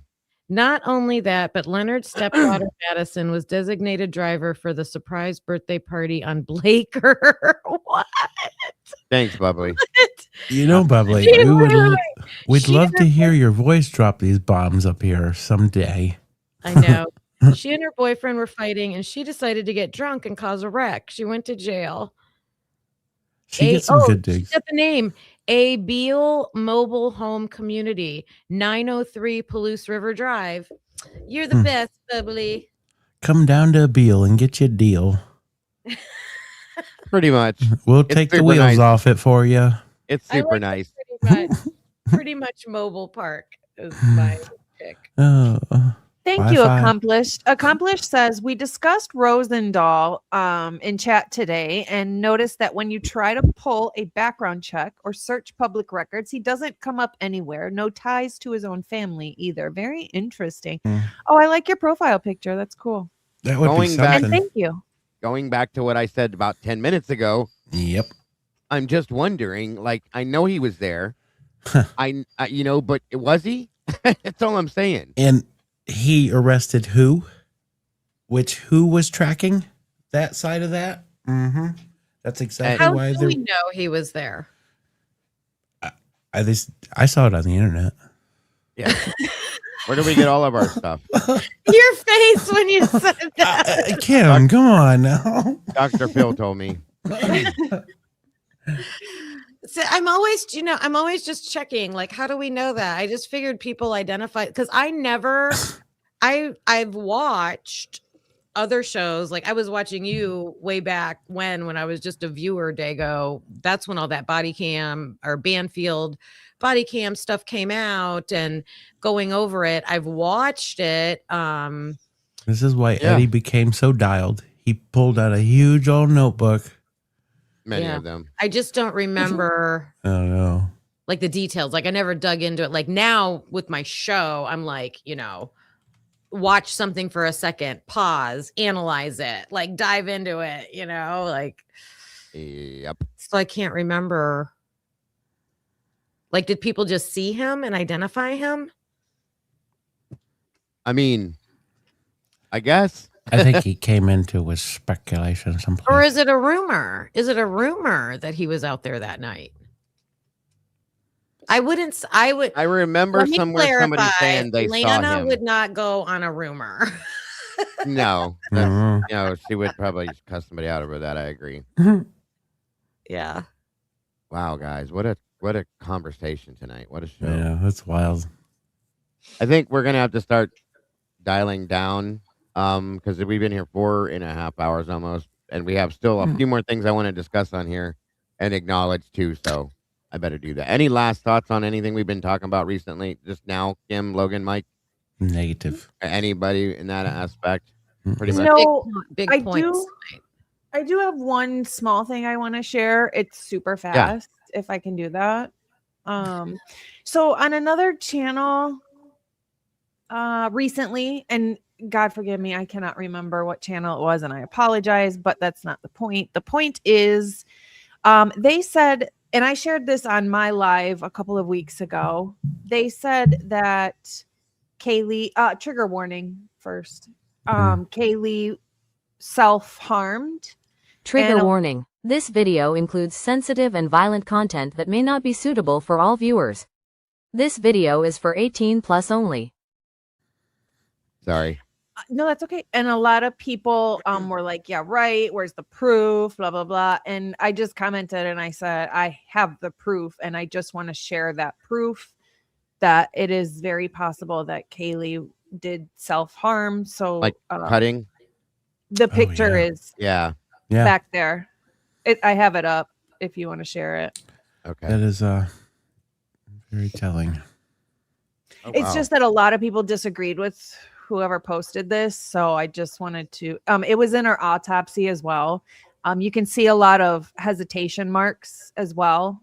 Like, And this here. is recent, like to that time, I don't, or are these scars? That was that their Mexico trip? this was their Mexico trip. When was that Mexico trip? Because I feel like some things kind of like maybe could have went semi-sideways on that. In the spring. That's the one that Maddie kissed somebody else on? Of 2022? Yeah. Okay. Yeah. Oh, well, that was freaking sweet. And I'm going to tell you right now, those marks, they absolutely do look just like the same marks that I've seen on other people that do that. So, yeah. Now, the question is why? I thought, well, maybe she could, I don't know, it burnt herself some way somehow, but I seem to see hesitation Marks. Yeah. So, damn, that's bad. And that's why. Like, what's going on here? You know what I mean? Well, I mean, I can speak on this just from my own. Not everybody comes from loving, perfect families, and I don't know what that family situation was, but everybody's speculating that, you know, she wasn't close or whatever, and then that causes a lot of hurt, and everybody deals with hurt in different ways. You know, there's either self-medicating or different ways that people might choose that maybe aren't the healthiest. And are those the only? I have a lot of empathy for that. Of course. Are those the only marks that were found, though? Just those 3? Because if you're doing that, usually you've been doing it for a minute, and they probably are on other places of your body, in my opinion. There weren't just 3. There was like 1, 2, 3, 4. There's like 6 or 7 of them there. And don't you usually do it where it's hidden so people don't see it? Yeah, a lot of times people will do it on their thighs and stuff like that. Their upper arms, things I've like seen that. them on the upper thigh area, like up above the knee, where you can kind of hide them under your pants and shorts and stuff. A lot of And people I've seen might 'em do it on their like stomach and stuff. Yeah, places that are typically hidden. Right, Witchy, right? Upper arms, upper thighs, stomach even. I've seen people do it on their back, their buttocks and stuff, right? I don't know. I mean, we learn something new every day about this stupid, insanely crazy case, you guys, and you never know. I'm still stuck on this damn bracelet. Yeah. You know how many years we've been looking at that same thingy, huh? I want to know where that bracelet's at. Is it in evidence? Did they test it for DNA? There's no Did they evidence test it for fingerprints? Did they test the blood? No. You shitting me, Willis? The only thing they focus on in that is that picture of all of them in that area. You know what I want to go back and hear is I want to hear the way Turvey worded, who I don't know whose live he was on when he talked about the bracelet. How did he say it? Oh, he was talking about the other bracelet though. But are we sure? The unique one with the right? Logo? Yeah, he said the spare room. He did say it was in the spare room. The one with that unique whatever metal stamp thingy. Yeah. And I'm fully convinced now that spare room was for OnlyFans or whatever. Oh my God, yeah. No doubt. No doubt. No doubt. No doubt. I didn't see Maddie wearing a necklace with similar circular pendant on it. Could be. Thank you, Pat. Well, Xana was wearing that. So Xana's best friend that we know of, let's see. The girl that didn't go to U of I. Mike, when you get a chance, if you get a chance, go back to that. Not tonight because we've Oh. been going on, but that memorial that we pulled up early. Yeah. That girl, the Asian girl that stepped up and said she was Anna's best friend and grew up with her and all that. Mm-hmm. Emily. Yes. Look, when she goes up to speak, if you can, look at her hands and see if she's wearing a bracelet that resembles that. And that was the one. Yeah, she was in Arizona, right? I don't know. Oh, no. The chunkier one at the end.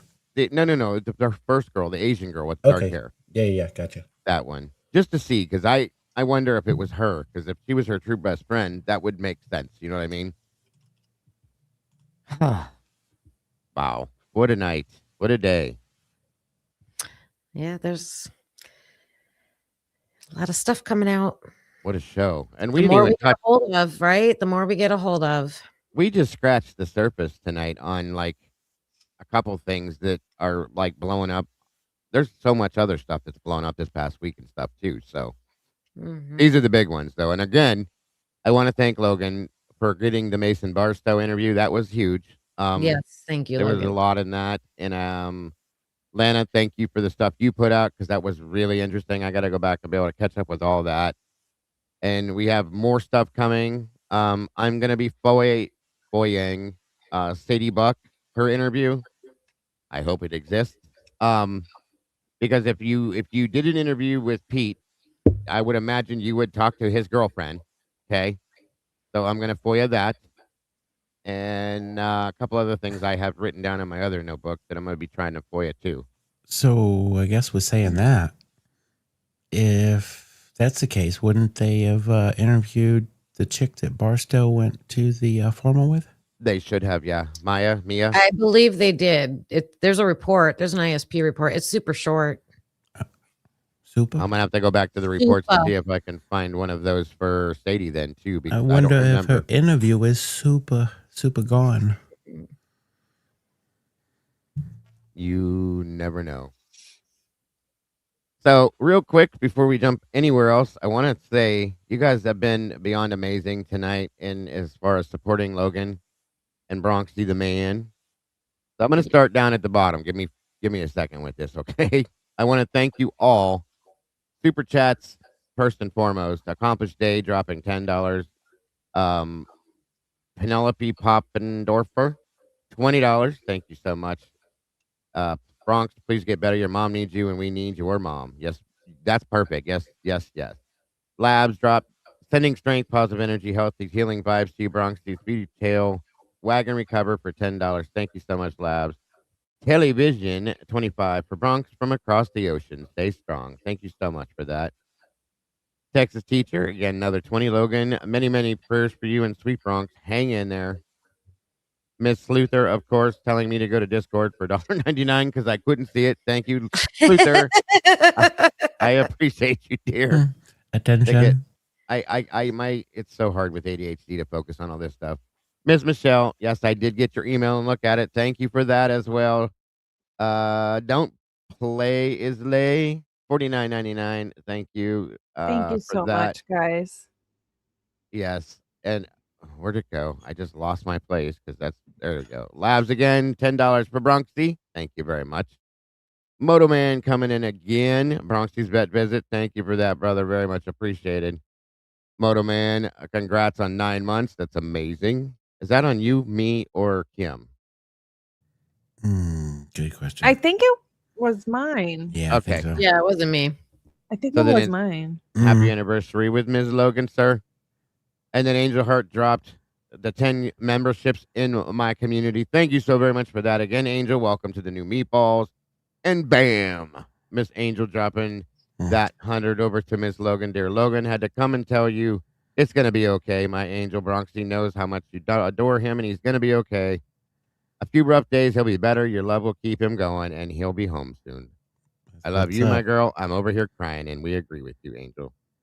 Thank you so much, Angel.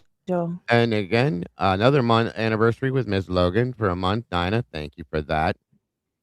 Death Child dropping a Bronx Tales True Crime membership. Thank you. Julie Smythe, $90.99 for the baby and you. Very nice of you. John Jacob Jinkelheimer Schmidt, I have to call him that because all the names there. I love it. Well- Saying, I wish I could do more. Here's for you and the baby Bronx. You're going to get your miracle. You're a wonderful human being, and we all love you so much. Again, very much on point for $9.99. Yes. Thank you, my friend. We all love Miss Logan and Bronx for sure. Logan Pears and Positive Vibes for 50. L Price, thank you so much, my friend. That is amazing. And then City Sue coming in right ahead of that. God bless you, Logan, for another 50. Amazing. Nico, $100 or SCK. What is that, guys? I don't know what the conversion is, but either way, thank you for that, Nico, and your pretty doggy there. Look at that golden. Very pretty. Mark B, the man in the house, dropping 20 on it. Always appreciate you very much. Here's for Bronx. Dago, Kim, and Mike. You all are awesome. As are you, our friend. Thank you very much. D-Dog, wifey for 10. Hi, Dago and Bronx. Tells everyone I've been far away too long. Glad to be back. We're glad to have you back, D-Dog. Stephen Fillmore with $49.99. Thank you for that, my friend. Much appreciated. Fox with 20 to Bronx. Thank you very much. Another 20, My Nature 2. Angel Hurt, another member join right there. Thank you so much for that. And Death Child, another membership drop over at Bronx Tales. Curious Carrie, £5 for Bronx. Get better fun. Thank you so much for that. Stephen W. Bronx will be home soon. Hang in there for $10. Thank you, my friend, very much. Enod Arulo, thank you for that. Very much appreciated. Gen 7 dropping a membership next door at our neighbors, the Bronx Tales True Crime Facility. Thank you for that. Gen 7 doing the same right here at the cafe. Thank you, Jen. You're amazing. We love you. And again with Miss Kim at the Unique Peeps Shop. Thank you for that one, Jen. Appreciate you very much as well. $20 from Buffalo Chick for the fur baby again. Mr. Bronxy, the man. $20 from Princess Scary for Bronxy again. Thank you for that very much. Miss Bianca, of course, coming in, doing her thing. And you don't ever have to explain that, Miss Bianca. We love you to death and appreciate you just being here, and you know that. So thank you for that, dear.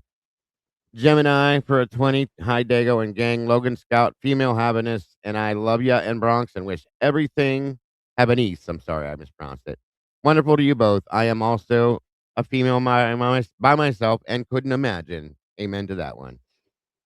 Gotta love these strong, independent women that are doing their own thing and standing up straight and keeping it down. That's for sure. No doubt. Mr. Troy in the house. My brother, good to see you. We love you, Logan and Bronx.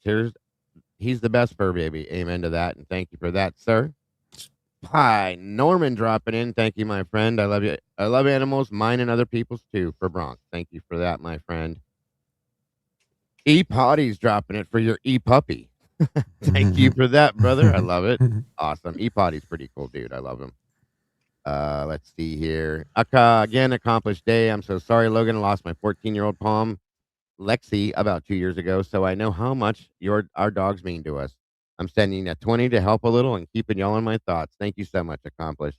And thank you for putting together, again, that timeline that you put together. That was beyond helpful, and I want you to know how appreciated we are of you for doing that. Thank you.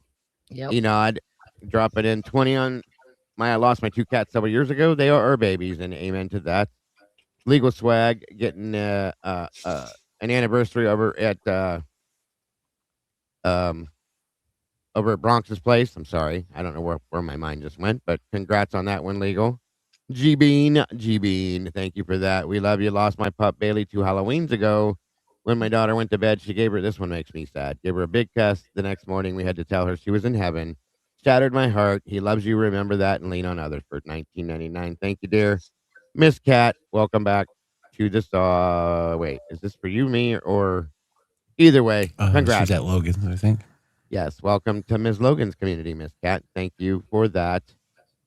Stealthy Kelsey, love your kitties there. Coming from someone who is also alone. My babies are my kids, my whole world. Sending you in Bronx my thoughts and prayers. And thank you, Kelsey. We appreciate that very much.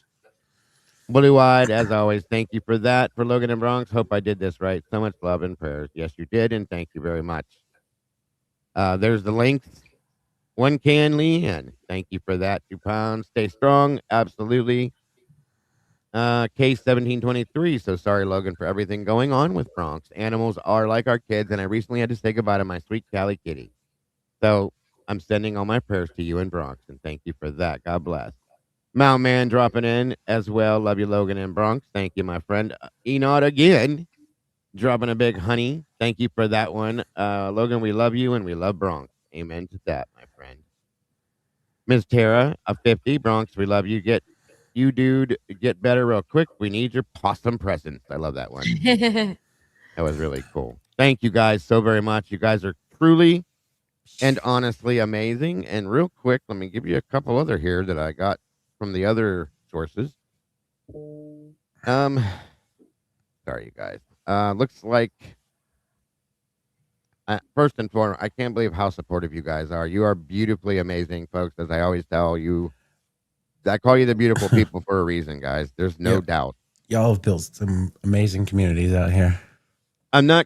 Nobody knows who you guys are going to be, so I'm just going to say this real quick. Miss Cheryl, thank you for the donation. Elaine, same to you. Krista, thank you. Ms. Rowena, thank you. All of you, thank you so much for your donations on that aspect. Let me check over here real quick. I'm going to have to combine all this and send it to you too, Logan, okay? As well as, what's this one here? Is it going to show it to me or not?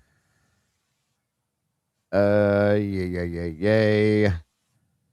I got another one on Cash App. It's not showing me your name, but thank you to Don Caps, thank you for that. Very much appreciated. I did get the name. Let me check the other one to make sure I'm not missing nothing here. And again, you guys are amazing.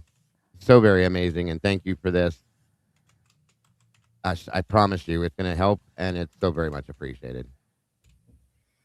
And that does it for that. Thank you guys so much for those, all of you, and God bless. I truly, you guys are honestly the best community. That is huge. Amazing. We love you all. Unique Mike, Logan Dago, great clan. Thank you, Angel. We love you too, truly and honestly. So, Ms. Logan, if you can, do you have any last thoughts on anything or about anything we talked about or anything? You're muted, hon. Sorry. I just saw in chat that Saber Sleuth Tiger lost her fur baby last night. Oh, So I'm sorry, hon. Oh my God. That's really sad, and I'm sorry. I am so sorry to Saber. I just want to thank everybody in the community. You guys Thank you, always Freddie. show up when we need you. Every time. You never fail us when we need you. I hope you guys know, every one of you, that if you guys ever go through anything, reach out to us, because we're here for you too. Yes. We have a community behind all of us, not just because our faces are on the screen, but all of us. We're a community, we're a family, and we're here for each other. And that's what's most important here. So I just want to say thank you. Yes. This isn't just a job, folks. We do love you guys. Like, absolutely. That's absolute. Without a doubt. Thank you, Logan. Absolutely. I didn't want you to have to talk because I knew you were going to get emotional, but thank you. Miss Kim. I just want to keep it focused on Logan and Bronx. Like, I feel so bad for you. I'll talk to you later privately about it. I don't have my pets anymore, so I feel so bad for you. And I've gone through major medical stuff with my own child, and I'm here for you if you want to vent or need suggestions. I feel like I'm a good advocate sometimes, but you have all of our support, and I'm constantly thinking about you, and I hope they got a plan. It sounds like they have a plan, and he's got it. They got it. He He's does. good. He's in the right place now. Yeah. He's absolutely in the right place, and he'll be good and home and back in mommy's arms in no time. So, and I'm looking forward to that too. I can't wait for that. So, yeah. Things like this happen, you guys. They happen, and you live, you learn. Yeah. Sometimes they hurt, they're sad, but it's a lesson a life lesson in some senses. I think we've all learned something new from this one. Sometimes things happen for a reason, and it happens early, and it catches something. Yes. That's exactly it. And I think Logan's learned the most from it, to be honest with you. a lot of times they happen when everything's going perfectly fine and you have no idea that they're going to happen and you're not Blindsided. prepared. And course just not. so blindsided. We got Absolutely. you. You're going to be all right. It's storming here and he's terrified of storms. And now I feel bad that he's alone. Hun, he's probably sleeping, honey. He's zonked probably out. Yeah, Yeah, with the they've got medicines they him give him, he's out. And there's somebody there with him anyway, so he's fine. Yeah. He's good. I know. We're worried about She you. can't because ever give you're up, alone. Joey. I mean, that's her son. I'm telling get you. it.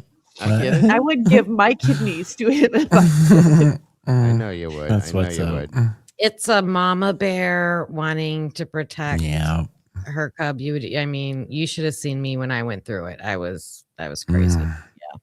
After I lost the boxers, I said I would never have another dog, but same thing. I found this one and I just couldn't. The same with Oscar. We were never going to have another dog, and we got like 5 animals thrown at us at one time. And we were like, you can't say no, but it is what it is. Damn, brother, you got him right there by your side. Yeah. That's what's up. Keep him next to me. I'm telling you, this was my family, guys. 18 I years. remember Guys. I remember the hacks, brother, on the back of the couch. I mean, like I said, that's why I get so upset. Yeah. When people say it's just a dog, it's just a dog. No, it's not. No, it's not. No. That's some people's connection back to the real world from like things that have put them down to places that they've never been. That's why I know, right, and that's why I know what she's going through. Yeah. Mike, I know you've been in here. I don't even talk about him because I can't talk about him. Every time I talk about him, I start my blubbery bullshit. Because he's like one of my kids. He was 18 years. The animals don't live a long time, guys. That's a long time. And he grew up with my kids. And that's why we cremated him so that every child and every one of us could have a little bit of him. My wife has a little necklace with him in it and a little vial. It's family. Period is period. That's it. We're all family in here too. And that's why I wanted her to know when I called her earlier, I wasn't trying to bother you, by the way, that you're not by yourself, even though you wanted to be by yourself because you are that person that handles things on your own, but you're not going to. So we were not going to let you do that ever. She didn't get out of this one, Bob. No, it's not going to happen. Not at all. You're very, very loved. Thank you, Juror 13. Absolutely appreciate it. Thank you so much. That you're part of the family and the community, whether you want to. It's probably allergies, Tandy. That's all. Probably. Yeah. Pretty much. Whether you wanted to be or not, you are part of this community and this massive family, and that's just all there is to it. So. I couldn't imagine this happening before I started doing YouTube. Like, it would have having been all of you guys. You know what I mean? Like, I wouldn't even have people that would call more so because I wouldn't speak up and say anything to anybody. But yeah, just the support and I has know been amazing. I get it. Believe me, I fully get it. These pathways. I mean, hell, Dago, how we met. We've leaned on each other for some things, and it's been real, and that's been real good at the same time. That's what we do, guys. That's what we do. That's why we're here. I mean, it's not just to come out here and say, this person killed this person, guys, and that person did it. It's not just for that, okay? Right. He's stealing your money. He's a grifter. Yeah, right. My ass. Oh my gosh. Maybe this will give you a chuckle. I don't know. It might make you mad. But a lot of us here are not on TikTok, but I am. And the Gonsalveses are starting a true crime channel. If it was real, it was them talking. That's special. A true crime channel. Are they going to make the money off the backs of victims of crime? I showed it to Carlos. I sent it to Carlos immediately. And I said, they're going to be trailer trash like the rest of us. You know, if they would put that much. I'm literally floored right now. If they would put that much energy beyond moving past from what actually happened to their daughter and her I hope it's not daughter's AI. best friend that they considered almost like their daughter, maybe they will actually progress properly in life. That's effed up. I wish that for them. Do they know they have to read documents when they have a true crime channel? I'm sorry, what? Do they know they have to read documents when they have a true crime channel? Because it seems like they haven't done did that. anybody else see this? Because maybe I shouldn't have spoke. Maybe I should have vetted it first. No, but no, it no. was- I think this is very proper because they got two literally pockets full of straight them bullshit. Yeah. Wait a minute. so- Do they realize that most true crime channels come out here to tell the truth about crimes? Do they know that? Right. I'm just saying. And to think outside the box of different angles rather than just the narrative that's fed to you. I hope they they're- do realize that Brian Koberger didn't commit all these crimes either, Yeah. right? I hope their first guess is that trash bag that they talked to at CrimeCon a couple weeks ago. Oh, yeah, that's a good one. yes. That's a good one. Yes, Steven. But That's it trashy. was very ironic. And I thought, wow, out of all the things that have been said by them. Didn't one people of them that do say that. they could never do something like this, Kim? That's a You know hell of a me, I way. don't speak on them a lot, but this one, I don't You know- ever speak on them ever. And That's what I was gonna say. I was really blown away by that. Is like- Olivia yeah. Vitale helping them? Their Yep. mentor? How the hell do you do that if you can't look at the own facts in your own daughter's case and you're going to go start that and you call us speculators? Whatever. I mean, it had a Okay. name and everything, but I can't remember the name. Yeah, it's called straight bullshit. It's called the last 24 hours of bullshit, Kim. Wait, Heads I have up. it in my phone. Let me listen. Chronicles of the I'll mute. G's. Chronicles of the estrogen of the Gonzalez's. It's fucking pushing this shit. Man, I'm telling you. Olivia finds the truth. Yeah. They keep freaking cinching up that rope on that poor man's nuts every week. Jesus Christ. And can you imagine their special guest would be Olivia Gonsalves? Oh my God. Wait, wouldn't that make them pedophiles then? I mean, that's what they're calling him. Yeah, Holy that's kind of interesting. Oh my fuckery. This is crazy. You know what? Murder. It's murder unscripted. It's real then? I don't Well- know. I could look. I don't know if you can see. Oh, I can see. I mean, that's them. No, But I that's don't a- know. I don't know. It Is says it- join us. Wait, it says join us next Tuesday, June 30th. Well, why does that look like that? For an old- exclusive with Stephen Christie Gonsalves, where we discuss the recently. Wait That's a minute. a picture of an old bullshit 2023 News Nation fucking shit. Oh, wait. Murder I don't- Unscripted is a podcast. Oh, they're just going to be guests, but that's not what it says. That's not what the TikTok says. So I don't know. Don't listen to me. It's okay. It's okay. You don't know. How are you supposed to know? But that's a podcast. It's But it was them talking. 3.2 Oh, maybe subscribers. that's who posted it. But it was literally Christy and Steve talking, saying that. Let me see something here. Sounds like some straight up sitting in a porta potty steaming bullshit. I feel like them doing all these interviews is the exact same as like what we do, except for on different. You know what I mean? Like it is there's no different. it's On right. the different angle with what? No facts? Sponsored by Ozempic. Troy. Jesus Troy. Christmas. Take everything I said back. I listened to it wrong. They were doing an intro for that podcast. Hey, you know what? Either which way, that was a hell of a turn up, Kim. They're still doing. They still look Temu. They're supporting what they're against. If you think about it. Yeah, it was a promo for the podcast that they went on, but wow. Yeah, And I just wanted exactly. to share that because I just wanted to lighten Liv up says, the- "Would it be surprising though?" No. You know what I wouldn't be feel like? surprised at all. I feel like Steve has been living through years of all. When his wife says some bullshit, he goes, "Oh, that was just a fucking promo. She'll be different next week." She. I like just I feel said- bad because I try not to ever speak on them, but when I saw that, I was like, "Oh my god!" Those Thank you. females run that family. I'm sorry. Thank That's you, my Mittens. speculation. Thank you, Mittens. God bless, hon. Absolutely, Mike. They do, no doubt. Which, whatever. That's their business. And again, Yeah. I'm not going at them. I'm just saying, No. you clearly are disgraced and disgusted by all of us, and you're gonna go and support another channel, but it's got to be that channel. Oh my God. Oh. They Hold on don't. a minute. They don't take Bluebird, one. it's not real. Jules is okay. Jules is not going to have an aneurysm. They spend more time spinning around bullshit and trying to than they do would actually just go through some facts. But, you know, they know the truth. They're on the inside. We're on What's the out. Tomboy Charm saying to you? Dago, check your Discord now. I did. She showed me another picture of Xana in her. These Oh, are two different bracelets, though.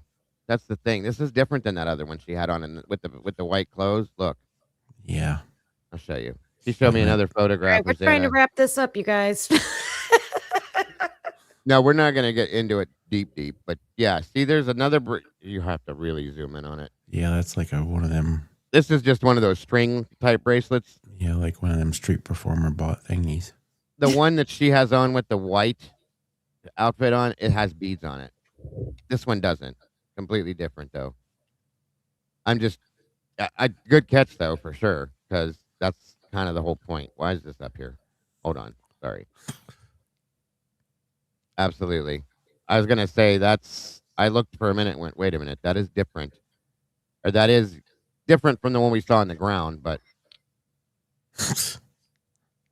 yes. So, and Mike, any thoughts for you before I say whatever I'm gonna say? No, I just want to thank everybody for supporting all y'all's amazing channels and for donating to getting Bronxy back to good health and the support. And yeah, I think I'm gonna leave it at that before I lose it. And absolutely 100% agree with that. And you guys, like I said, I can't stress it how much. Thank you, Cruddy, again for that. Thank you, Freddie. For being who you guys are. Like I always say, you guys are truly the beautiful people. Don't change a thing, because that's what I love about you all, is who you are. Thank you guys so much for supporting us tonight with this and that as well, and all the prayers and thoughts and everybody supporting Logan.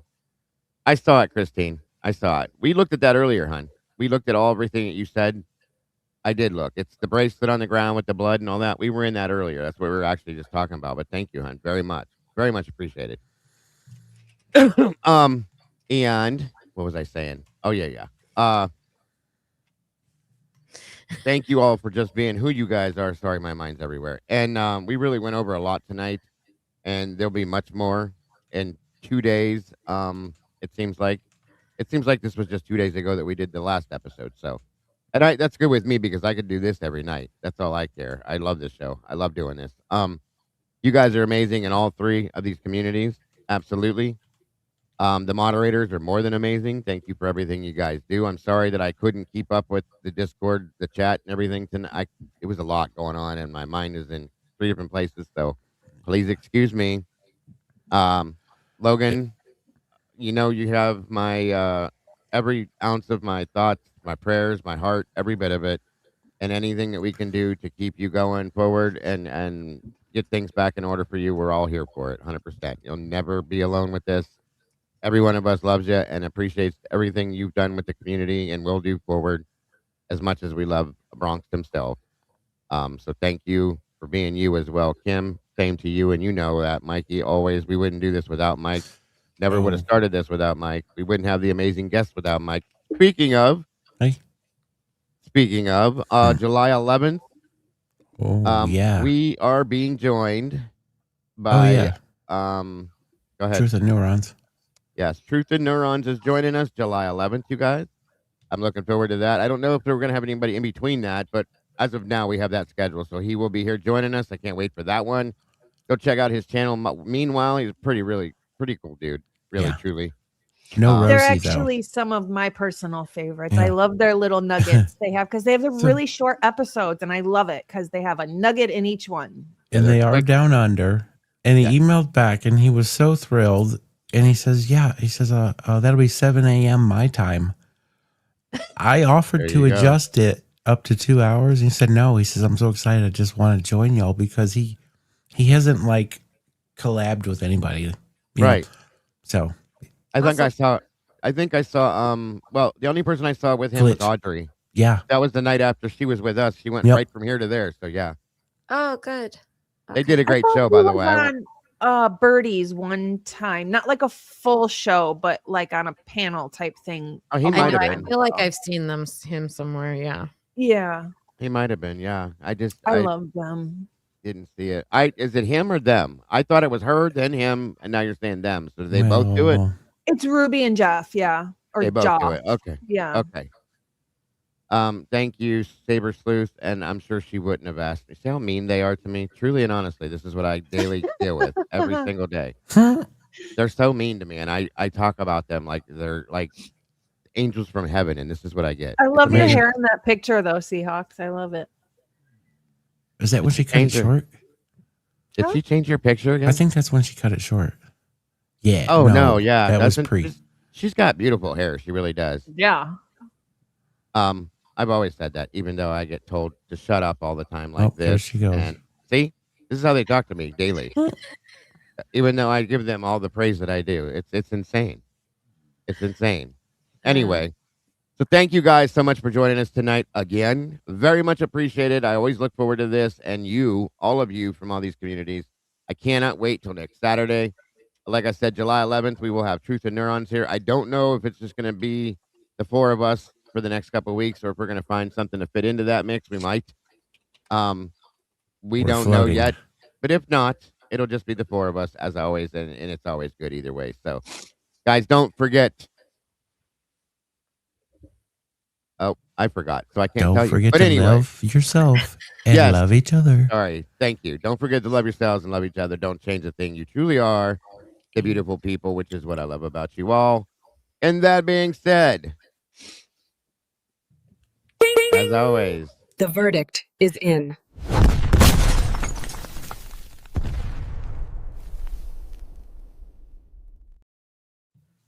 Bye. good night, everybody. Thank you, everybody. I'll post an update as soon as I have one. Yes, and I may pull you into the Discord, Logan, so that I can arrange all this to send this to you and discuss it with you, if that's okay. Yeah. Unless you're going straight to bed. If you are, I'll just let you do that. I'm going straight to work. I need to keep my mind busy. Well, then I might pull you into the Discord for a few minutes with us so I can get this worked out with you. Okay. Okay. All Good night, guys. Then I'll Good leave night, you alone. everyone. Good night, everybody. Love you guys. Bye. Thanks for coming through to the verdict room where we're seeking truth. Yeah, we're seeking truth. Hey.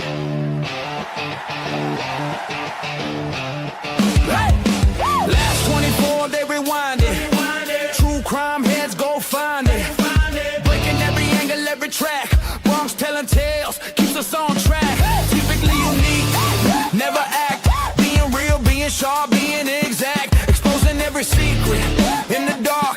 Every little timeline, every mark. Welcome to the verdict room, where we're seeking the truth. Looking for answers, bringing the facts to you. They break it all down. That day goes cafe seats, working together, throwing revelations at your feet. Oh. Crime scene chart, they erase that. Put the story back, then replace facts. Looking for the motive, then the cracks. Red yarn on the board, then it snaps. Voices in my ear through the week till they hit play. Then we speak. Files on the table, case on the line. They don't just tell it, they define. Welcome to the verdict room, where we're seeking the truth. Looking for answers, bringing the facts to you. They break it all down. That day goes cafe seats, working together, throwing revelations at your feet. From the Bronx to the world, let it ring. Every missing little detail that they bring. Dropping that gamble when they're done with the beat. Thanks for tapping in. See you next week. Welcome to the verdict room, where we're seeking the truth.